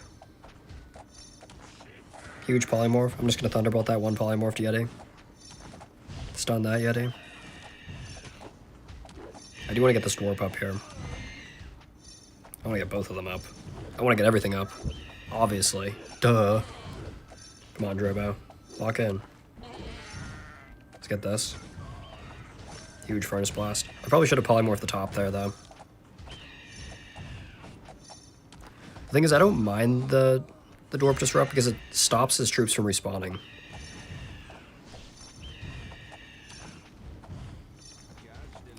That's the one good thing. Let's get the Tesla stun, though.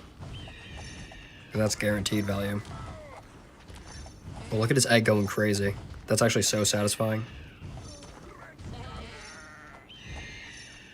I should have saved for Max Ghost Booster, but I don't really think I need it. I wouldn't even mind another Frostbite level. Milad with the 5 gifted subs. W Milad in the chat. Crazy Milad, you're a crazy madman. I appreciate it, man. Now we can buy the next season pass and show off the new card. W. I'll match you too, man. Because I appreciate that. After this match, I'll gift 5 gifted to the chat. Because that's crazy work. We got JT here. Good thing I didn't buy the Sorcerer Golem. That's why I'm gonna wait to buy the Sorcerer Golem until I confirm what boss it is. Because if it's JT, it's useless. Let me get these going too. I actually don't mind the Disrupt. Of course it goes on all the barracks towers though. Exactly what we don't need. He may cook me here too, straight up.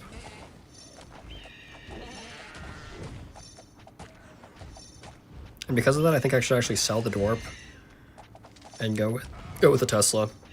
Because I need him to get in range of these archery scouts.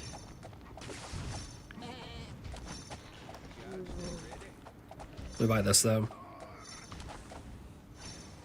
Because his gunners are going to go crazy. And there's like no enemies spawning for some reason, so I'm getting no ghost value. This will actually be kind of close.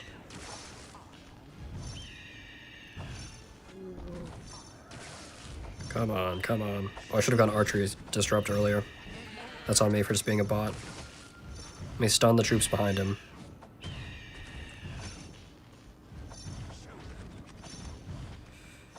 Oh, it's gonna be close.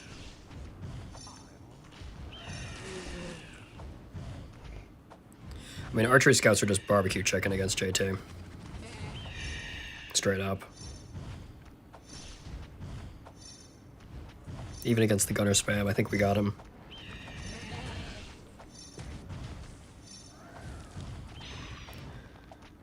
Yeah, the egg. Finish him off, egg. Yeah! Fried eggs.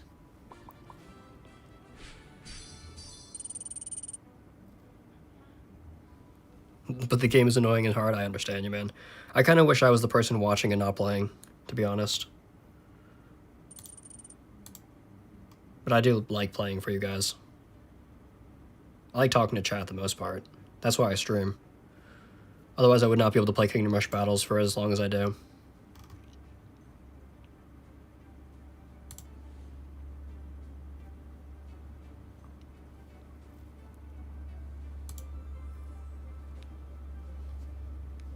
Let's keep running this deck. Dorp is a lot of fun.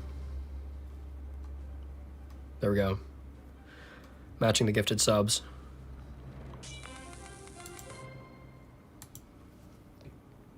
Basilisk with the level 7. He's got the level 9 Twilight Longbow. He's also running Vines and Fallen Order. Interesting deck.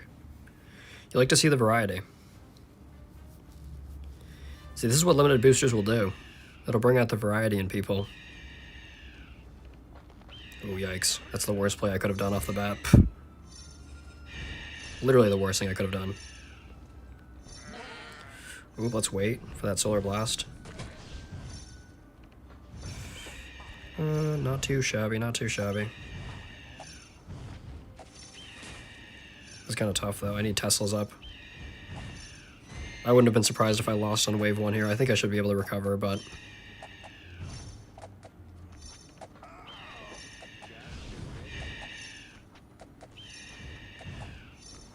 Yo, stop that guy. No!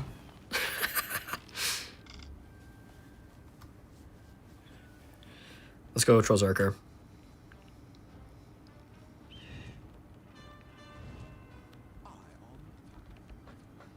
All because I put a friggin' sorcerer down, man. All because of one sorcerer.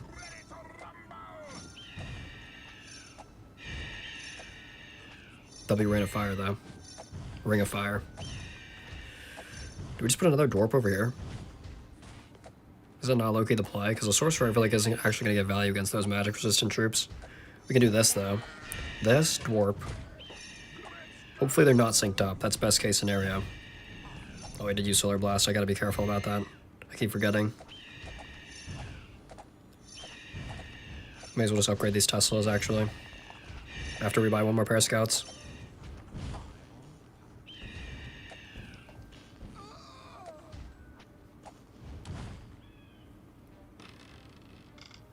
Yeah, it's a scouts problem. I remember, if you guys didn't see Prohant's new video on Genesis, Ilaria let a crow leak, and he was like, that's not really my fault, that was Ilaria's fault. And he's kind of right. Because Ilaria should have hit that crow. But I thought it was so funny that he said that. W Prohant. I'm actually collabing with Prohant tomorrow, guys. Sneak peek. I'm going to be collabing with Prohant again. It's been way too long. We should have a video up probably by next week, I think. We're going to record tomorrow night, so we'll see. I wanted to get like a decent amount of time played with the Pheonix. It's going to be about the Pheonix and like our thoughts on it. But we usually talk about a lot of different things. We kind of do it like a podcast style. JP, how we doing, man? Pheonix is decent. The more we're playing with Pheonix, the more we're doing better with her. I'll say that. But like we were saying, if you have level 9 Boneheart, or even close to that, I don't know if you should really go for the Pheonix. Because they're really... It's just weird that they dropped the Pheonix right after the Boneheart rerun. It really doesn't make any sense. Let's keep pushing Trollzarker even though I was pushing Stone Golems for some reason.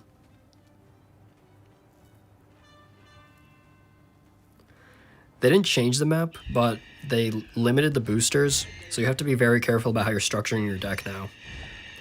Because you'll run into the same boosters a lot. So like, for example, Crossbow Fort spam is not that great if you don't have something with Battle Mecha, because then Blizzard will just cook you off the bat. So you do have to be careful about that. A huge Ring of Fire. The Ring of Fire into the Polymorph is huge. There he goes, he uses Solar Blast so I can wait on mine. Let's buy that. Let's move Egg up here, actually. We'll wait for these Thunderbolts.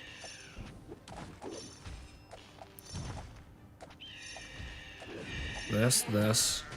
Should upgrade the door up here, probably.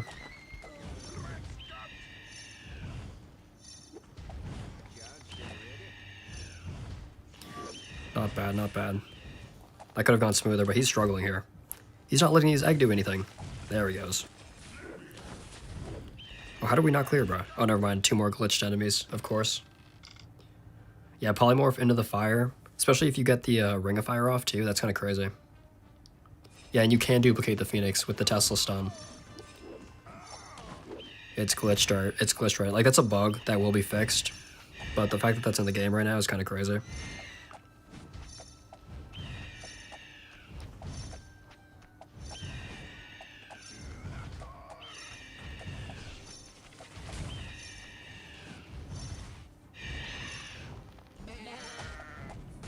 Polymorph into the Fire Egg. Yes, Fire Egg going crazy. Let's move him over here. The best thing about the Pheonix is moving around the Fire Egg. It's kind of doopy, but it's like really good. Let's get a Polymorph on this guy. Nice. I also want the Golem here, even if it's JT. The Golem is really good on this map, because then it can distract the things behind JT as well.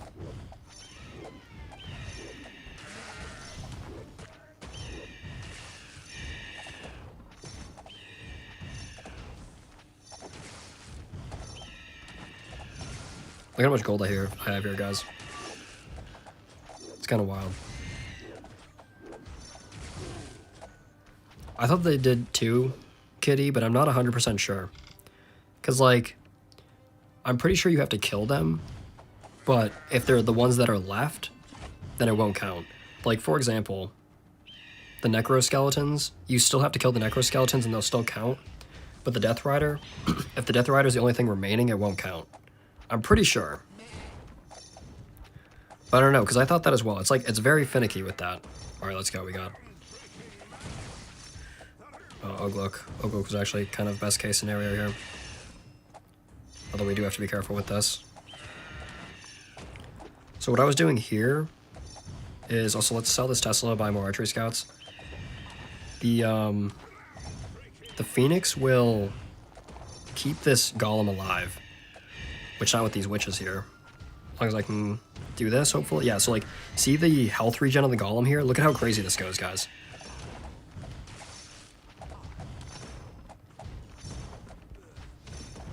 Let's buy a Disrupt. Hopefully that Dwarf... Oh, the Ring of Fire goes off as well. Like, look at the Golem getting healed up. Because the Pheonix has a lifesteal for 20%, which we haven't really found good use case for it until we got to this. Now it's kind of crazy. Unfortunately, he dies, but I should be able to still take him out here.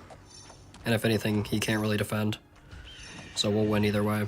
Let's go with the Archery Scouts Disrupt, just to finish him off. Nice. Yeah, the Sorcerer Golem with the life steal is just absolutely insane. You can perma keep that Golem up against Ugluk, or Olguk. How we doing, Bernard? Yeah, I'm pretty sure the Wyverns... I don't know about the Death Riders. They may still count. The Wyverns do as well, though, I'm pretty sure. I'm not 100% sure, though. Maybe they changed it. There is a bug with Onslaught where they changed it to where you don't have to buy the tower spots anymore. Like, clear the debris.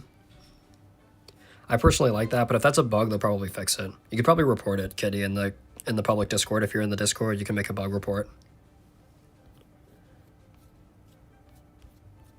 Because I do agree that that entire, like, change was kind of weird, how they did it. Welcome back, El Hoover. It's pretty good, El Hoover, the Pheonix. We found a really good strategy to combine the Sorcerer Golem with its lifesteal. And the Sorcerer Golem basically gets perma-healed because it's a flat 20%. It's not like it's healing like 200 damage. It's healing 200, or it's healing 20% of its life.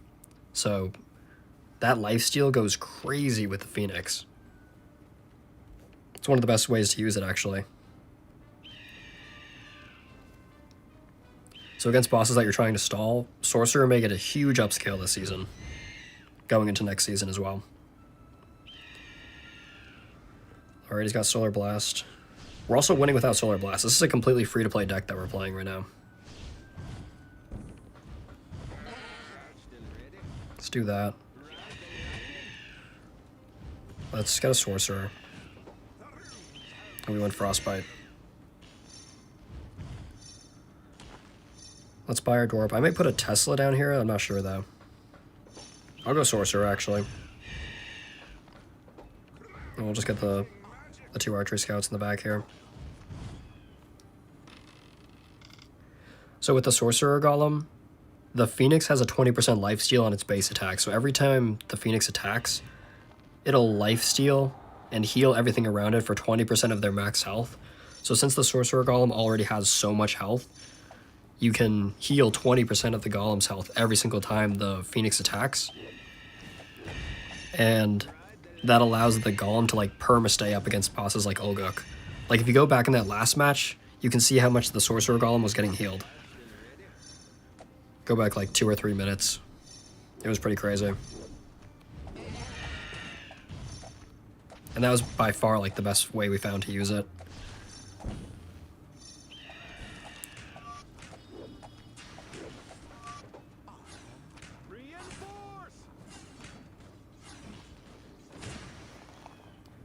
Well, other than the Pheonix, to be fair, Milad.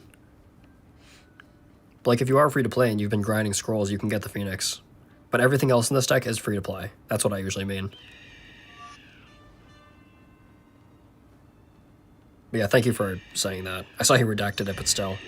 Thank you for letting me clarify. If you guys don't understand anything, just ask again, please. Because I know the way I explain things isn't always great sometimes. And I don't mind repeating myself. Boy, these Archery Scouts are kind of wilding out.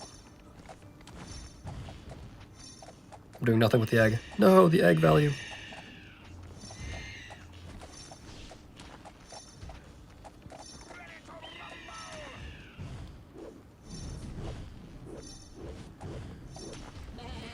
I'm not even afraid of those Mephits right now. He does have crossbow for it. I'm surprised he's not spamming it. Maybe because he knows this is coming. Ooh, look at that value.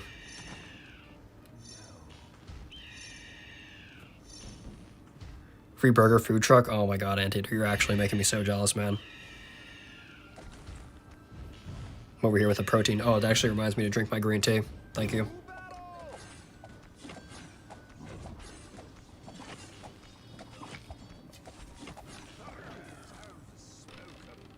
We should see the Golem here. The only thing about the Golem is if it's JT, it's useless to buy. But if we get Ugluk, then it's like the best thing in the game. But the good thing about this deck, though, is even if we get JT, then we just let the Archery Scouts cook, and we don't need the Golem. A lot of synergy. That's how you want to build your deck in this game. You want to prepare for both bosses, basically. If you're not preparing for both bosses, you're going to have a hard time. Just straight up.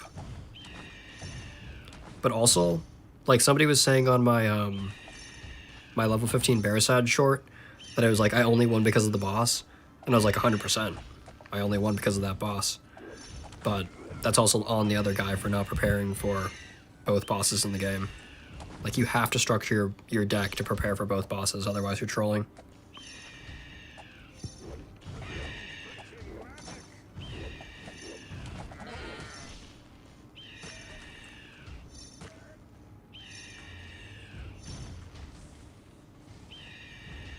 These Yetis, man. Yetis are tough. Yeah, the trolls are... There's a bug right now, Lucerna. Unfortunately. It's been happening in, like, every game we have. Now we get Ghost Trance? I'm gonna go double Ghost Trance, actually.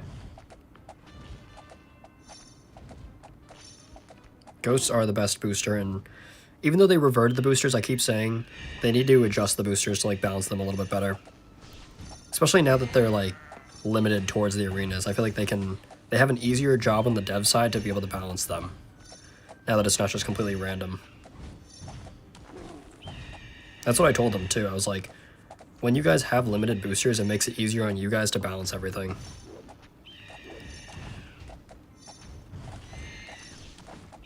Like, less RNG and easier balancing, it's literally a win-win for everybody. And no more winning on RNG. Like I kept saying as well that I'd rather lose to a pay-to-win player than win based on RNG. A lot of people didn't feel that way though, which kind of, you know, surprised me, to say the least.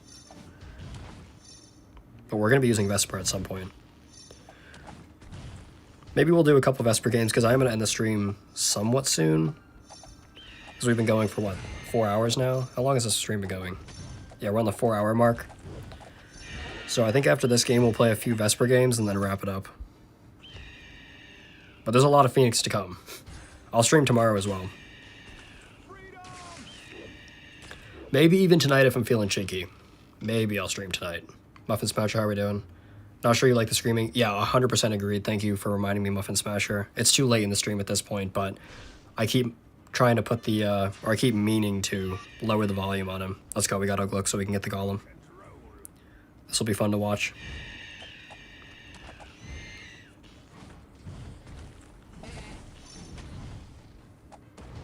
Yeah, the screaming is ridiculous. He may just take out the boss here, though. He's got a good strategy going. Unless I hit him with this. Never mind, that did nothing.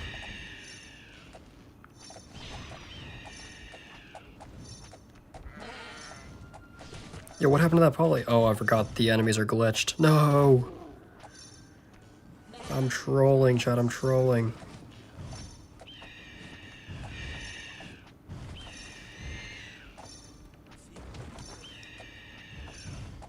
Okay, so this is what I wanted to show you guys. Look at this Sorcerer Golem's health.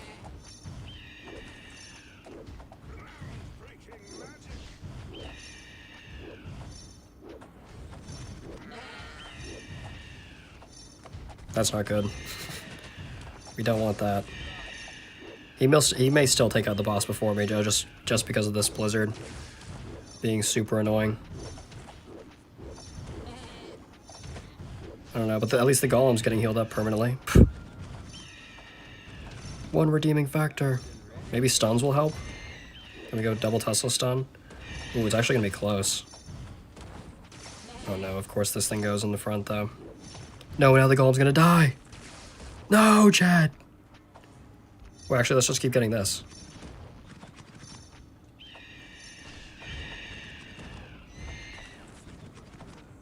Move the scouts down. Come on.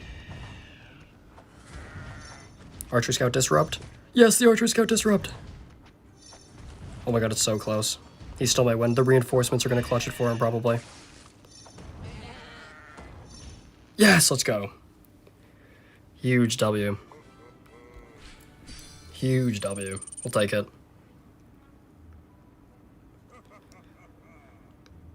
Yeah, swap Tesla for scouts. I probably should have done that, but I wanted the Tesla stun for the extra disruption. I don't know if I had enough time to really swap it out. I think the opportunity cost of just keeping them there was good. W last Pheonix game, though. For today, at least. There's a lot of Pheonix to come, guys, don't worry. And if you missed any of the stream, you can literally just go back in the last 4 hours and see how we were doing. Let's try a few decks with this. Or a few games with this deck, with Vesper. Against Pheonix, too. So if you still want to see Pheonix gameplay, here we go. Another Pheonix game. He's got Necromancer too. This is gonna be tough. Ooh, on this map, I don't like this map for this deck. Actually, I don't mind it. This is a good example though, because if we get Oglook on this map, let's go Merchant of Death too. If we get Oglook on this map, Vesper's stun actually comes in clutch. Yeah, let's go W Vesper. Vesper, if you guys didn't know, does the most melee damage in the game. Believe it or not. Vesper does the most melee damage in the game.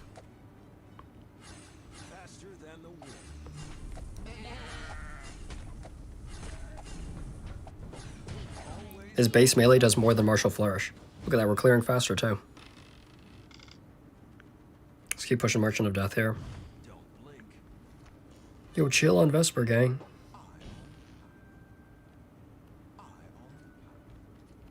We're also going to go double barbecue chicken scouts in the front here, since we never have to deal with Dark Priests again. Thank the Lord! Nobody wants to deal with that. We go double mage, that's what I used to do.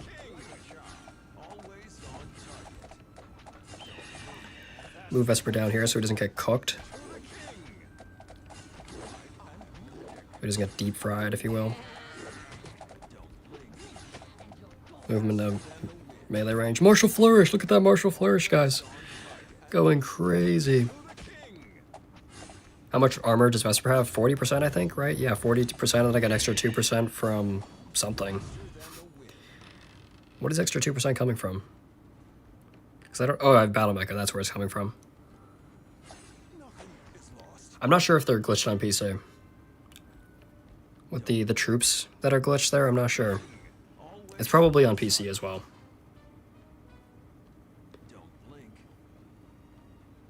Remember how we played against Brahant? Don't remind me, bro. Don't remind me. The thing is about that too, Lucerna, is I was praying for a JT map. If I had a JT map, I think I could have won. That's why map randomness is like such a big deal in this game. Because I genuinely think I could have won. I was not trolling with Vesper. A lot of people think I was though, because of how hard I was getting countered. I didn't bring a good deck though, to be fair. I could have brought a much better deck to play against Brahant with. So I did sell on that end, but I did think I could win. Also, the game is only on mobile, but you can use blue stacks, I believe.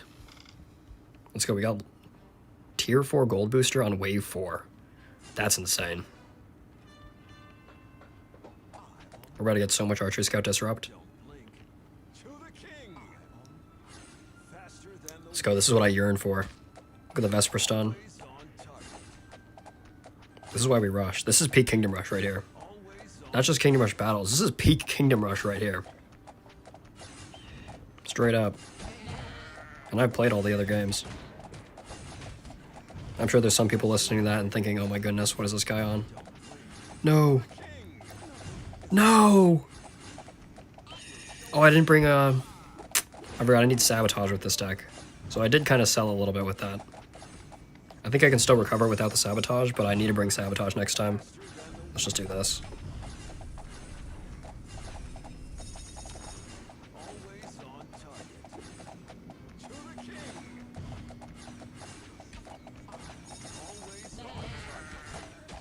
Oh, I've already got that, okay. Let's nerf his Tesla. Oh, he's got cross before too, I gotta be careful here. Let's go Armored Golems. Yeah, Holy Gold though, I really gotta start using that. The nice thing about Vesper too is he has a really low cooldown on his respawn, so even if he does die, he just comes back right away. Because he's just built different like that. Let's go Archery Scout Disrupt. Look at all the gold I'm getting, bro, it's actually crazy. Let's go Barrage. Let's keep Vesper down here, actually. Vesper's not even doing anything.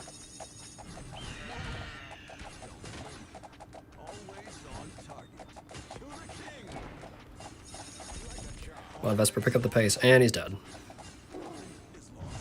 All good. Ooh, let's Solar Blast that. Let's buy this, even though that did nothing. Let's buy more Archery Scouts for the Disrupt. Martial Flourish!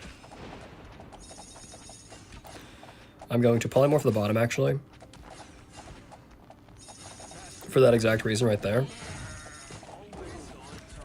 Move Vesper into melee range. Look at my gold, guys. Holy, my goodness. I can't even buy the enchantments. They're not going to do anything. No. Yeah, Vesper brings enough sabotage on his own. Exactly. That's the mentality we like to have. This can be a close game, actually, depending on what boss we get here.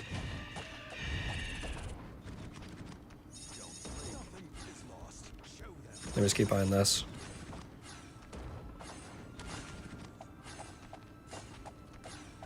I mean, I may as well buy the enchantment, right? Or let me just save the gold for Mage Tower respawn. Ooh, that's going to be goated, actually. Watch this tech, guys. Let's do this. Should have waited, though, but it's okay. Alright, watch this. I'm about to lock in like you've never seen lock in before. Boom. No, I didn't lock in. Another one. No, I barely missed the stun, too. I'm not locked in, Chad. I lied.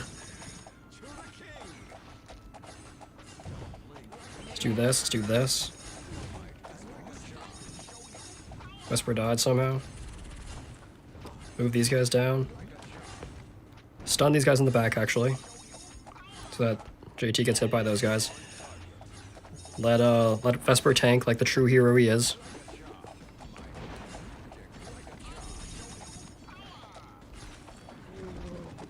The Mage Tower refresh. That was crazy. How many Mage Towers do you think I bought and sold there? Like 6? Like 6 or, dare I say, 7? Please don't dislike the stream.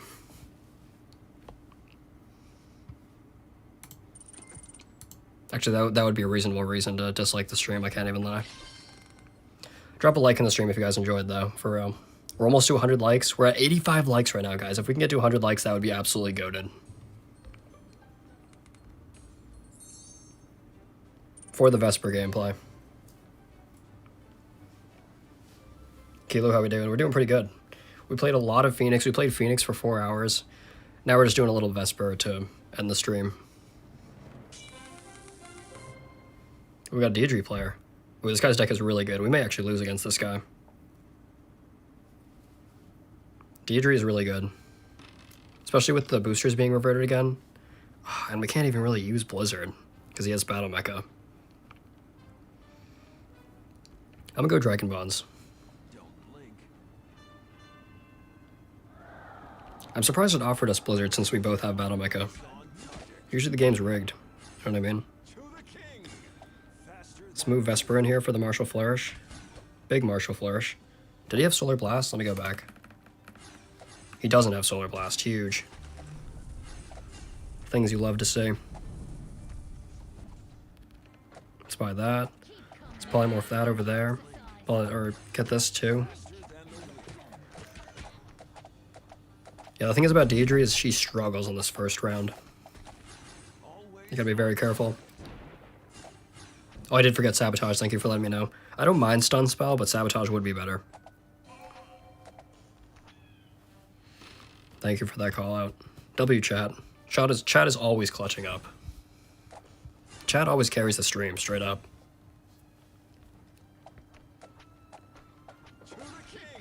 Let's move Vesper in. Huge stun. Double stun. At least with the stun, I can get like a perma stun off.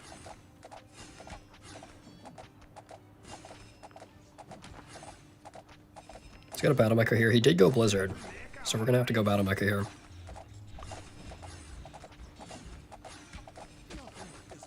No, Vesper! I'm trolling. It's okay. Good thing he comes back in like 2 seconds. Yeah.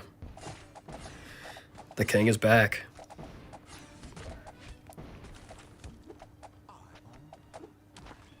I actually do like putting the archer scouts down. I'm gonna, actually, let me go Armor Golems here, and then I'm gonna hard push Troll Zerker, even though he has Mage Tower. I know that's probably not the best play. I probably should have just gone Blizzard. He's not putting Battle Mecha down. I had a feeling he wouldn't, too. Should have trusted my gut there.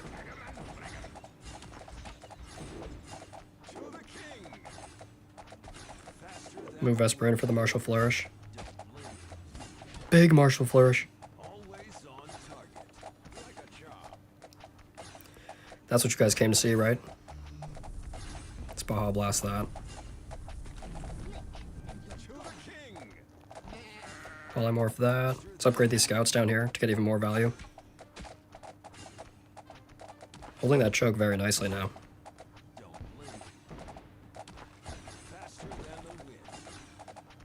Can even move Vesper in here for some melee damage. For a Martial Flourish, if you will. Is the Pheonix a must pull? I wouldn't say so. It depends on what you have. If you have Boneheart level 9, don't pull Pheonix. But I do think Pheonix is more fun to play than Boneheart, so it's kind of a tough call. But I think if you're going to play Pheonix, you need him level 9. Kind of similar to Boneheart. You need a high level Boneheart as well.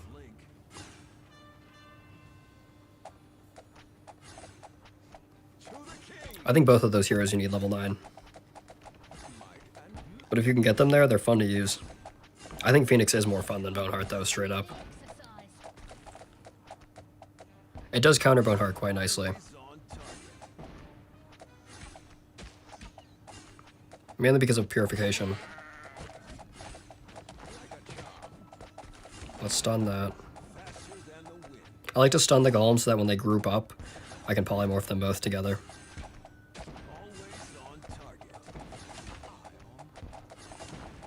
Which here it won't really matter. Also, we got Vesper level 11 this morning. He's doing crazy work. Vesper is so back. When Vesper is back, the game is back, in my opinion.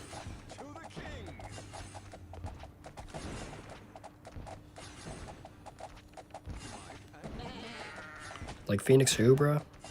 Why do you need Pheonix when we have the best hero in the game right here? Welcome back, Jafar. No, but realistically, Vesper is only playable on Stormcloud. But he's like, I think he's like borderline A tier on Stormcloud Mountain. Because on the previous map, for example, if we had Ugluk, Vesper can stun Ugluk on that short map. Which is really tough for a lot of heroes. Unless you have Paladins.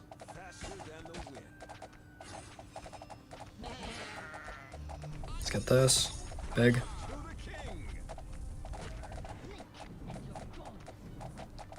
Thankfully he's not pushing Blizzard. Oh, actually he is pushing Blizzard now.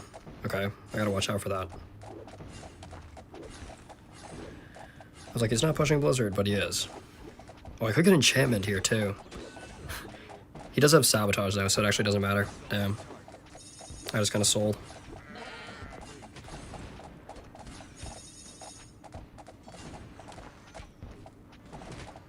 Look at Vesper going crazy.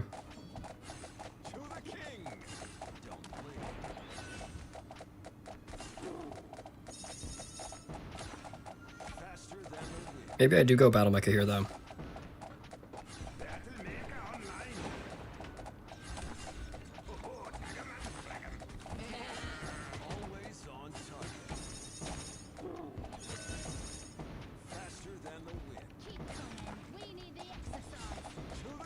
Should I have saved for the max booster? Yes. Or actually, I still can, because these guys have gold down here. Easy.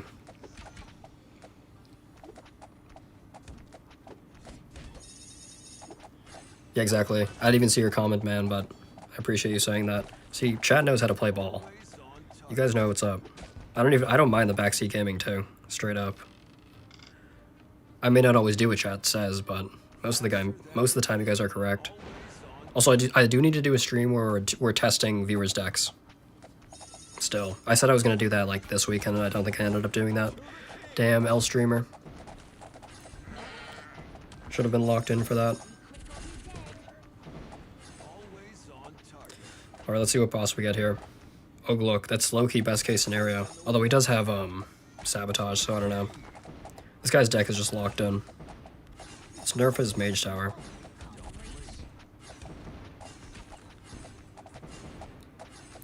I'm gonna let Ugluk walk, because see, JT can stun him, like that. WJT.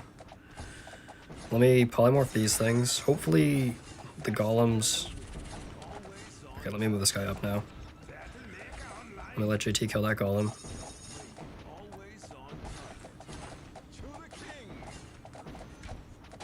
I mean, not JT, Vesper. What am I talking about? See, this is why Vesper is so good against Ugluk. He's still probably going to win because he has a better deck, just straight up. I think that's going to be the case here. We'll see, though. See, I need Sabotage here, that's the problem. If I had Sabotage here, I think I can win. But unfortunately, that's not the case. And he's going to cook with his Deirdre Scouts. We'll hit him with the well played, though. Because he does have a good deck. More mages would have helped too, yeah. I bet if I replaced those crossbow force with mages, I could have won. That's a good call. I don't know if I had the eco to do it late in the game, but... that would have been better for sure. Let's throw Sabotage in now. We'll run a couple more games.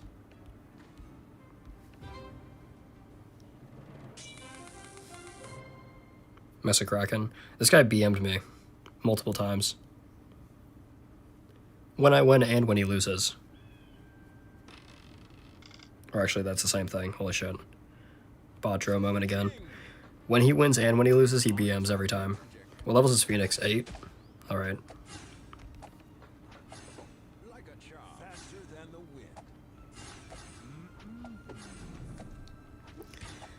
You'd think after BMing so much, you'd learn not to do that.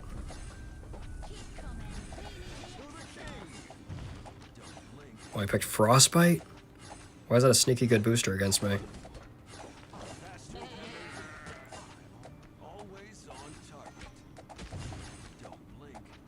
Oh no, I almost sold that. Let's go. What you know about Vesper? Huh?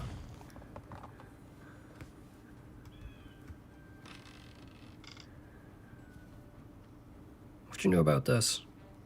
Let's go Thunderbird, because screw him. Even though that's probably not the best play. I think I could have picked Merchant to Death there, no? Dro selling again. Is it really a Dro stream if I'm not picking the wrong boosters? Let's be real. Ooh, we went with Troll Zerker. See, why couldn't I get Troll Zerker, man? It's exactly what I want, too. I do like the battle mech up here, though, because it can reach up top. I like that a lot. And Vesper's bed. No, Vesper! What happened, man?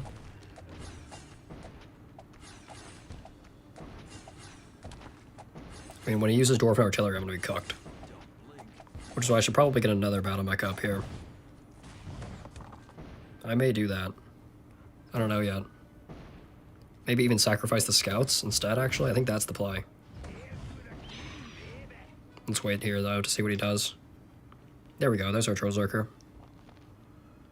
Freeze is OP versus Vesper, unfortunately.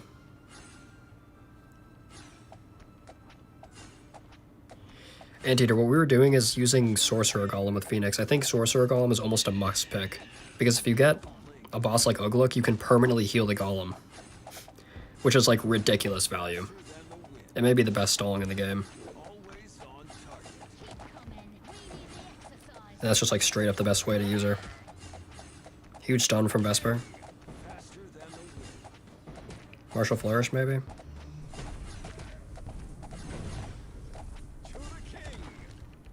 Yeah, let's sell this, buy a mecha.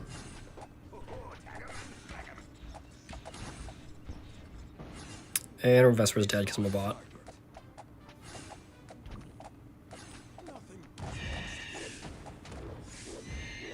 There we go. Looking not too shabby. I'll probably end up selling these scouts down here too.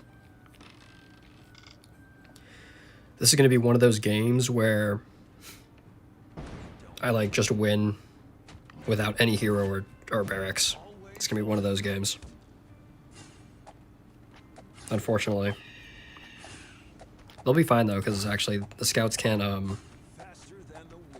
or like the disruption can't go to the scouts. or the other towers around it from that Dwarven artillery. And Vesper's kind of hanging on. Let's upgrade this. There we go, we hit all 3, perfect. Let's upgrade the mage towers when we can. Just do this off the bat. Clearing so much faster than this guy, at least. Big. He's pushing max frostbite. Why would he even do that? I'm kind of surprised.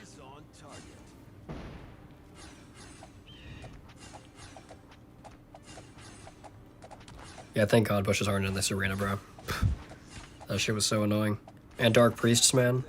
It's like we can actually play the game freely again.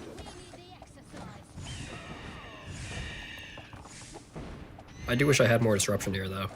I may push the scouts just to get the disruption ability, I'm not sure yet, though.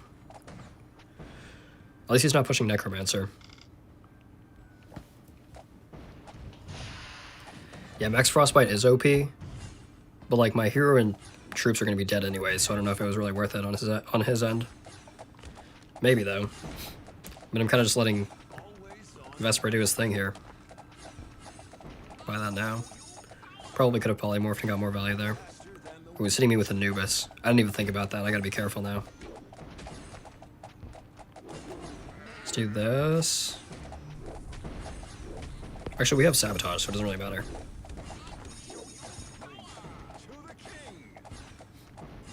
Anubis what?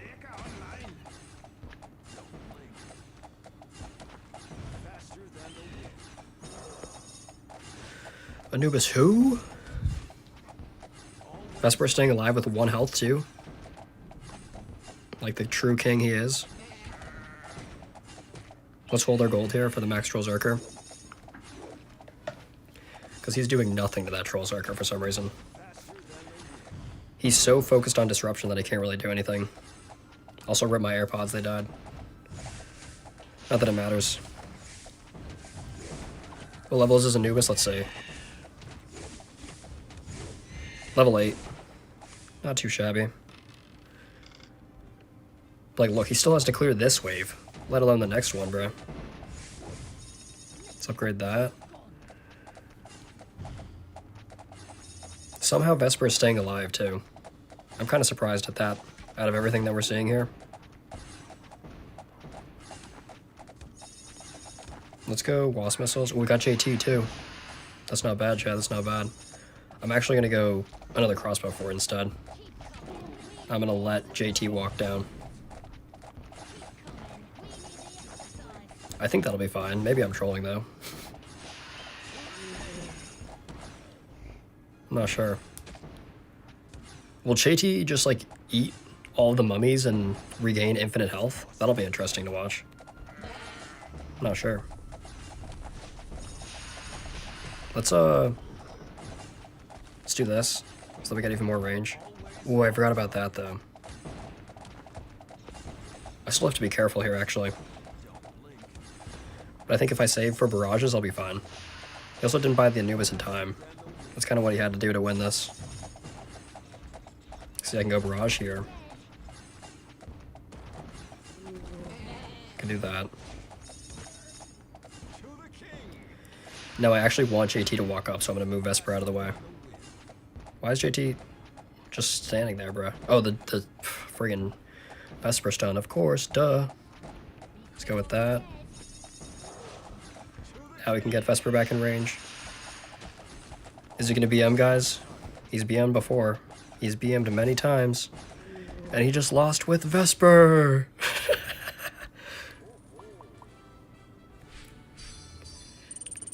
But he knows he's getting clipped, so he's not saying anything. Alright.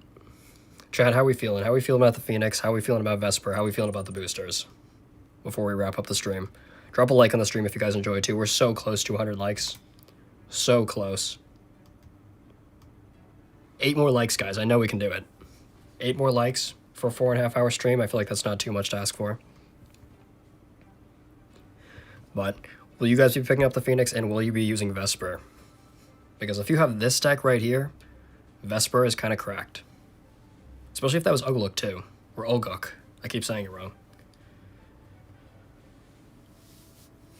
Awesome. I'll just take that as a general awesome. Well, if that's it for now, I appreciate you guys stopping by. Maybe I'll go live tonight. Depends on how I'm feeling for Silver Oak. We'll see. If not, I'll definitely be live tomorrow. I'm also doing a collab with Prohant. I do want to try and clip this stream a little bit to get a video up on the Pheonix. So, yeah, nice to have Origins representation, 100%. I know Prohant's happy about that. He wants a lot more Origins content. He wants Regsun, which would be awesome. But it is cool to have Origins representation. So, I will catch you guys in the next one. Until then, let me think if I'm forgetting about anything. I don't think so. Probably am, but I don't think so. Overall, though, my thoughts on the Pheonix is it's pretty fun to use. I think if you do get them to level 9, it's very usable. Very usable at level 9. Durax would be awesome. Durax is like a double hero. Would be super cool. I know people have recommended that as well. Yeah, then again, like I was saying before, if you have Boneheart already, it's not really worth investing in Pheonix. They kind of do something similar. I don't really know if one is better than the other. I think they're both kind of very similar, honestly. I think they both have their perks, and they both have their weaknesses, for sure. Good night from Malaysia, 1:30 a.m. Good to see you, man. Have a good night. Kind of wish Crystalter was a bit better. Yeah, I agree with that as well. And the funny thing about that Anteater is the best game mode for it is actually Coin Farm, for my opinion. For that first map, it goes kind of crazy. Yeah, level 10 Boneheart, just keep your level 10 Boneheart, man. You can get maybe like one level 7 Pheonix, and like, so you can use it in custom matches if it's ever in like tournament play or you just want to play with your friends. But I never even play custom matches, so, you know. And yeah, it is fun to have specific niche decks. Maybe we'll try more Cursed Altar with Pheonix and see if that has some synergy. We'll see. Probably not, as we saw in that last match, but how to get Pheonix? It's right now it's in the Summon Rift. So you gotta get 60 scrolls and you'll have enough to get it. But again, if you're looking for a stadium hero, I don't know if it's worth it unless you can get it to level 9. At least level 8, which is a minimum 120 scrolls, which isn't too hard to get. You can probably grind that out if you have event tickets saved up, but still. Yeah, we played a little bit of Onslaught as well. Pheonix did feel good in Onslaught for sure. We didn't even try it at level 9 yet. We tried it at level 8. Level 12 Ice Sculpt. Level 12 Ice Sculpt is really good as well. I don't know about for Stadium. Like if you Anteater actually has a stream playing Ice Sculpt on Forsaken. He has a good deck for that. Ice Sculpt does struggle a little bit in the current meta, but he's definitely usable. Especially at level 12, you can make it work, but you have to have the right deck. Anti-Boneheart deck. 2 Phoenixes in the first 60 rolls, that's awesome. Yeah, you could also use wild cards, exactly. I'm holding on to mine personally, because I still don't think Pheonix will be the main hero I use, but she is a lot of fun. Microing the egg around is the biggest thing for me. Like, that's just a lot of fun. And for me, fun comes above anything, which is why Vesper and Haxor are my favorite heroes, which they're still pretty good too, especially in this current meta. Haxor, I think, struggles a little bit more from the limited boosters, but Vesper gets a huge upscale. What do I think is the right deck? I think this deck right here is really good.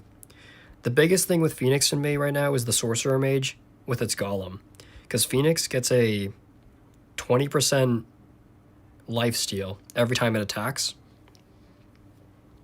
and that's healing, let's see, on my level 12 Sorcerer, it's healing like, what, over 3k damage, like 3.3k health every single time it attacks. It basically makes the Sorcerer Golem invincible.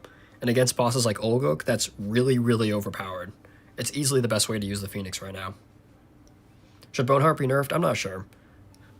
I'm really not sure. Boneheart's just an obnoxious hero, that's the thing. Like, I don't know if he needs to be nerfed, but he's just obnoxious to go against. There's really nothing they can do about that. If they nerf him, then he's bad. And then if they just keep him how he is, he's good, but he's obnoxious. So I think the Pheonix is a little bit obnoxious like that. He's kind of Boneheart 2.0, but it's a little bit less in my opinion. It depends though. Purification being RNG, if you get really lucky with that RNG chance, it can be pretty annoying. It depends. That's why Paladins are also pretty good in the meta right now. Although I didn't find it to be as annoying as Wyverns, personally. I still think Wyverns for Boneheart are a little bit more annoying. That's just me, though. And I have both of them at level 9. So, you know, Disease Nova is still really good with his Crash Down. Yeah, it should be like an extra 2.8k health for the Sorcerer Golem every single time it attacks. Something like that. Thank you for doing the math. I'm not a math guy. I play Kingdom Rush Battles, guys. Let's be real. Vesper's level 8? I'm not sure. I'd get Vesper at least to level 9, personally. Hacksaw, though, you can use at level 8 and level 9, definitely. But Vesper, I didn't feel comfortable using Vesper until he was level 9 and level 10. But I was using him at level 10 a lot. But if you do have a good level Hacksaw, and Silver Oak tonight, guys, Grawl is super underrated. Go check out my Grawl video. Common heroes are super easy to upgrade. I can even get him to level 13, I just need the gold.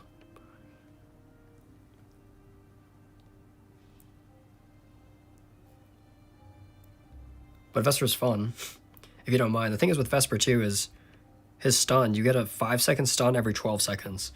Which on bosses like Ulguk, like on the really short map, that's really good. That's why I think he's like low-key A tier on Stormcloud Mountain. But I think he's only good on Stormcloud Mountain. He's definitely going to struggle in the other arenas. You can probably get by in Silver Oak. He's not bad in Silver Oak for stunning bosses as well. But you may as well use Grawl at that point.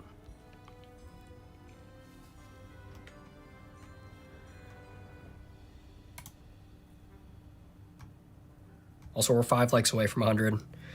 If we get to 100, W chat. If not, all good.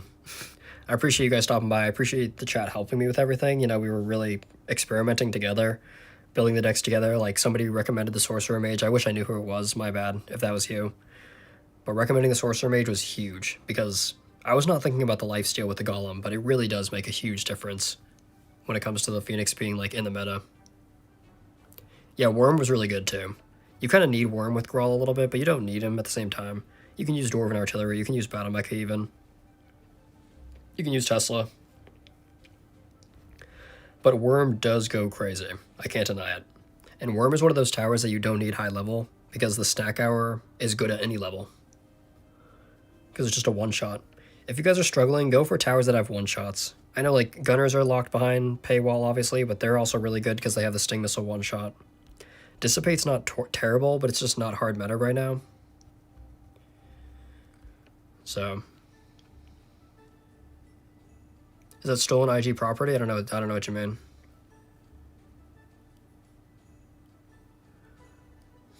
Oh, Ironhide, or is Ironhide property or IG? I'm not sure what you mean. I wish I could give my recommendation to Malik. Ironhide Games? I don't think so. This is all my stuff. They did gift me 2 copies, though, for being a content creator. And I even asked the chat if I should take the 2 free copies, because I've never taken free handouts in this game. And the chat said yes. It was like an overwhelming 75% yes. So I'll take the 2 free copies for putting in over 1,000 hours in this game and making over 100 videos. 2 free copies we'll take. But I still put in, like, what, 180 scrolls? I got 1 free copy in my first 10 rolls, surprisingly.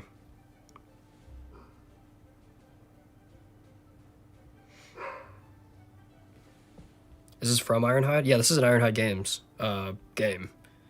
If you're not familiar with Kingdom Rush Battles Lord Victory, they made a PvP game. But you gotta be careful about getting into it, because there's a lot of if, ands, or buts about this game. Summon Rifts. A lot of the best cards in the game are locked behind these limited time summon Rifts. If you're not playing, like a lot of people missed out on Crossbow Fort, for example, there's no way to get this card right now. And it's one of, if not the best cards in the game. Yeah, exactly. And I did a lot of games with level 8 too, because I wanted to test level 8 to see how it would feel, so you guys can get like a gauge of whether or not you should go for level 8 or level 9. And I think I can say confidently that, for me at least, I think the gap between level 8 and level 9 was bigger for Pheonix than it was for Boneheart. But yeah, new players they're going to struggle in this game regardless. This game is more play all the time to win than it is pay to win. And I've been saying that for a while now. Because if you miss out on, like, Gunners from the Rift. You miss out on Ilaria. You miss out on Crossbow 4. They do have a pack now with Gunners and Ilaria, but again, this is locked behind a paywall. I mean, Malik is one of the best heroes right now. You can't access him even if you wanted to. The Pheonix will be there for you. The Pheonix is the card that you can get right now, limited time. You guys got 2 weeks to do it. What's the best combo tower with the crossbow? I think it's Mage Tower. This right here, you can throw in Ilaria. This right here is straight up the best deck in the game, guys. In my opinion. I think this is the best deck in the game. I have a ton of content on this deck, a ton of streams.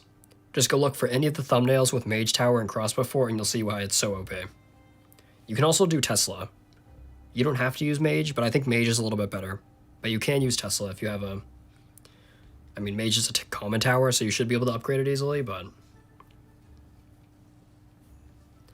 I need to update... Yeah, if you don't have the Pheonix yet, update the app. In your iOS or Play Store. But yeah, this deck right here is crazy. You don't even need Battle Mecha. You can replace it. You only need these 3 cards. Straight up. You'll see in my gameplay, you only need these 3 cards for this deck. But the kicker is obviously not having Crossbow 4 and not having Ilaria. Which you saw, I was winning against people with Vesper. So you can use Vesper if he's high level, but you do still need Crossbow for it. If you don't, you could try something like this maybe. It's not going to be as good, just straight up. You could do like Tesla and maybe...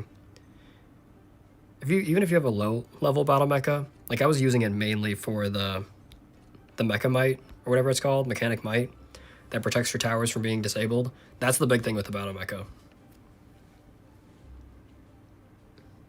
Lost 3 to 4 matches, that's tough. You do have to be on point with your micro.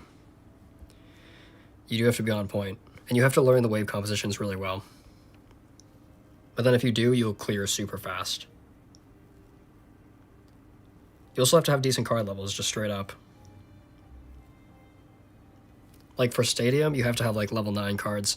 If you guys are in Stadium with level 8 to level 9 cards, don't feel bad if you're losing games.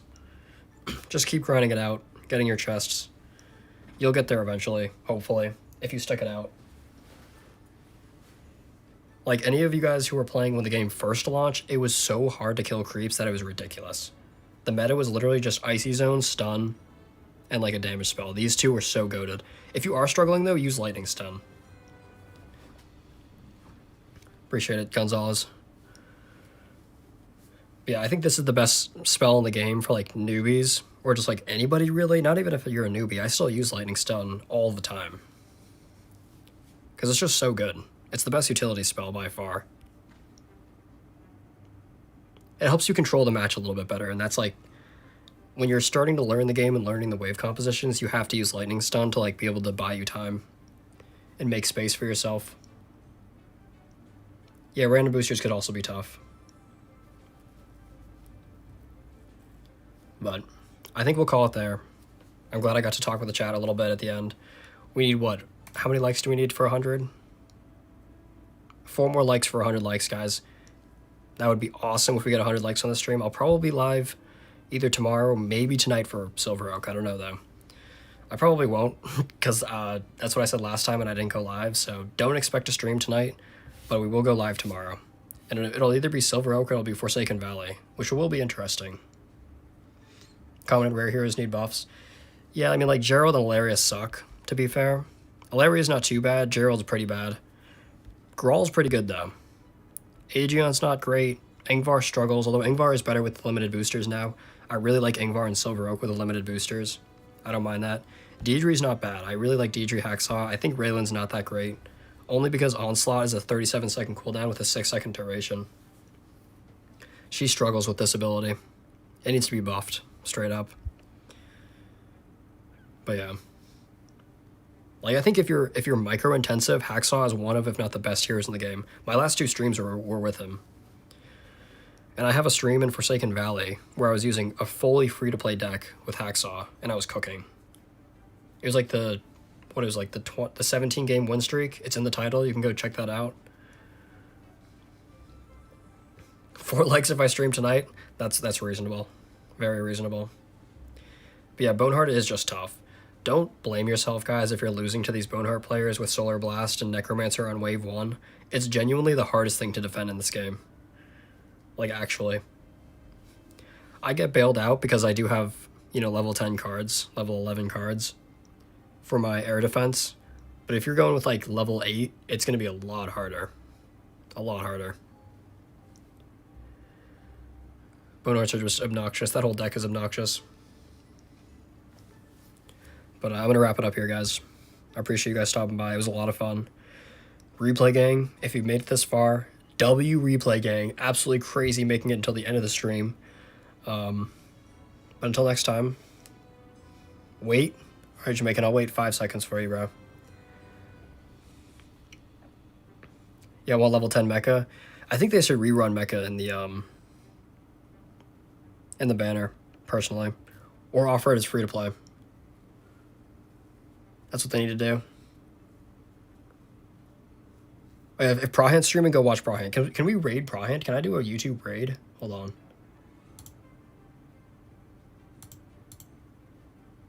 Let me see if I can raid Prahant.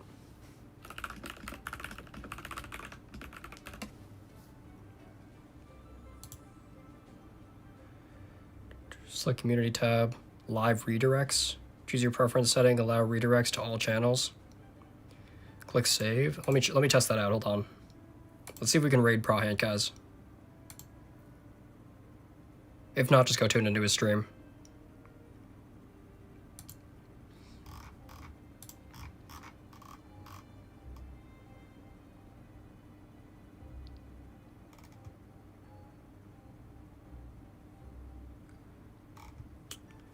I don't see the redirect. Let me read this again.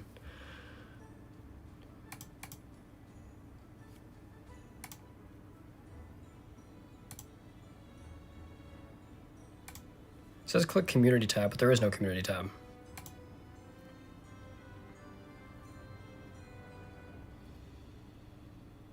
Alright, I'll try to set that up for next time. Guys, go raid Prahant. Let me see if I can ping him. Or actually, I'll just put the link in the description. Or in the chat. Hold on, give me a second, guys.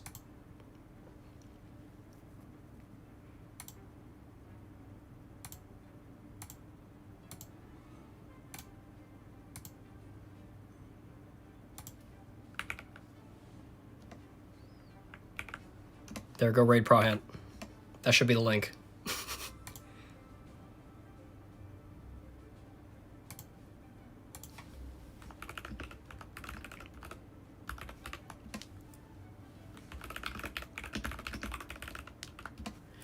Go raid Prahant. Do I have any max cards? I don't. My highest level cards are 13 commons because, like, since I've been playing since launch, if you play for 8 months straight, maybe take a month off like I did when Malik dropped and the game was trash, then, you know, you'll still be very close to level 13 commons. The majority of my cards are level 9 and level 10. Unless they're commons. You can upgrade commons easily, which is why they're so good. But, 1 like away from 100, guys. 1 like away. I know somebody can do it. And then I'll go live tonight. No, I'm joking. Lying streamer. Alright, go raid Prahant, guys. I appreciate you guys stopping by. Until next time.